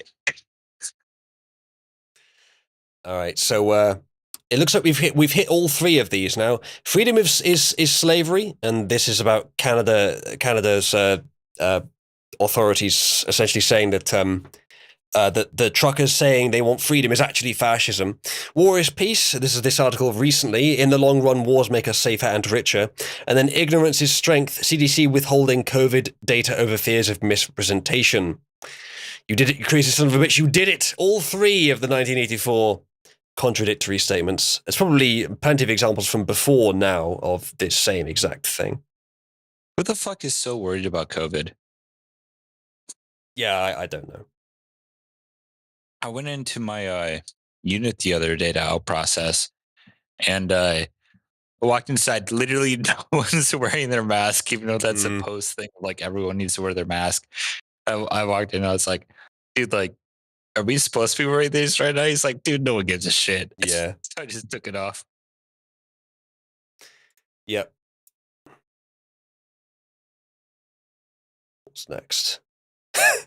This is another one. This is another one that's like the breath of Lviv or the ghost of Kiev, where it might be true or it might fucking not. This is one of the more potentially true ones, especially because it's a woman. There's one female soldier blowing off all the male soldiers, says this poster. She's blown 400 Ukrainian men who volunteered to fight in the last 24 hours. They are calling her the vacuum of Kiev. Haha, the vacuum of Kiev. This is probably not real, but who fucking knows at this point?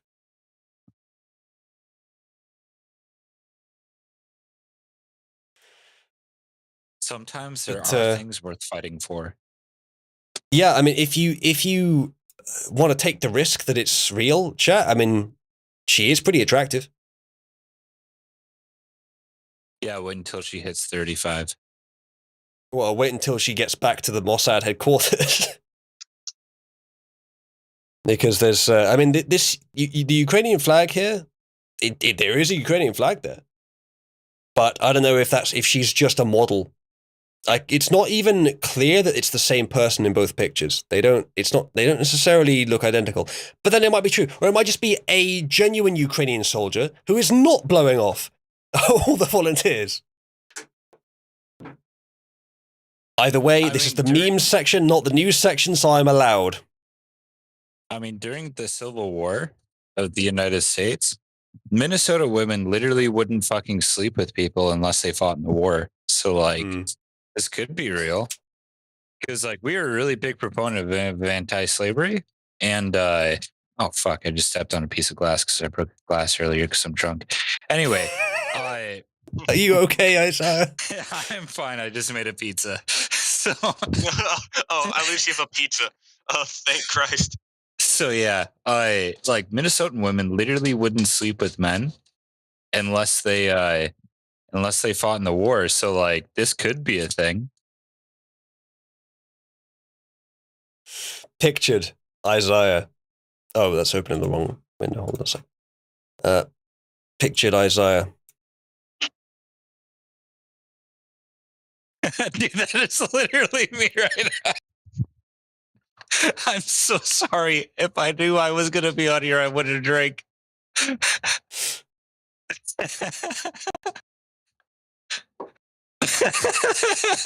going to mute myself. The less Americans know about Ukraine's location, the more they want US to intervene. Oh, God. Yeah, that is... that's a very good fucking point. So for those that missed it, in Biden's State of the Union address in the US, he used the word Iran when he meant about Ukraine, apparently. Now, having watched over with great generosity a lot of the Biden misspeakings and people around him misspeaking, it sounds like a lot of it was him slurring a little bit and people hearing what could have been true, but also might not have been true. Just mishearing something, like when he said Jill and Joe sound similar in certain accents when you're slurring, and I think he actually said the right thing, but it kind of sounded like the funny one, so people said it was that. Now, maybe in this case, he just sort of slurred Ukraine and it sounded like Iran, which is still bad. If he's slurring it that much, it sounds like something else. It's still bad, but it may not be that he actually thought it was Iran, even though he is, in fact, demented, and it's perfectly plausible that he did. But I haven't heard the speech, so I don't know that for sure. He said Iran three times, said Telly G. My take on Joe Biden is that he's the president of the United States, and that's it. But my unofficial take on him is that he's a fucking retard, and I cannot believe that he's my commander-in-chief, and I redact everything that I just stated. And of course, that was, I literally cannot fucking stand seeing him speak because it literally makes me feel like I'm working for an absolute fucking retard. I redact that statement. Well, good thing you don't believe it, and you love Joe Biden. Yeah.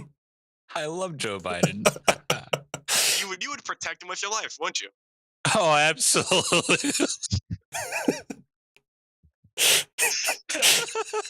What would you say first? What you're currently drinking or Joe Biden's life?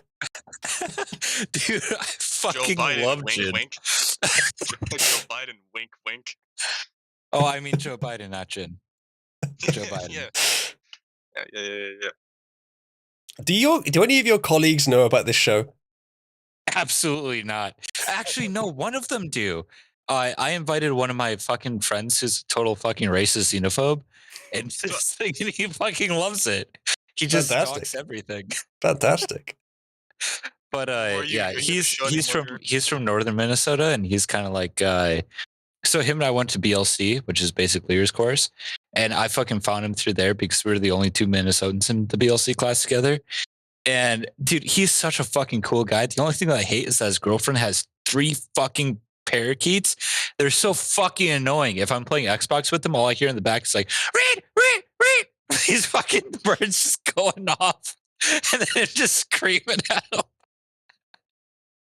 Oh God. I love that guy. Quentin, fucking, or privileged in the fucking thing. The fucking badass guy. He's literally one of the coolest people I've ever met my whole life. Speaking of playing with people and having voice chat, there was something I wanted to watch before we ended. I don't know where it is exactly, but I'm going to look through some of these memes. This is a preview right now, what you're seeing of all the memes we have yet to view, and this is only about half of them that I'm going to show you now. I'm trying to find the recording of the Russian soldiers or something talking to each other. Oh, if you're saying like, do my friends know I get this drunk? Dude, I literally had one of my friends punch me in the fucking face because I screamed at a major. So like, yes, they know I get drunk. I can't find it. Maybe it was down after this. I don't think it was actually. There's lots of funny things here though. This is the image I used for the thumbnail. His cardboard? Yes. Cardboard cutouts of AK-47s. The commenter says, "Don't worry, there are no staged photos for propaganda purposes happening in or around the Russia-Ukraine invasion." Based. Yeah, so honestly, making the point that yes, they're fucking terrifying. I mean, it looks terrifying. If you were a distance, it might, yeah. I mean, like, good trigger discipline. Never mind the fact that there isn't a fucking trigger. Like, imagine, like, you're fucking 50 meters away from that guy. You would think that he'd have a gun. Yeah, definitely. So I just sent you something, Isaiah. I want you to. I just clicked on it. Give me a minute. Okay, I just wanted you to see what that's like. What you think of that? Wait, is this in our private chat? Yeah, it's a DM. She's cute. Can anyone confirm if this tweet was real? Breaking: Chechen fighters desecrate a synagogue in Kiev before executing its lead rabbi, Shmuel Heidelberg. Heidelberg. The Chechens can't keep getting away with this. So, I could believe that CNN would fuck up like this, but I doubt they would fuck up and get this little attention on the tweet. So it's probably fake. And CNN is the first thing you would pick to make a fake tweet like this about, isn't it? So, I mean, unless that's a really fresh fucking tweet. yeah, maybe. You've got like the scroll bar on the right here and the formatting's a bit off, so maybe it's real, but maybe that's part of the fakery. People have fallen for the Samuel Hyde before. Yes, they certainly have. It's always funny. It is. Silent, I don't drink beer. I am taking that as an insult, and you should be ashamed. If Isaiah ever sees you in real life, it's on site. He's gonna fuck you up now. There's a fight. I drink specifically 3 things: Di Serono, gin, and Di Serono. Delete a tweet. Can't remember what that was. Yeah, that was the one we had earlier that I said I had up. This Russian on Twitter says, a rare political take, but one of the reasons why communications between Russia and the West is impossible is that when Putin claims that Ukraine is not a sovereign democracy but an oligarchy controlled by Western NGOs, the West believes the latter is the definition of democracy. Sadly, that is pretty true these days. I wouldn't trust our leaders to piss into a toilet, but so far they have taken the one of the 2 options that is the least objectionable, that Russia is being aggressive. They've just taken it way too fucking far, I expect. Uzlu, do you know what Eastern European toilets look like? Are they holes in the ground at best? They're literally fucking holes in the ground. They're like fucking our toilets made out of ceramic or porcelain or whatever. Like, they're literally fucking, like, they got the grooves in them for your feet not to slip, and you fucking squat down and shit in a hole. Like, they're literally that. You literally shit in a hole in the ground. That really would help to explain why Eastern Europeans have the leg joint strength to squat all the time.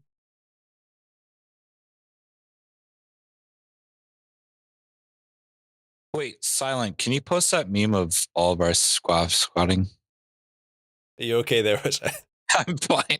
I'm just eating. The Ukrainian Olympic javelin team, the Russian team was disqualified due to failed drug tests, apparently. No, they didn't show up because they were the targets. They didn't show up on account of having been javelined. Yeah. Yeah, that right there, Meat Bun just posted. That's a Eastern European toilet. Nice, high quality. You literally fucking just Slav squat, take a shit.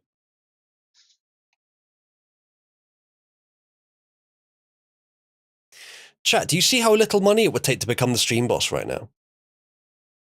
So Oh, I shit. have... Yeah, I should probably buff that. I have some more memes. I have some more memes, chat.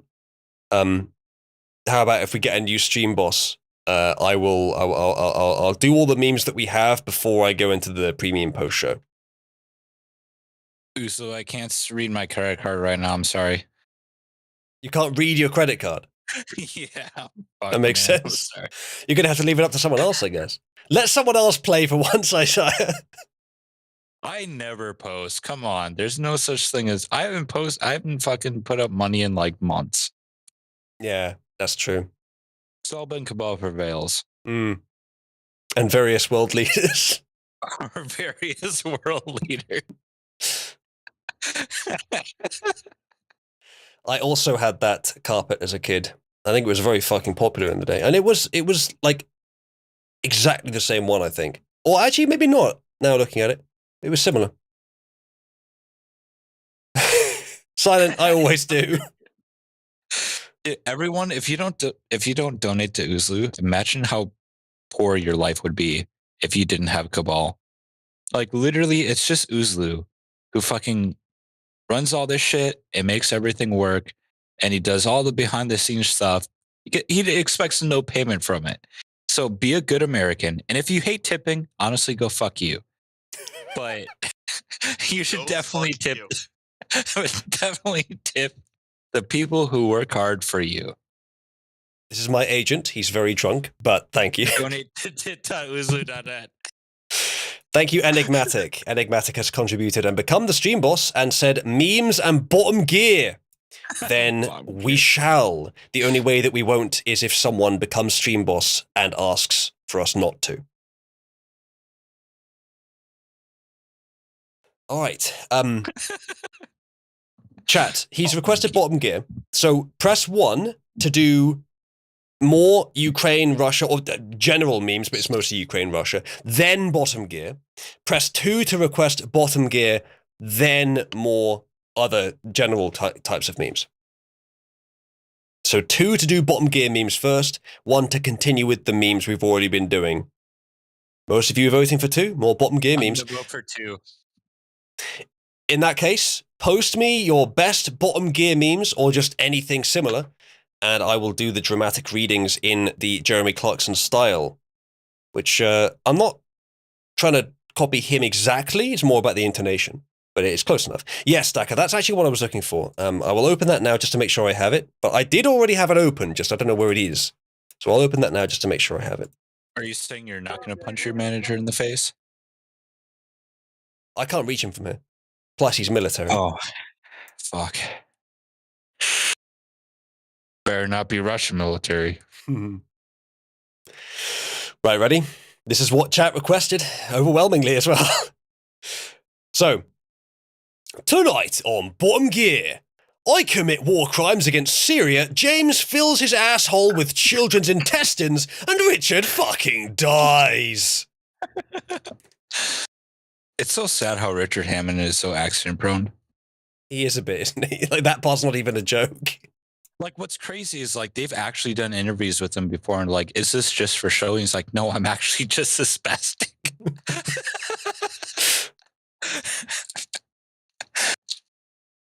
Jesus, this is quite a lot of bottom gear memes, but I approve. I like bottom gear memes. Tonight on Bottom Gear, I roam the streets of Swindon carrying a 14th century mace. James traps his wedding vegetable inside a bowling ball and Hammond hot boxes a Volkswagen Passat and fucking dies. The wedding vegetable. Speaking of hotboxing, when I came back from deployment, like, okay, when I came back, my wife had turned vegan, right? Or vegetarian. Oh, no. I'm so sorry. And so I came back home and I literally hadn't had a hamburger for like a week. So at like 11 o'clock at night, my wife's asleep. I drive over to McDonald's because all I want is a fat, fucking greasy American hamburger. So I grab it and I drive across the street over to Cup Foods and I sit in the parking lot. I'm vaping like a fucking, like a champ. My entire fucking car is completely filled with vape smoke. And I had not a care in the world because I was eating fucking 3 Big Macs. I just wanted the taste of fucking meat. And I see a light shine through my window, but I couldn't fucking see anything because the whole car was completely covered in smoke at this point. Steam, if it's vape. And fucking bellows of fucking vape smoke roll out the window. This officer sitting there shining the light in my face. Officer, you're not going to believe this, but I'm military intelligence. He's like, so where are you smoking? And I'm like, what's it smell like? And he's like, it smells like strawberries. I'm like, I'm smoking strawberries. And then he's like, well, can I see your license registration? I'm like, I'm not moving the vehicle right now. Is there something wrong? Did I do something wrong? He's like, oh, it's just suspicious that fucking 11 o'clock at night, you're sitting in the middle of a fucking Cup Foods parking lot eating a fucking hamburger and fucking smoking up. You're thinking hotboxing it. I'm like, dude, you're never going to believe this. I literally just came back from deployment. My wife's a fucking vegan. I haven't fucking had this much nicotine in months. Just let me have this. And he just walked away and got the squad car and drove off. Listen, man. You don't know how badly I need this right fucking now. Please. I completely understand, sir. Have a good day. Yeah, basically. Someone Vox has contributed and said, "Eat your vegetables, Cabal." I'm not sure if that was a reference to wedding vegetables or a reference to the fact that they're not allowed to get the content that they asked for before. Maybe are you saying that they're not allowed bottom gear? We have to go back to normal memes. Let me know if that's what you wanted. Okay, for now we have like 15 bottom gear memes to do, and you're still posting more. So let's continue. Tonight on Bottom Gear Africa Special, I weaponize a Toyota pickup truck so I can finish the Rwandan genocide. Hammond catches HIV/AIDS from a monkey named Oliver, and James May mines conflict diamonds using exclusively child labor. Can someone say fuck the French in the chat?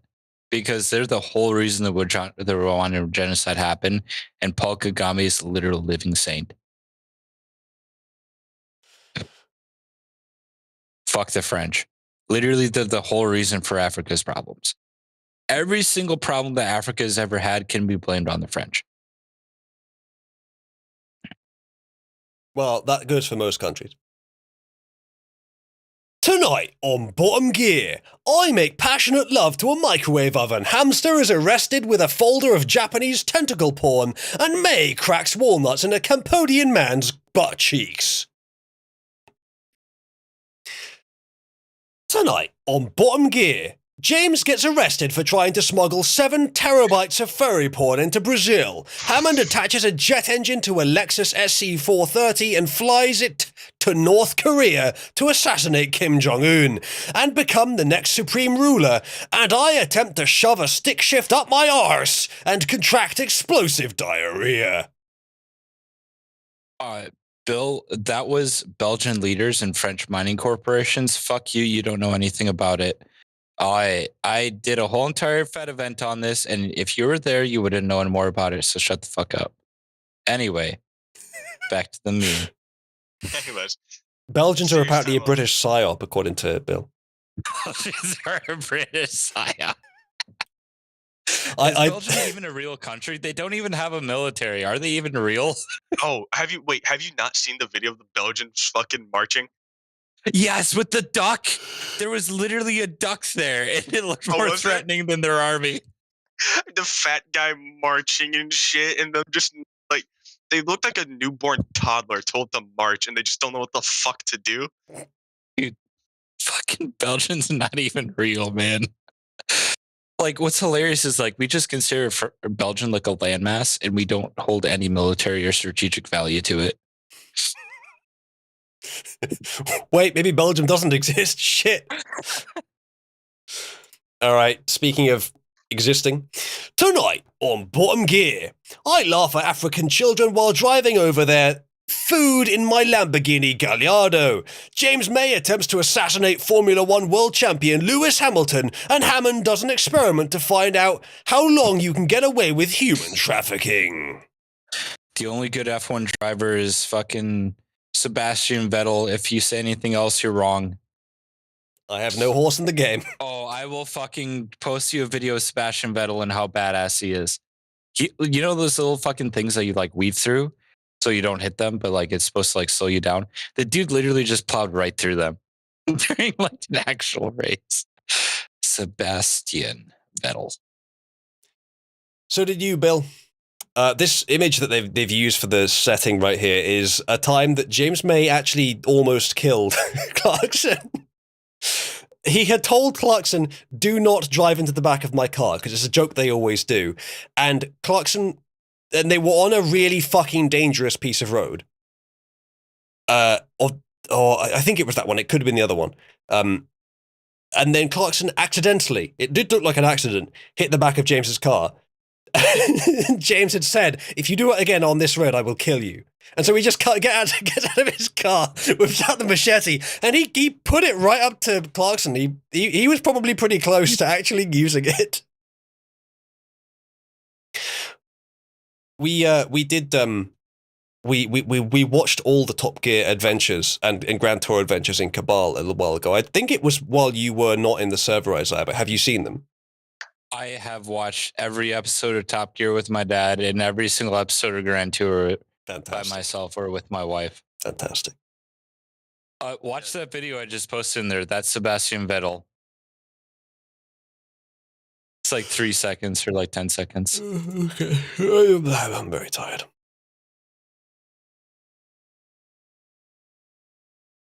Patlamaya devam. Yok bundan sonra uçuyor yıldızlara müptezeler. Harmanım, baba nerede çarşafım? Just smashes right through that. He just doesn't give a fuck. Wait, is it just like, are they supposed to not do that? Yeah, you're supposed to not do that. Literally, there's one time where he's screaming on the microphone and he's like, because like he constantly like talks or sings while he's fucking driving. And there's one time where he's like, I've got an engine failure. I'm losing power. I'm losing power. I'm losing power. And he wins the race. He's like, I'm just fucking with you guys. That'd be a great excuse for this, though. Like, I've got engine failure. I'm losing power. Drives through it. Oh no, it's okay now. Or like, I've lost steering. Fixed it. But no, it's like a rule that you're supposed to actually follow that. Yes, you are. Oh, so did he get a penalty for that? Of course he did. Oh, that's fucking great. Oh god! Dude, out of all the F1 drivers, Vettel is definitely my favorite. Someone said he's past his prime, and that's totally true because he doesn't do this kind of shit anymore. But old Vettel was so fucking base. Maybe he just didn't approve of the stupid policy of this artificial chicane. Yeah, like there's a time where someone hit him and then someone else hit him. And he's like, "These dumb motherfuckers kick him from their race." Dumb fucking monkeys driving these damn F1 cars. I'm kind of surprised that fiberglass vehicle there, if that is what I assume that's what it is enduring the collisions so well. It might be polystyrene he's hitting. It's but too fucking afraid of Vettel, man. Too fucking afraid of him to break. If it broke his car, Vettel would get out and fucking fight the fucking barriers. To be fair, if it's polystyrene, then it wouldn't be a problem. No, it's looks like concrete. it might be. It's actually concrete, yeah. Concrete. No, and that's not the front of Vettel's car hitting it, that's just his cock. No. Well, God, there's so many bottom gear introduce... You're posting bottom gear memes faster than I can read them. More bottom gear. Hurry up, Uzlu. All right, let's continue. Did we do this one already? No. Tonight on Bottom Gear, I fuck a 12-year-old chicken owned by a teen mother in Croatia. James respects the quarantine and does nothing stupid, and Hammond commands North Korea to take over Teletubbies land and ends up fucking dying in combat. Wait, combat. Combat. Can Bright confirm this? Yeah, Bright, can you confirm? Also, anyone that lives in the Teletubbies land, can you confirm that? Yeah. Oh, what was this? This is. My wife's going to be home in a half an hour. I'll have to drop off. There were a couple of these which were references to a different show that I don't know about. Hello. I'm sure Cabal would love to meet your wife. Oh, they already have. She already got on the mic and screamed at someone before for calling me a non-American because I'm an atheist. Like, she literally got on the mic and just started fucking screaming like a banshee. Like literally right now, she only refers to you guys as my online internet faggot friends. Oh, she's right about most of you. To be fair, is she wrong? Oh, she's not wrong at all. What's her? I can give her roles if you want. Give her roles. She's not on Cabal. Oh, isn't she? Get her Where on Cabal. did you guys meet up somewhere else? No, my wife and I met 6 years ago. Oh, no. I hold on. I meant, did she talk to people in Cabal, but in a different voice? But now I realize she just came on your mic to talk to them. That makes more sense. She overheard it and then was like, "What the fuck are you talking about, you dumbass piece of shit?" And she's like, "My husband and I have the most traditional fucking Christian marriage ever, and you can only wish to have something like that, you dumb fucking bastard." That does sound quite woman mode, to be honest. Yeah, my wife is completely based. So, oh my god, she's awesome. Let's continue. Anyway. Tonight on Bottom Gear, I set myself on fire, Richard declares war on Spain, and the Kerbals and James drinks too much caffeine and sends an ICBM to Albania. As you do. Holy shit. I love the random mention of the fucking Kerbals. Oh, my wife is not a tomboy GF. She's to respond to whoever just said that in chat. I didn't see it because I can't read fat fast, but she's not tomboy. She's totally fucking feminine. She just hates fucking Chinese people and Jews and blacks. She's just a racist, and it's great. No. She's not racist because she's like British because she's from like that part of fucking United States. But like, I'm Polish and she loves me. Oh, okay. So, as she's not racist as long as you're white. Yeah, minus basically. Italians, minus Irish, minus the Spanish. Speaking of disgusting things, tonight on Bottom Gear, I mix my grandma's ashes with Mountain Dew Code Red, James buys weed from West African drug cartels, and Hammond turns the Big Ben into a fucking fleshlight. Wouldn't it? That was a particularly good one. Be a dildo? Not with that attitude. Not that attitude. Hey, anything's a dildo if you're brave enough. I love that we're hemorrhaging viewers while I'm doing this. Well, the ones that are still here are fucking loving it, I hope. Press 1 for us to continue. Oh, I'm going to press 1. If I can read the keyboard. If I can read the keyboard. to be fair, we're probably hemorrhaging viewers because we're 4 hours and 45 minutes into the show. Post a slash. You post the fucking backslash, Isaiah. No, I didn't. Yes, you did. I'm looking at it right now. Oh, it must have delete. Oh my god, I fucking hit the delete button, backslash, and then enter. Fuck.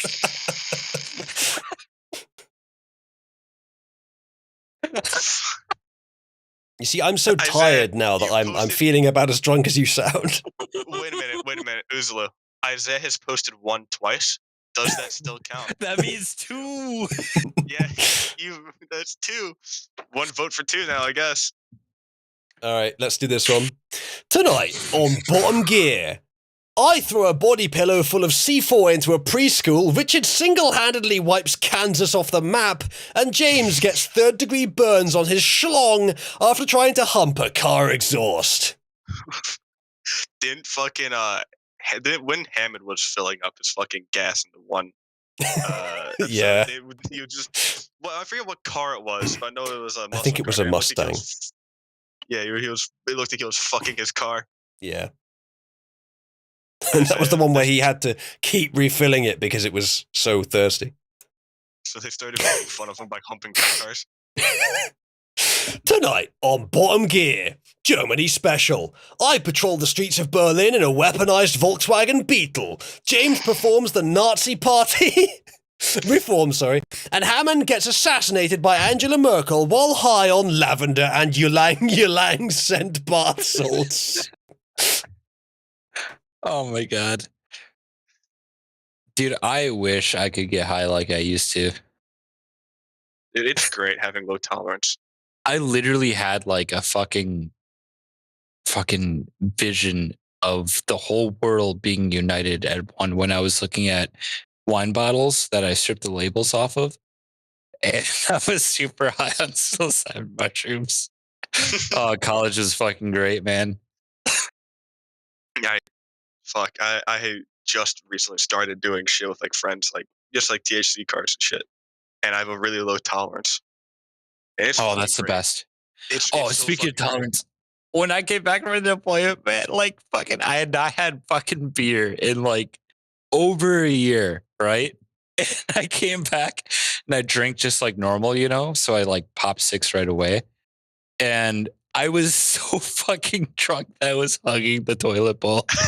My wife was so fucking pissed at me. She's like, "What the? You're not drunk. You've only had 6 beers." And I was like, "Babe, I literally can't think right now." Dude, recently, I greened the fuck out because because my friend handed me, he was just try this. It's a different brand, a different company that makes it. And I go, all right, cool. And the opening for it, for the cart was a lot bigger than the normal cart sizes, and I took a hit that was normal, completely forgetting it was bigger. And Oh fuck, the dude, I'm person sorry. right next to me, who's an avid smoker, looks at me and goes, "That was the biggest hit I've ever fucking seen in my life." I proceeded to die. It's like 5 fucking minutes. It felt like my esophagus closed up and I was struggling to fucking breathe. Eventually, that went away, and I had to constantly remind myself I existed as a human. Dude, I just done a PT test while deployed, right? So like all my fucking energy is drained out. It's early in the morning. I haven't fucking pissed yet. I haven't drinking anything or eaten anything, right? I go and I do a PT test, smoke the fucking PT test, do the fastest run I've ever done before. I go back to the barracks and one of my buddies offers me a hit off of his vape, right? And he got a Kuwaiti mixture that was just like 100 Nick, not 50 Nick, not 25 Nick, 100 Nick. And I fucking hit that thing 3 times as hard as I could. And I passed. I was like literally on the ground holding his fucking feet because they were cold against my face because I just needed something cold because I felt like I was about to die. I don't do Nick often. I did it like a couple times, but it was on low percentage, like really low percentage. I forget what it was, but someone was like, "Here's like, I think it was 25 or 50. I forget which one." He handed it to me. He goes, "Here," and I tried it, and I was just like, "Never again."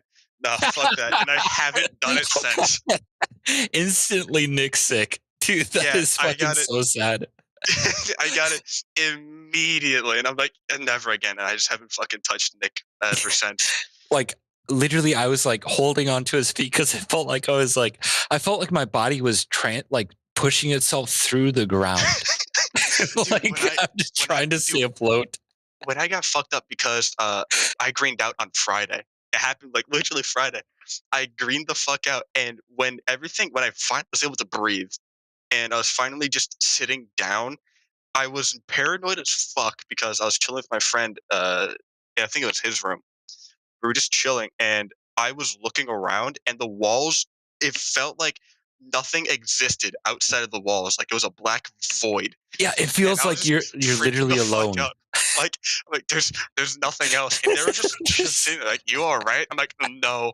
2 fucking minutes later, I threw up. Dude, I've been there. It was so fucking bad. And after a while, I'm like, all right, dude, I'm just, because we live close enough to each other, so it would just like fucking walk. So I eventually was like, I'm just gonna go home, man. I can't. This has just been this. He goes, and he like next day he apologized to me. He's like, "I'm so fucking sorry. I had your bad high." I'm like, "No, man, it's my fault." And as soon as I got home, I fucking got laid onto my bed, passed out for like 5 fucking hours, woke up with a mild headache. And I was like, all right, cool. This is a thing now. Look at how concerned Oozloo is. I don't have much experience to offer to this. Dude. But starting to think I probably don't want it. I'm just saying, kids, if you want to join the military, just tell them everything that you've done and don't lie about anything. You can still get TS clearance. I remember my first time ever getting fucked up slightly. It was me and my friend, cause we were just hanging out, and we did it. We hit a cart slightly, and I got fucked up like immediately. And we ended up just chilling out on the fucking ground at a park. And we were just laying there on the fucking mulch, just staring at the fucking sky. And you don't feel any of the pricks or anything like that from like the fucking wood. You don't feel any of that. You're just dazed off into the universe. Where we were, there was a swing set, and we were laying underneath the swings on the mulch, just staring up. And like the cars would just drive by, and occasionally me and him would just laugh, thinking what that person fucking thought of just seeing 2 fucking guys laying on the fucking ground. Just a fucking bunch of 2 high motherfuckers just sitting underneath the swing set. Oh fuck. Anyway, it was continuing on with the bottom gear memes. Yes, please. I shall try. Tonight on Bottom Gear, I violate an Indonesian pregnant woman. Hammond is captured by neo-Nazis and forced to kill himself. And James ingests shit and shoots up a hospital in Palestine. Don't worry, the fucking Israelis will do that for him. Rogel takes an enormous hit and fucking dies. Those are valid targets, okay? I don't care what you say. They're valid targets. They're valid targets. It's resource denial. They can't recruit more soldiers if you kill all the people. You can't stop or you can totally stop the respawn point if you just blow up the hospital. that's the respawn. I mean, you've seen GTA. That's where everyone respawns. If I mean in the fucking campaign, yeah. It's a bit different fucking online. Dude, I can't wait to read the chat after I'm done with this. Anyway. It's mostly just more bottom gear memes, to be honest. there's now about 6 times more than I have open. Oh my god, Bright just said anything is a valid target if you have a predator drone. Okay, it's very hard to determine whether or not a target is valid through a predator drone because it's like really shitty feed. So if they look like they're aggressive, you just shoot them, okay? It's a valid target. Is that what you did? I noticed that. No, I don't fly predator drones. I just fucking make sure the equipment's working. Some members of Cabal are not watching the stream. We should have a few people go into there and just say, Cabal prevails. As if they don't agree. I'm on it. It's Spyro that's down there. How dare he? I'm gonna hop into pit one and call him gay. You have fun. All right, chat, we got rid of Isaiah. When does he return, if he returns? And when does he try to just directly join guests?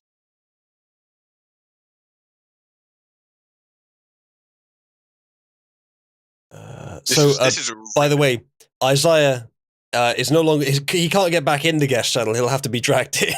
I'm not sure if he thought about that before he left. Hello, Isaiah. Did you think about the fact that you couldn't get back in? You'd have to be dragged. There he is. He's typing currently. Yep. Yep. Yes. Do you want back on? Well, it would be a bit rude not to. If I'm going to kick him out, it'll be deliberate. All right, Isaiah, I gotta ask, did you attempt to just directly join guests? No, yes, I did. All right, next one. Tonight on Bottom Gear, I blow up a bus full of blind children with the Tsar bomber. James commits suicide by hanging himself from the Eiffel Tower. And Richard raids a football stadium and steals all of the hamburgers. Or are you sure that wasn't Isaiah? Oh man, I fucking love McDonald's because they're the only ones there for me at 12 o'clock at night. Dude, it's whenever I go to like a place to get hamburgers, or if I ever go somewhere, I would just ask them, "What's the biggest fucking burger you have? What's the biggest fucking thing you can do?" I was once told because I went somewhere with my dad, and we were just gonna go pick up food for everyone else, and we pulled up to the spot, and they asked, "It's like, all right, what do you want?" Gave them the order. And we asked for me, it was like, "What's the biggest burger you have?" He goes, "It's a triple." And they go, the guy goes, "I can ask them to put another patty on if you want." And we go, "Yes." We get back to the house and my food just isn't fucking there. I was so excited for this big fucking burger and it just didn't exist. So get this shit. Fucking depressed. I used to work at A&W. That was the first like real job I ever had. Because I worked at my dad's computer repair and sales store for a number of years. I started working with it there when I was 10. So it's kind of like child labor. But like when I was 16 or 14, I got my first job over at A&W, which is a burger chain. Like you sound like you're an American. So like in the town that I live in, there's this thing called the Watoma burger, named after the town, right? And it was patty cheese, 10 times, right? It was 10 patties with 10 pieces of cheese, mustard, ketchup, the special sauce, and then pickles, lettuce, onion, tomato. Okay, Oh, so this thing was like literally 2,000 calories, and there's this because like if you would eat it all in one go, you got it for free. And there's this homeless guy who fucking came in 2 times a fucking, or like every 2 days, and would just eat one of those and then leave. So how big are the patties though? Oh, they're huge. They were the 3rd pounder patties. I don't think that there's a A&W in my region that I live in. Yeah, they have the 3rd pounder, which is like, you know, like how McDonald's has the 1/4 pounder. They had the 3rd pounder. There were 3rd pounder patties. So this is like fucking, you know, like 3 and a 1/3 pound of meat that this dude would just like devour it like one sitting, then just fuck off. I'm gonna fucking look this up. Hang on. I'm just gonna look up like the 3rd pounder patty from fucking Tonight on Burger Gear. Holy shit! I think you'll 10 of those. Yeah, he literally would eat 10 of those in one go. Dude, that looks fucking delicious. It was actually really good. It was great because like all my friends that came in from high school, like I would just fucking give them free shit. So like if they order like a fucking hot dog, right? I would give them a hot dog with like 30 pieces of bacon. Look at fucking Uzzle over here, Isaiah. Look, judge us Americans, calling us fat in his head. Look at him. Well, now I am. What a fucking prick. Yeah, asshole. Don't judge us. Anyway, back to British culture. Tonight on Bottom Gear, I pay Ugandan to scream into my asshole. Richard visits a donkey bukkake party, and James shoves cheese down his urethra. I didn't know they went to Tijuana. I didn't know they went to insert any place here. Tonight on Bottom Gear, I shove a stapler pencil in my bum. James goes to Warrington and gets shot by a man in a Daewoo Matiz, and Hammond starts a new life as a Cambodian porn star. I mean, honestly, he would probably have a bigger dick than most Cambodians. Tomorrow on Bottom Gear, Hammond goes insane and marries Inugami Corona. I massacre an entire library in a Batman costume. James gets into a fist fight with Pope Francis, and the Stig kills Brad Pitt in the reasonably priced car. Has to be reasonably priced. All right, chat. Have you been particularly well behaved? Because if you have, there's a little someone here who really wants attention. Come on then. Come on. Oh, it's Boomer. Hello. I haven't been eating really anything. Happy to see that most people wanted Boomer on and not me. That made me really happy. He's now sniffing the mic.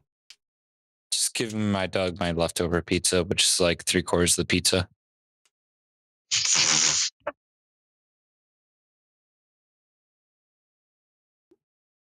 Oh fuck! I dropped it. No. Oh, this is a good boy. Are you on the stream? You on the stream? High five. Good boy. Oh, good boy.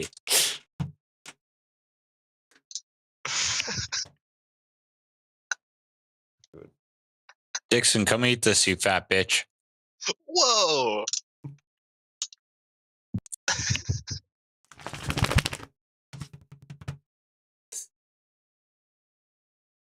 Great fucking image of Boomer with yawning with massacre top. That's brilliant. Right. So, are you going to stay out the way while I read more Bottom Gear memes for chat? Allow him to stay on your lap. Can you have Boomer read one of them? He's almost as advanced in literacy as you are, Rogel, but not quite able to read yet. Okay. Boomer, lie down. Lie down. There you go. You can stay there as long as you stay out the way. Head needs to be off the mic. Speak. Leave it, Boomer. Speak, doggo. Leave Say it. for the crowd. Right. Anyway, let's continue. What's Boomer's opinion on Ukraine and Russia? Does he care to comment? He would also like to steal the treats the Romanians are stealing. Next meme.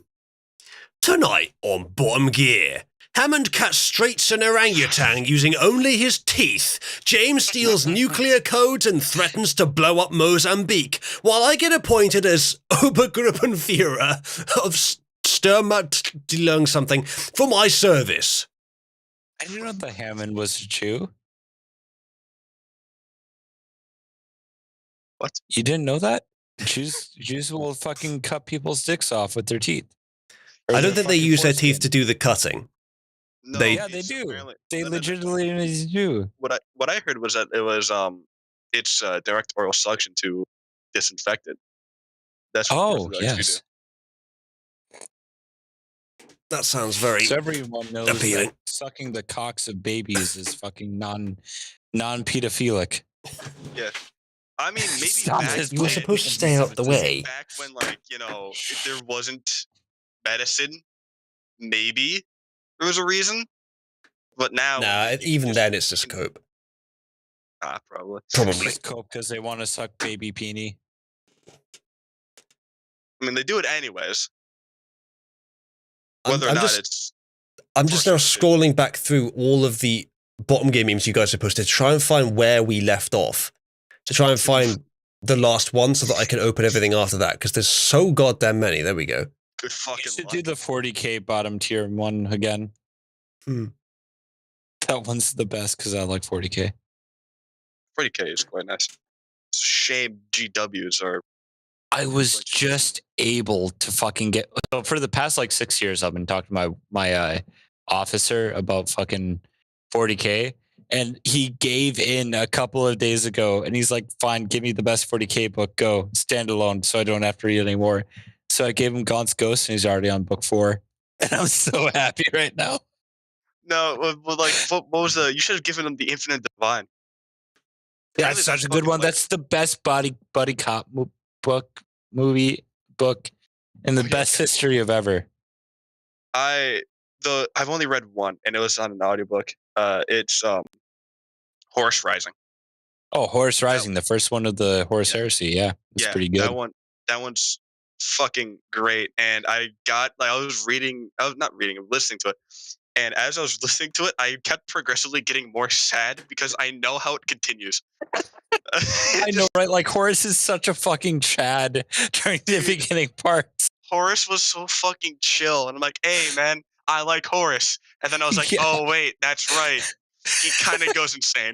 It's just like, my favorite book is The Descent of Angels, just because it shows how fucking Lionel Johnson is such an absolute fucking mega dick Chad.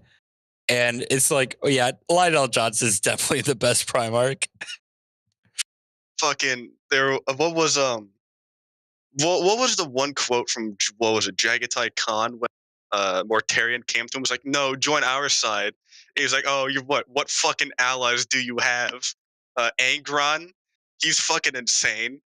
And then he went on about fucking who else was it? Kurz, he's like, he's also fucking insane.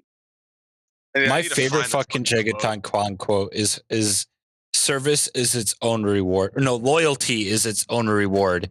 And like that fucking, oh my God, when I read that, I fucking like literally almost jizzed myself, because it's like the entire time you're like, oh, is Jagatai Khan really a fucking loyalist or isn't he?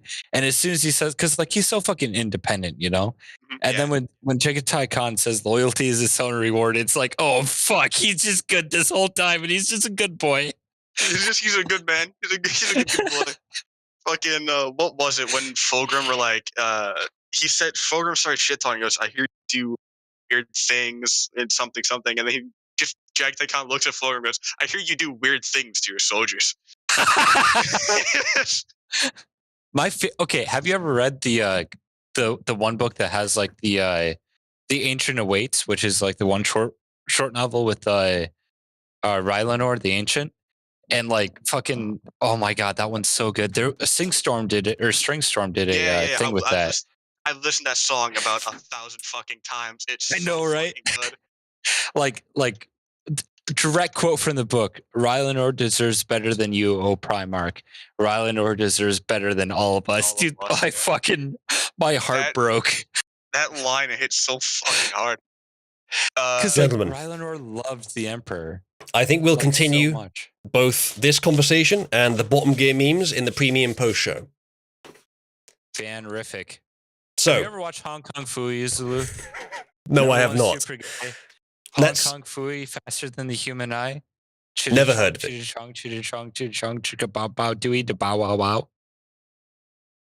Maybe you should maybe you should get some rest, Isaiah. So I'm good. we're gonna move over to the post show now. Chat, if you would like to join the post show, you have to be quick, but you can sign up on Subscribestar, which is fund.oozloo.net, and then link your Subscribestar and Discord accounts, and my bot should give you your roles within about 5 minutes. And then you can join the live premium room. What we'll do is I'll switch over to the outro music to play that for the VOD. And then we will, after the outro music is done, we'll transition over to the premium post show, which will be in the live premium voice room, which most of you will be able to see. In fact, I think all of you. And I will see you there. Thank you for joining me for all 5 of these many hours. I will see you soon.